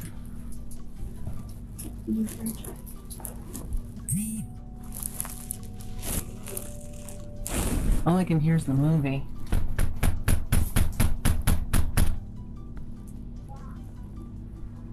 I hear a kid. Yeah, I hear a kid. It's not creepy. It's more like we need to save this She kid. also needs to leave. Ask her where he's asking to leave. Well, so interestingly, I'm really glad I just went back down there. I saw her standing out in the back, getting picked up by that Mustang because she doesn't want to get in this Jeep because she told me she doesn't drive a Jeep. She lied. So she's providing false and misleading information to us, which is enough for grounds for adverse licensing action. But that's not the concern at this point. Where are the children? Yeah, if I drop my kid off somewhere, I expect them to continue to be at that place, not carted back and forth. A moment later, a black Camaro is seen driving past the house. Despite the officer later identifying the car as a Mustang, it is actually a Camaro. What's the plate? Can you read that far? No. I'm gonna start walking around in case. Now I'm wondering. Oh. So he didn't put up the gap. The official has seen Carla re-enter the property, and the officer immediately walks toward the back alley to try to intercept her. Lincoln, Ocean 1. Hi, sir. Would you mind chatting with me for a second? Sure. Just step out and talk to me. The man is Mark Spillane, who identifies himself as Carla's employee. Did you come and pick her up just now? Yeah, I just dropped her off. Okay. Where are the kids? I don't think she has any right now. She's supposed to have at least one, and I Really? need to check on that kid. I didn't know. Sorry. Okay. I just grabbed her real quick, went to the bank, came back. When asked where he believes the children are, Mark gives the same address that the officer and the licensing official are already at. At this point, you're not in any sort of trouble. I'm just trying to figure out what's going on. Okay. So, again, I appreciate you stopping to chat with me. Is she known to do some hinky things? Not really. Well, where the hell are these kids is my problem. Okay. It seems to be that there's been several reports and people are concerned that they drop their kids off and they're not where they're supposed to be. Oh, okay. And if I was a parent, I'd be pretty upset about that too. I'd say so. That would upset me. And so, I mean, obviously they're concerned about things like this where you have nothing to do with this. You're coming to pick her up because she asked you to, but... I dropped her off. Yeah. That was it. But if she's leaving kiddos by themselves, that's a problem. I'm sure this guy knows. I'm sure this guy knows something. Well, we're gonna continue to investigate this. Here with you. Thank you. I'm gonna go see what I can get done in the front side, but this is getting weirder and weirder. It's bizarre. Do you think she's more likely to cop back here or go to the front with your I think partner? something is watching to see if they can either do something in the front or do something in the back. With the call coming in, Officer Landon takes the opportunity to chalk out an action plan with her partner. I'm gonna go back to the front of the house. If you could go to the alley, it's on the north side. There's a lady back here in a gray shirt. black Captain pants. General, She's yeah, one of the lying through licensing his boards. She's keeping eyes on here, and there's one in the front too. Getting but I keep Mustang leaving and any of camera these ladies mixed by up. themselves Very with all normal of this stuff. mistake. My partner's 5 minutes out. I mean, to be fair, though, I looked at the vehicle. It kind of looked similar, but I think the camera is more pointed, if I remember, and the Mustang is more flat in the front. Yeah. And obviously, the Finally, Mustang a having a mother Mustang arrives, logo at the back expecting end of to its pick up her ass. child. She hasn't answered for us so far, so we'll see.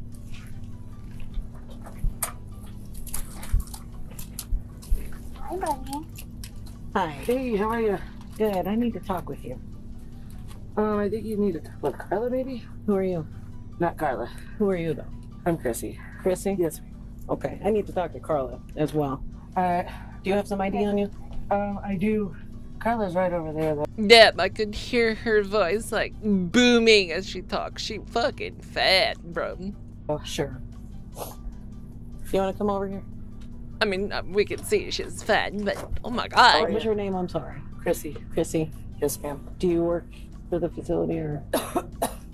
No. Also smokes. I don't work here, no. Okay. I'm a friend. Okay. Hey, how are you? I am super well. I was knocking on the front door forever. Why didn't you answer? I wasn't. Ringing on the intercom, calling. Our intercom is off? I don't know. Okay. Well, let's go check out where Carla is. How many Oh kiddos my do you god, have? she looks like a dude in the back. The officer can see She's that so her fucked questions up, are being not gonna lie, dodged, mother. but now she I am knows not there your was at least mom! one child I on am the not your property. mom! She's one step closer to unraveling this bizarre mystery. Hello. I'm Officer Langdon Isaac with CSPD. Hi. How are you, ma'am? Good. You're Carla? Mm-hmm. I am. So I'm kind of getting in on the end of all. I know. And I'm sorry you're involved. It seems like there's a whole lot going on. So Go for it. I'm just trying to figure out exactly what's going on. And He seems to have rented out. As Officer Landon demands to search the second house, Carla and Chrissy try to contact the tenant for permission. I don't know if the tenant is there or not, so we're trying to reach her, and that's what we're doing. Okay. So you understand I'm not licensing it, and I don't care anything about that. I just care if kids are okay. I get Fair it. enough. Fair enough. Is the tenant in the property? Not yet. Not yet. Okay. So we're trying. So that The we word can let is you not let it feel yet. on this might. Okay. Yeah. Is this all? Mm-hmm. This is a cute place. Thank you. Thanks very much. How many kids do you usually have? It varies, and I don't always have them. I don't know if she's on the way, but you're more than welcome. I'll leave this open Okay. and see if she's reachable. Okay. That's the person who owns this house? Mm-hmm. Well, I own the whole property, but they rent it.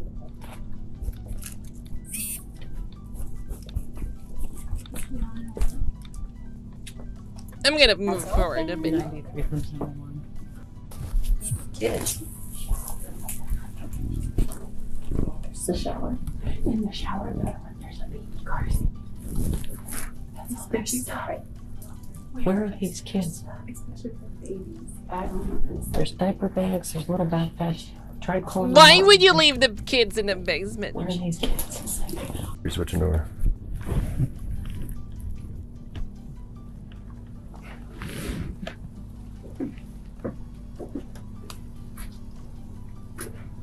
It's like, it's not easy having kids. And then you're gonna leave your kid in like this kind of daycare.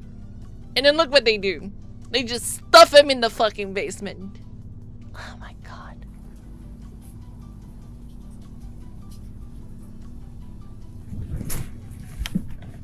It's like, if you can't handle kids and you have a job, like if both of you have a job, don't have kids, please. Oh my fucking god, please don't.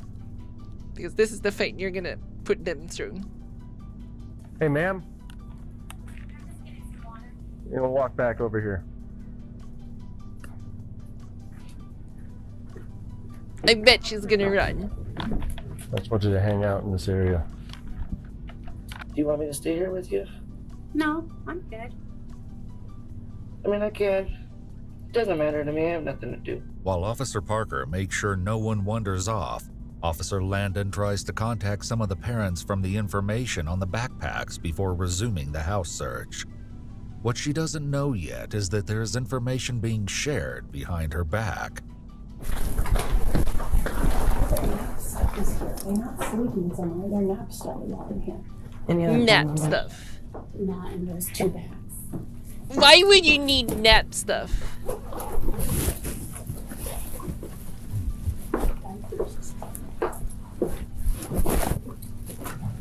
That's a lot of stuff.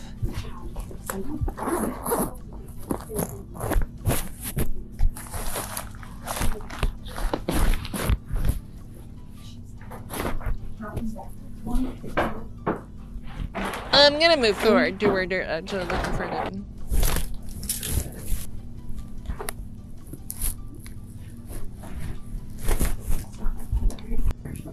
Parker keeps his eye on Carla. I'm gonna go use the bathroom. G-Man Lion! Ma'am, you can call Thank you, thank you. Yeah, it's been a year now. You know, 1 year old.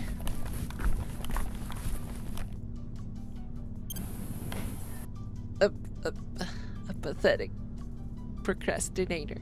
For a small child, I would assume nap stuff could be like a favorite blanket or stuffed animal. Ah, okay. Mary, it's not Christmas yet. Neon! As Officer Parker guides Carla back from the bathroom, Officer Landon gives him a call to express her concerns. Officer Parker. Don't we just tell them? From the basement. Parker, just stay here for a second. I'm telling you. I don't care. If they Way into the basement. Just then, Officer Parker notices something that sends a chill down his spine. The baby cried. Hear that kid crying? Yes. Oh, okay. Well, I don't know where. Just from when I was standing here, I heard a small kid. Maybe from maybe behind me. Right here. Do you know how's it? There's You guys have a search warrant? You know, at this point, we're looking for kids. We're concerned for the welfare of kids. And until we find those kids, we're here for exigent circumstances. So if you want us out of here, tell us where that basement is. We heard a kid crying. I just heard a kid crying like 6 seconds ago.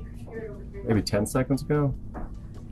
Listen, this started small, and it's going to get bigger and bigger and bigger until you tell us where those kids are. How do we get to them?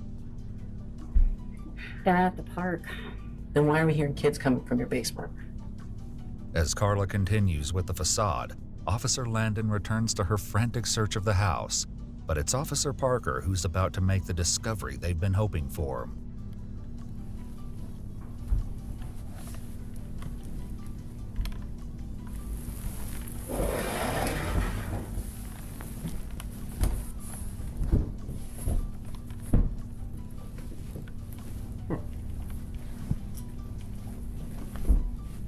Hey, Isaac.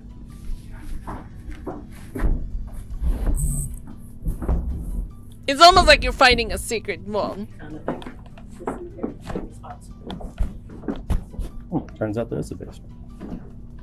As they make their way into the hidden room that reeks of the smell of soiled diapers, officers are going to make an unbelievable discovery. Damn! Cover up.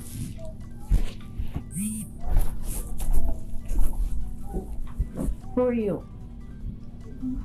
Who are you and why are you hiding all these kids down here? Get up. Get up. Hi, babies. It's okay, guys. They're hoarding children. You ladies need to come here now. God damn. Both of you, come here now. I don't know what's going on, but this is not okay. Do you have any weapons on you? Can I put my shoes on? I'm going to pat you for weapons first. You need to go upstairs and talk to my partner. It's like, I know people are busy like trying to like make a living, right? But if you don't even have money, why would you want to have a child and then just dump the child into this kind of situation?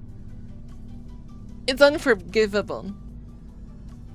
It's like, I really don't understand why people who don't have money start raising kids and then, oh, we need to go to work, so we need to drop this kid somewhere.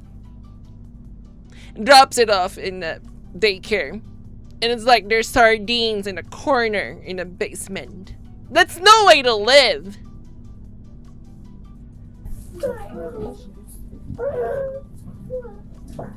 And even for first world, I think this is like more tantamount to abuse. Call 571. It's like to Americans, family planning doesn't involve money. And it's fucking annoying me. Like, please, if you don't have the money, please don't start a family. Just fucking don't.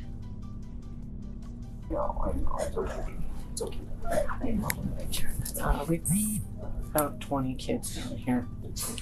In a revelation that stuns everyone, Officer Landon finds 25 very young children in the basement. 25 children in the basement! Sounds like we got 25 parents that are irresponsible. Oh, but we're responsible. We're going to work and we just left them in a daycare. We thought they're gonna take care of them. Oh, really? Oh, really? So I shouldn't trust my lying eyes then. That they're stuck in the basement like sardines. Because the daycare center owner doesn't want to pay for the certification to increase the number of children that you can handle. Yeah, very responsible parenting. What is your deal with all this? Why are you hiding kids from us? Not hiding them. Kind of looks like it. Yeah, as they say, The woman can't Officer feed Landon him, is don't speaking breed with him. is Caitlin Nelson. More shocking details about her role will be revealed, but for now, Officer Landon lays it out to her that she is in trouble. You're looking at an obstruction charge at the minimum. I don't know what this licensing is. I don't understand what this is. All I know is law enforcement officers are in the house. You heard me knocking before. You heard me on the phone. I know she text messaged you and told you to shut the kids up. So you're looking at obstruction. I know you're watching the kids now, so I'm not going to ask you to take the kids up. Okay. Not, yeah. I need a list of all these parents. I don't know all the parents' names and stuff. I don't know. Yeah, the parents are complicit as well. You are not responsible enough to figure out that this daycare is taking in too many children that it wasn't licensed to take. You are an irresponsible parent. Oh, but I'm doing my job. I'm too busy to even read up the fact that this daycare was only supposed to take like 5 kids, I think. And then they go over that, 25, in order to earn, you know, under the basement. For how long? For maybe a couple months. I'm gonna turn the light on. I don't know if that. Let them come out of here. Ladies, are you going to be okay with these kids for a second? Yes, we'll let them come out. How long have you guys been down here? Not very long. Like, how long's not very long? Give me an estimate. I don't know, like an hour. Okay, maybe. Okay. I'm not sure. Well, we were like all sleeping. So. Yeah, those kids are going to foster care because some people can't, can't even be bothered to check their daycares.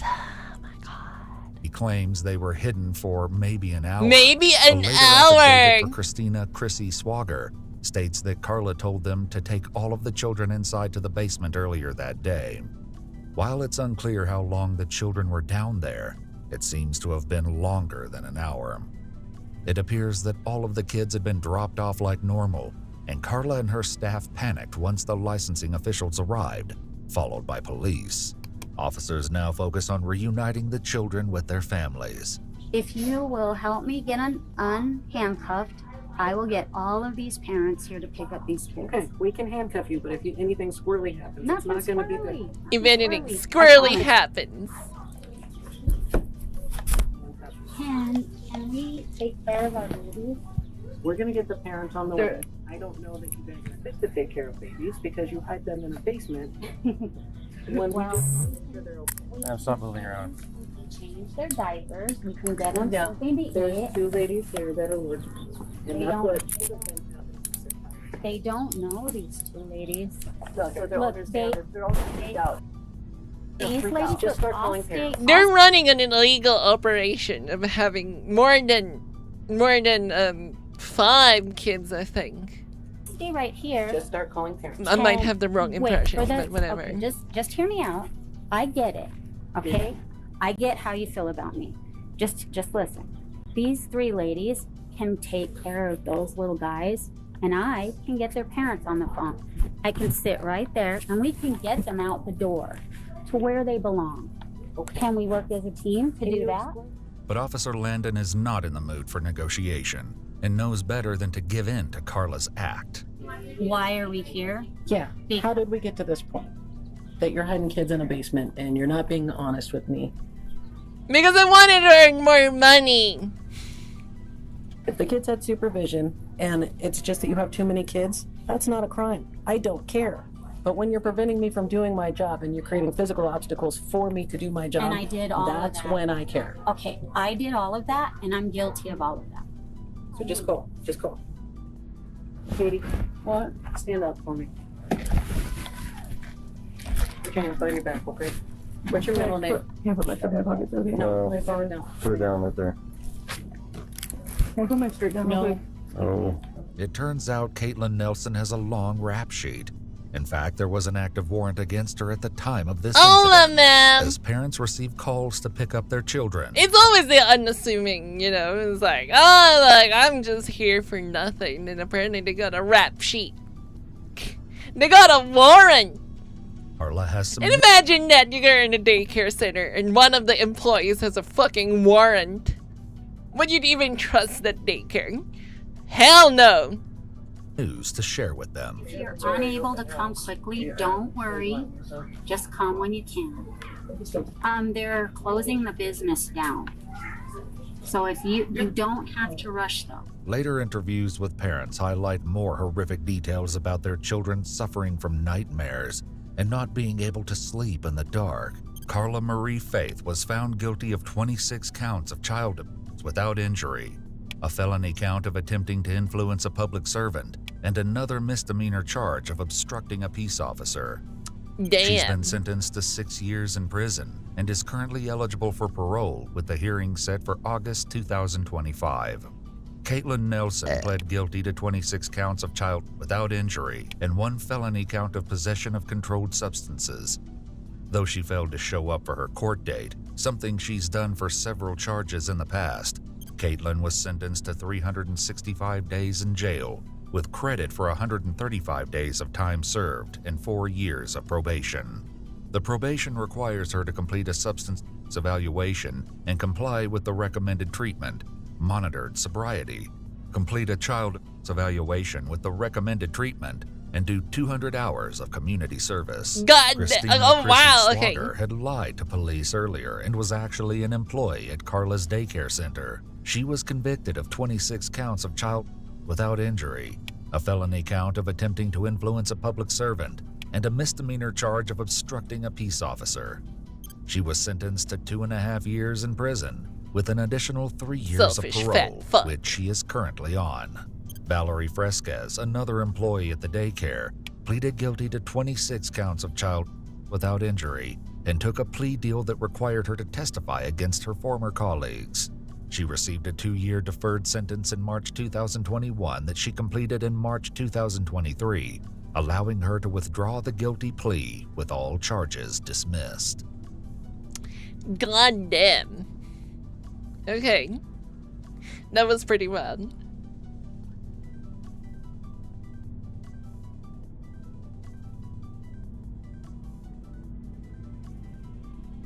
Wife discovers her husband's sick secret. I know my accent kind of gets into the fucking way, and I apologize in that. So, when he took you in the room, what did he say to get you to go to the room? You said you can't tell anybody. We got reports that the child made some allegation against your husband. Okay. Oh, no! One of the kids on vacation, that's what I'm saying. She told me, I have a secret, but I can't tell you, and she started crying. I lived a boring life. Didn't know I was going to wake up a hardened criminal. What the heck did I do? And the other child said that you walked into a room and shut the door behind you guys. For a 5-year-old to be very descriptive about that, obviously concerns, right? Yeah. So you guys tell him a big up. Well, Why would he do this to her? A parent's worst nightmare comes true. You know, sometimes guys really lose their self-control when they're so horned up. And they would do stupid shit. An allegation against one of her friend's fathers. As the truth comes to light, it's not only worse than anyone thought possible, but proves that sometimes the worst monsters are the ones hiding in plain sight. So it's like I keep finding myself in the middle of this stuff. The following is based on official police records, and the footage has never been seen before until now. On the evening of April 24th, 2022, the Manatee County Sheriff's Office in Palmetto, Florida, receives a disturbing 911 call from a concerned parent. My daughter's 5 years old. She was getting dressed in her pajamas this evening, and she told me, I have a secret, but I can't tell you, and she started And it's like a lifelong struggle of most guys, too. It's like, they're just horned up. Even, like, at 7 years old. Like, their dick still goes up. So at some point, you'd be like, what the fuck is wrong with you? crying. And I said, well, you know, there's no secrets between mommy and you. And she said, well, I don't want you to be upset. She claims that it happened today, this afternoon. We were celebrating another neighbor's birthday party. Yeah, like, not all dudes, obviously. I'm sure some dudes have more self-control than others. Like, unlike this motherfucker we're about to watch. But at the same time, if sex is all you're thinking, and that you would let sex ruin your life, like gooners, for example, I think you're less than human. I think you're an animal. The little girl claims one of her neighbors did something unthinkable to her. Like, Deputies are sent to the caller's like, house. I lose respect for people like that. Where they would tell me they're a good person, but at the same time, like, oh, but look at the amount of porn you have. Like, what are we doing here? house, but parked down the street in order to avoid bringing attention to the home. We're not going to confront this guy. I mean, if these allegations are true, Cax can come out and do stuff, not us.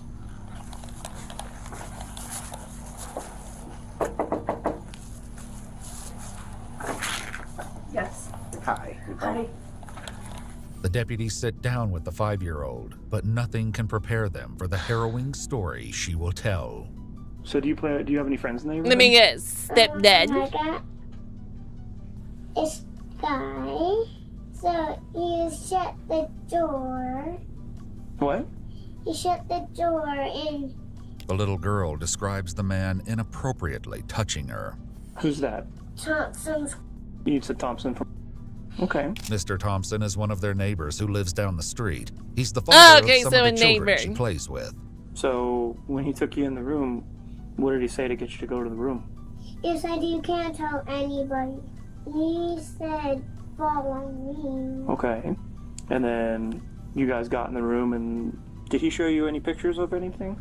He showed me like young girls like me Where do you have those pictures? when we were in Georgia. Okay. Did anything else happen in Georgia? No? Nothing else happened in Georgia? No. Well, I appreciate you sharing your secret with me. I gotta call a couple people. I'm just gonna call them out here if you want to go back inside with her. I'll let you know what's gonna happen from there. With the child and her mother out of earshot, the deputies discuss the situation. Dad was just freaking out in there and like banging on the walls in his closet, and it scared the kids. So I had to go in there and tell him to chill the out. I get why he's upset, but I was just like, listen, dude, you gotta pull it together for your kid's sake, man. Are you willing tonight to go down to Sarasota to get that forensic doctor visit? Yeah. Okay, I figured you were, because I know your husband asked about the emergency room. The swimsuit the 5-year-old was wearing at the birthday party is also collected as evidence.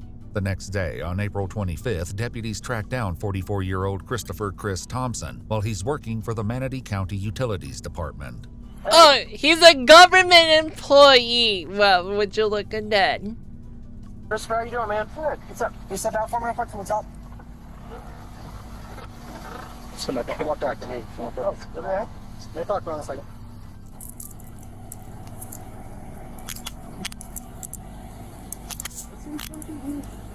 We'll explain just a second, right? Yeah, why don't you take a seat? Okay. Dude, seriously, can't tell me anything? I can't. They'll explain it to you in a minute. Though they keep him in the dark about why he's being detained, it doesn't stop one of the deputies from talking to Chris's coworker. Serious? Oh, yeah. Yeah. Real bad. Yeah. Texas and everything? Oh, actually, second one is kid or something? Yeah. That's not his, bro. Oh my god, even the black dude knows. You never know with people. You never know. So. While they wait for the transport to arrive and take custody of Chris, they allow him to sit inside a vehicle. I'm just so freaking puzzled over this again. I feel like I'm getting thrown into something and I just don't know what it is. I believe he knows. I think he already knows. Oh, but anyway, what's that? For Venom. All right, sir. While Chris is transported to the Manatee County Sheriff's Office, other deputies arrive at his home where his wife Charlotte answers the door. Hi, how you doing? Are you on the phone? Yeah, I'm on a call. Can I end my call? Yes, You're please. welcome to come in. Okay. Charlotte is asked to step into her backyard and is told that she's not allowed to enter the home without one of the deputies. Your husband's on his way to talk to the detective at our office. He just wants us to just stand by with you here. Is this, what's it in regards to? I have no idea what's going on. Yeah, I don't know. They just told us to just hold on to the house while they get the search warrant signed by a judge. Okay, feel a little better if I knew what was going on. Or who? Is it in regards to my husband? I believe so, since he's on the way to the office to talk to our detective, so I'm assuming it's about him. It's not submitted yet, so it's going to be a little bit. Do something? I have no idea, ma'am. I lived a boring life. Didn't know I was going to wake up a hardened criminal. What the heck did I do? I'm Detective Blake. Detective Burge. What's your name again? Yeah, in this circumstance, okay. Okay, I'm not siding with the criminal here, but if you really want to prove you're innocent, shut the fuck up. Get an attorney. If you are really innocent, just... They would have read you your Miranda rights and just shut the fuck up. Thompson. Chris. Okay. Yeah, sure. We need to make sure we have the right guy, because it's the first time I've had... Yeah, absolutely. But in this circumstance, we all know what this guy did. So you know what? Screw him. It depends what this is, because if it's something I'm out in the middle of, I don't want to be... Yeah, like I said, like that's kind of like the last thing. You can exercise these rights at any time and not answering questions or making any... Shutting the fuck up is becoming a lost art. Yes, that's what I noticed. Unless it's immigration, then you better speak up, because at the immigration, you really need to talk. Because if you're quiet, they'll just deport your ass back. But if you are open and you tell them everything, well, obviously, you know, within your rights, usually they'll be very open and they'll let you in. But for this circumstance, like someone is accusing you of a crime, even if you're innocent, shut the fuck up. Because the cops are gonna make their life easier by pinning it on you. I mean, they're not malicious about it, but at the same time, cops are kind of lazy in investigations. If they can pin it on someone, the faster they can move on to the next case. Statements, that's your right. Yeah, I just want to know what that's going on. Okay. Now, I'm not saying all cops are like this, because we do have a cop friend, Exalted, you know, Chocoman. Chocoman used to be a cop, but I'm sure he could explain more about that, like procedure-wise. You heard one of these videos that squeezing your body together is a sign of guilt or suspicion, so just spread your legs, expose your genitals to show your innocence. Yeah, more like be relaxed. Like, don't even cross your arms, because they're gonna read it. They're gonna read it. They're still doing body language reading, like it's very accurate. Although it would give you an assumption that someone is guilty or not based on their body language. It's still like pseudoscience, because there are circumstances, there are people who are scared. I mean, if you're not very familiar of being interrogated, you would be like tense. So it would make you appear guilty. But not, you're just like, I've never been in this kind of situation before. So, hey, you are willing to talk to us then? For the moment. Okay. There you go. There you go. He already waived up his rights. What that's going on. Okay. So, hey, you are willing to talk to us then? For the moment. Okay. There. Gone. Poof. Gone. You waived off your right to remain silent. With Chris finally agreeing to speak, the detective gives him a hint about why he's there. So, tell me about this past weekend, because why you're here is because of over the past weekend. Oh. But hey, at least we can count on that criminals are stupid. Weird. Yeah. Chris explains that he took his 3 children, aged 11, 7, and 5, to a birthday party for one of their neighbor's kids. He says that throughout the course of the day, the children ended up playing at multiple houses, including his own. He also states that his wife wasn't there because she was at the hospital with her grandmother. Man, he really got a nice house, not gonna lie. With his children yesterday, why you could possibly be here? No. Okay. Were his kids in your house at any time? Oh, they were all in and out, yeah. Okay. Were you inside the house with any of your kids? Yeah. Yeah, in and out. All of mine. We had it because we were doing gymnastics in my house, my girls, and my son was there too. And I don't remember all of them. Yeah, one of the neighbor kids was there. Who was that? I forgot her name. Sorry, my anxiety's crazy today. I'm trying to think. Okay. Pick up the kids and you guys could meet at the office over there. Oh. You can follow her to the office. Okay. Okay. With the kids. The fact that, like, I don't know what's going on. Without telling Charlotte any more details. They're not gonna tell you! They're never gonna tell because it's under investigation. They will really not tell you until you're in the police station where they're secure that you're not gonna run away while they're doing the investigation. pills, they decide that CPS will pick up the children from school and she will follow them to the Manatee County Sheriff's Office. In Chris's interview, the detective asks him about the 5-year-old daughter of one of his neighbors, the same little girl a deputy spoke to the night before. So, is saying that you showed her some... Crossing arms. There you go. That's also one. Cypher.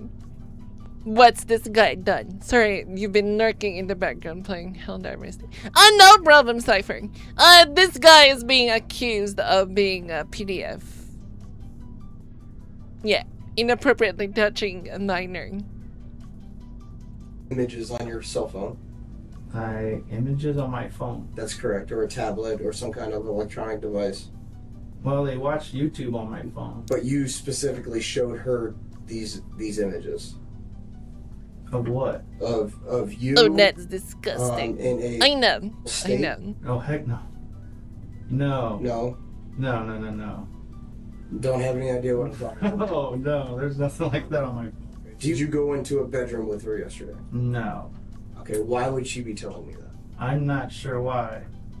I don't remember going in a bedroom with her. Did you specifically escort her into the room and shut the door? No.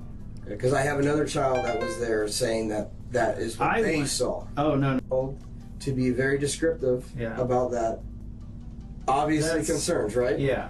Charlotte is asked to speak with investigators away from her children, and she's finally... Oh yeah, kids are very honest. Like, they will straight up tell you to your face you're fucking fat. And also, like, if they like you, they would not just straight up tell you. It's like, kids are like that. Told what's going on. No filter yet. No, they still don't have the concept of hiding what they feel about certain situations. That reports that the child made some allegation against your husband. Okay.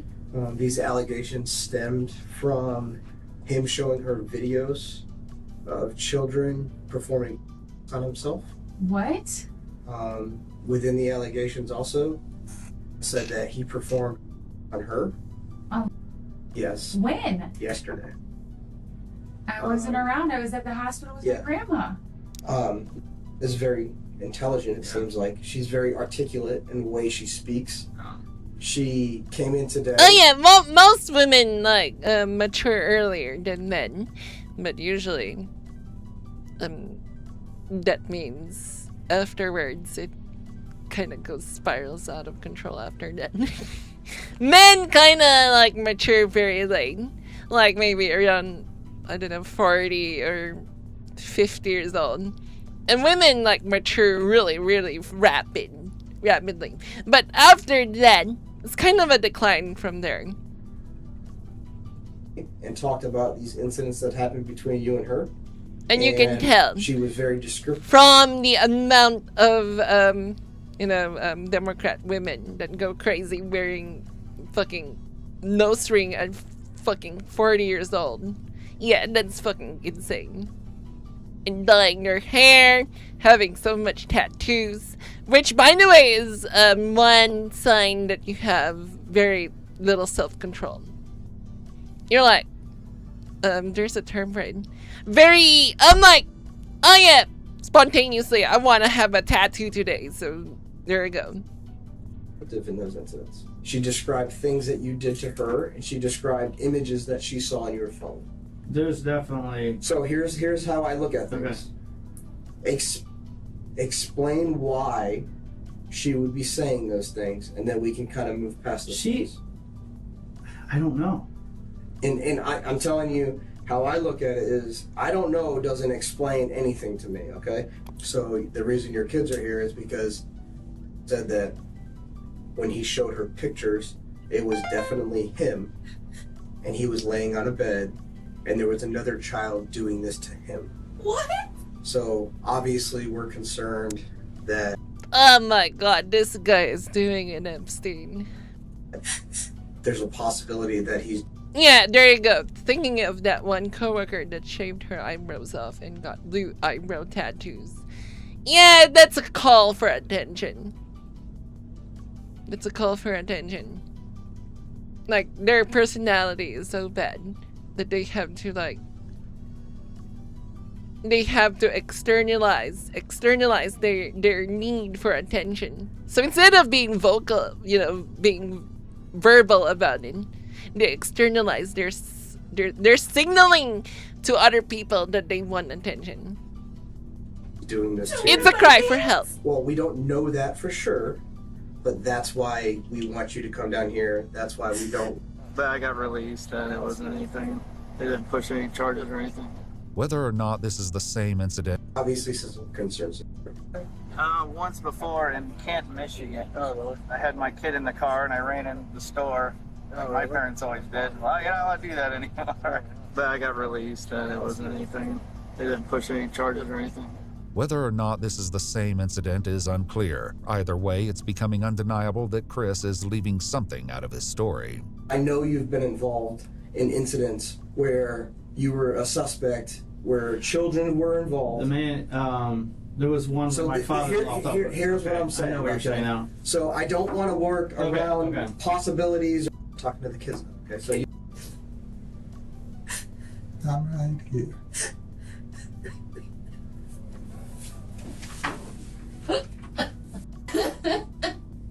One occurring a year ago and the other yesterday. The 5-year-old stated that the incident with the images on Chris's phone was a year ago during a trip. How do I tell the kids that their father's not coming home? How do I tell the kids that our marriage is done? Time to move on. Asked, what did he say when you asked him? And he. Oh my God! Imagine that. So now she's a single mom with kids. Oh boy. Said he started to answer questions and then he shut down and said, "Get me a lawyer." And I'm like, "That's it. We're done." What? You only say that if you're guilty. You don't say that. I've got nothing to hide in our house. Go through our house. I don't care. You only say that if you're hiding something. No, you damn. Okay, in this circumstance, she's right. She's right in this circumstance, but at the same time, some people who are innocent got prosecuted for alleged things they've done, and it turns out they're innocent. Not necessarily. But this one, overwhelmingly not innocent at all. Not even one bit. 9 minutes. Thank you. Okay, let me ask you. It did have. What exactly happened at the Walmart? Charlotte and her father discussed the allegation that something occurred while their family was on a trip to Georgia with some of their neighbors, including the 5-year-old victim's family. Supposedly it happened when we were in Helen, and I said that's absolutely not true because I was with them 100% of the time. When you what? When we went to Georgia for the kids, like the neighbor trip, supposedly it happened when we were in Georgia too. This happened way back then? That was one, and then this was the second one. To the same child? Supposedly, but I can 100% attest that it didn't happen in Georgia because I was there the whole time. The trip also came up in Chris's interview. During that time period, did anything ever happen that would cause me to be involved? No. Okay. So I'm specifically talking about. Okay. Oh, okay. Did anything happen with her, or did you show her anything, or talk to her about anything, or do anything with while you were on vacation, and then the same type of situation that possibly happened yesterday? No, not anything bad. No. Okay. Anything good? We had fun with kids on vacation. That's what I'm saying. Don't count him out yet. Hi. We know the facts. Tholerian beating. Yes, I did. Tholerian, hi. No. But if he says, Charlotte, I'm innocent and can look. Well, anybody can say that. I'm not bailing him out until I have an answer. A few answers were provided by the Thompsons' 3 children. Investigators began with the couple's 11-year-old son. You feel safe when you're at home with school? Yeah. Okay. This is a based stream by any chance. What do you mean by based? Define that. Wasn't good? Or asked you to touch them? No. No. Okay. The 7-year-old shared a similar story. Do you feel I love how she's so happy when she was going there to see Nun. No. No. Okay. The 7-year-old shared a similar story. Do you feel safe when you're at home? Yeah. Yeah? Good. Yeah. Have you ever seen anything on any phone or any kind of tablet or anything like that that's not something that you shouldn't see? No. Okay. While waiting for the Thompsons' 5-year-old, the interviewer and CPS worker discussed the troubling case among themselves. Is it rare that they do that to their own children, or is it usually pretty far away from the family life? That, and she might have thought it was him in the videos. Could have been somebody else. Like if you had doubted me through that. Whoa. Well, you're a lot more clumsier than your sister. Yeah. Hey, girl. How are you? Welcome. You want to have a seat? Right here. I like your Did he make you run here? Has anybody ever shown you anything that made you feel uncomfortable or that wasn't good to look at? Yeah. Yeah. Who showed you? I am not your mother, Leon. I am not your mother. Okay. I am not. I am not your mom! Do you remember what he showed? I'm not your mom! What he showed you? He showed me a boy that looks scary. Really? What did he look like? He had like a bad, weird face. Why did your dad show you that? I don't know, he just showed us and I'm like, I don't want to see that. You didn't like it? No. Has he ever shown you anything else that isn't good to look at? Nope. No. Just that. It just so After speaking with the happens. children, the interviewer and detective returned to talk with Charlotte, reassuring her that they don't suspect Chris ever did anything inappropriate with their children. There was, however, another previous incident they hadn't discussed yet. So there was a report in 2009. Oh, by the way, Solarian, you haven't answered my question. What do you mean by based? I need to know what's your definition of based. I mean, chuds are welcome here. In February of 2009 at like a Target. Do you recall anything about that? We got married in December of 2008, and we moved to... Ah, good. Welcome. Dayton, Ohio that June, but I don't know anything about... So no police report or anything like that you... No. Because the allegations of the Oni-chan. Hialeah. Yeah, true crime are similar to the allegations. I'm of loving the it, Walmart man. incident where he was I exposed. have no clue about Target. Never heard of it. As Charlotte can't provide any clarity about this and other thank you for potential coming by, incident, Oni-chan. the detective discusses what will happen now that Chris has been arrested. So a big hit will be notification through media, because you're gonna have that. What do you mean? With the charge that he's gonna be pushed, it's gonna be like a news release and all that stuff. Wait. Not saying necessarily, but they can release it in the media. Okay, so just be aware of that. You might get some phone I calls. thought they couldn't do that involving a minor. When the suspect is a minor. Mistaken did that. When a suspect is a minor, that's different. So they won't release the victim's okay. name, but they'll release his. So they're gonna drag my family through the mud. Yes. According to official documents, while conducting the search warrant and viewing electronic items located within the Thompsons' residence, investigators found images on an SD card.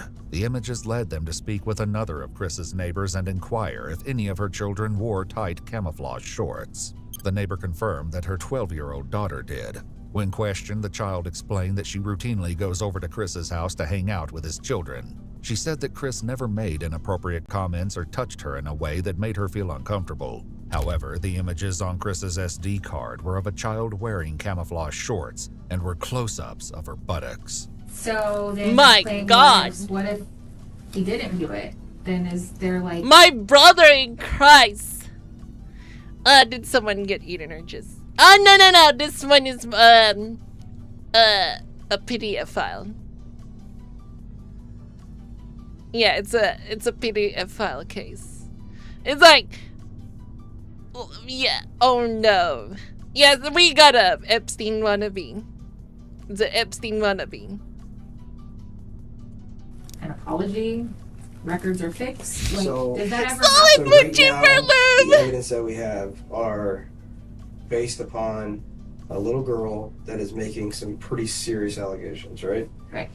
We also have one of the other girls saying that she went into the room with him. Okay, so that's kind of cooperating with this.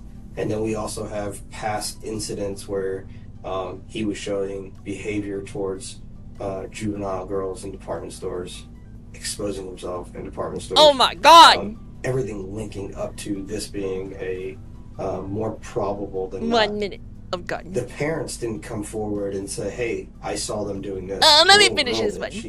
She made full disclosures. There's no reason for her to make these disclosures unless the incidents took her.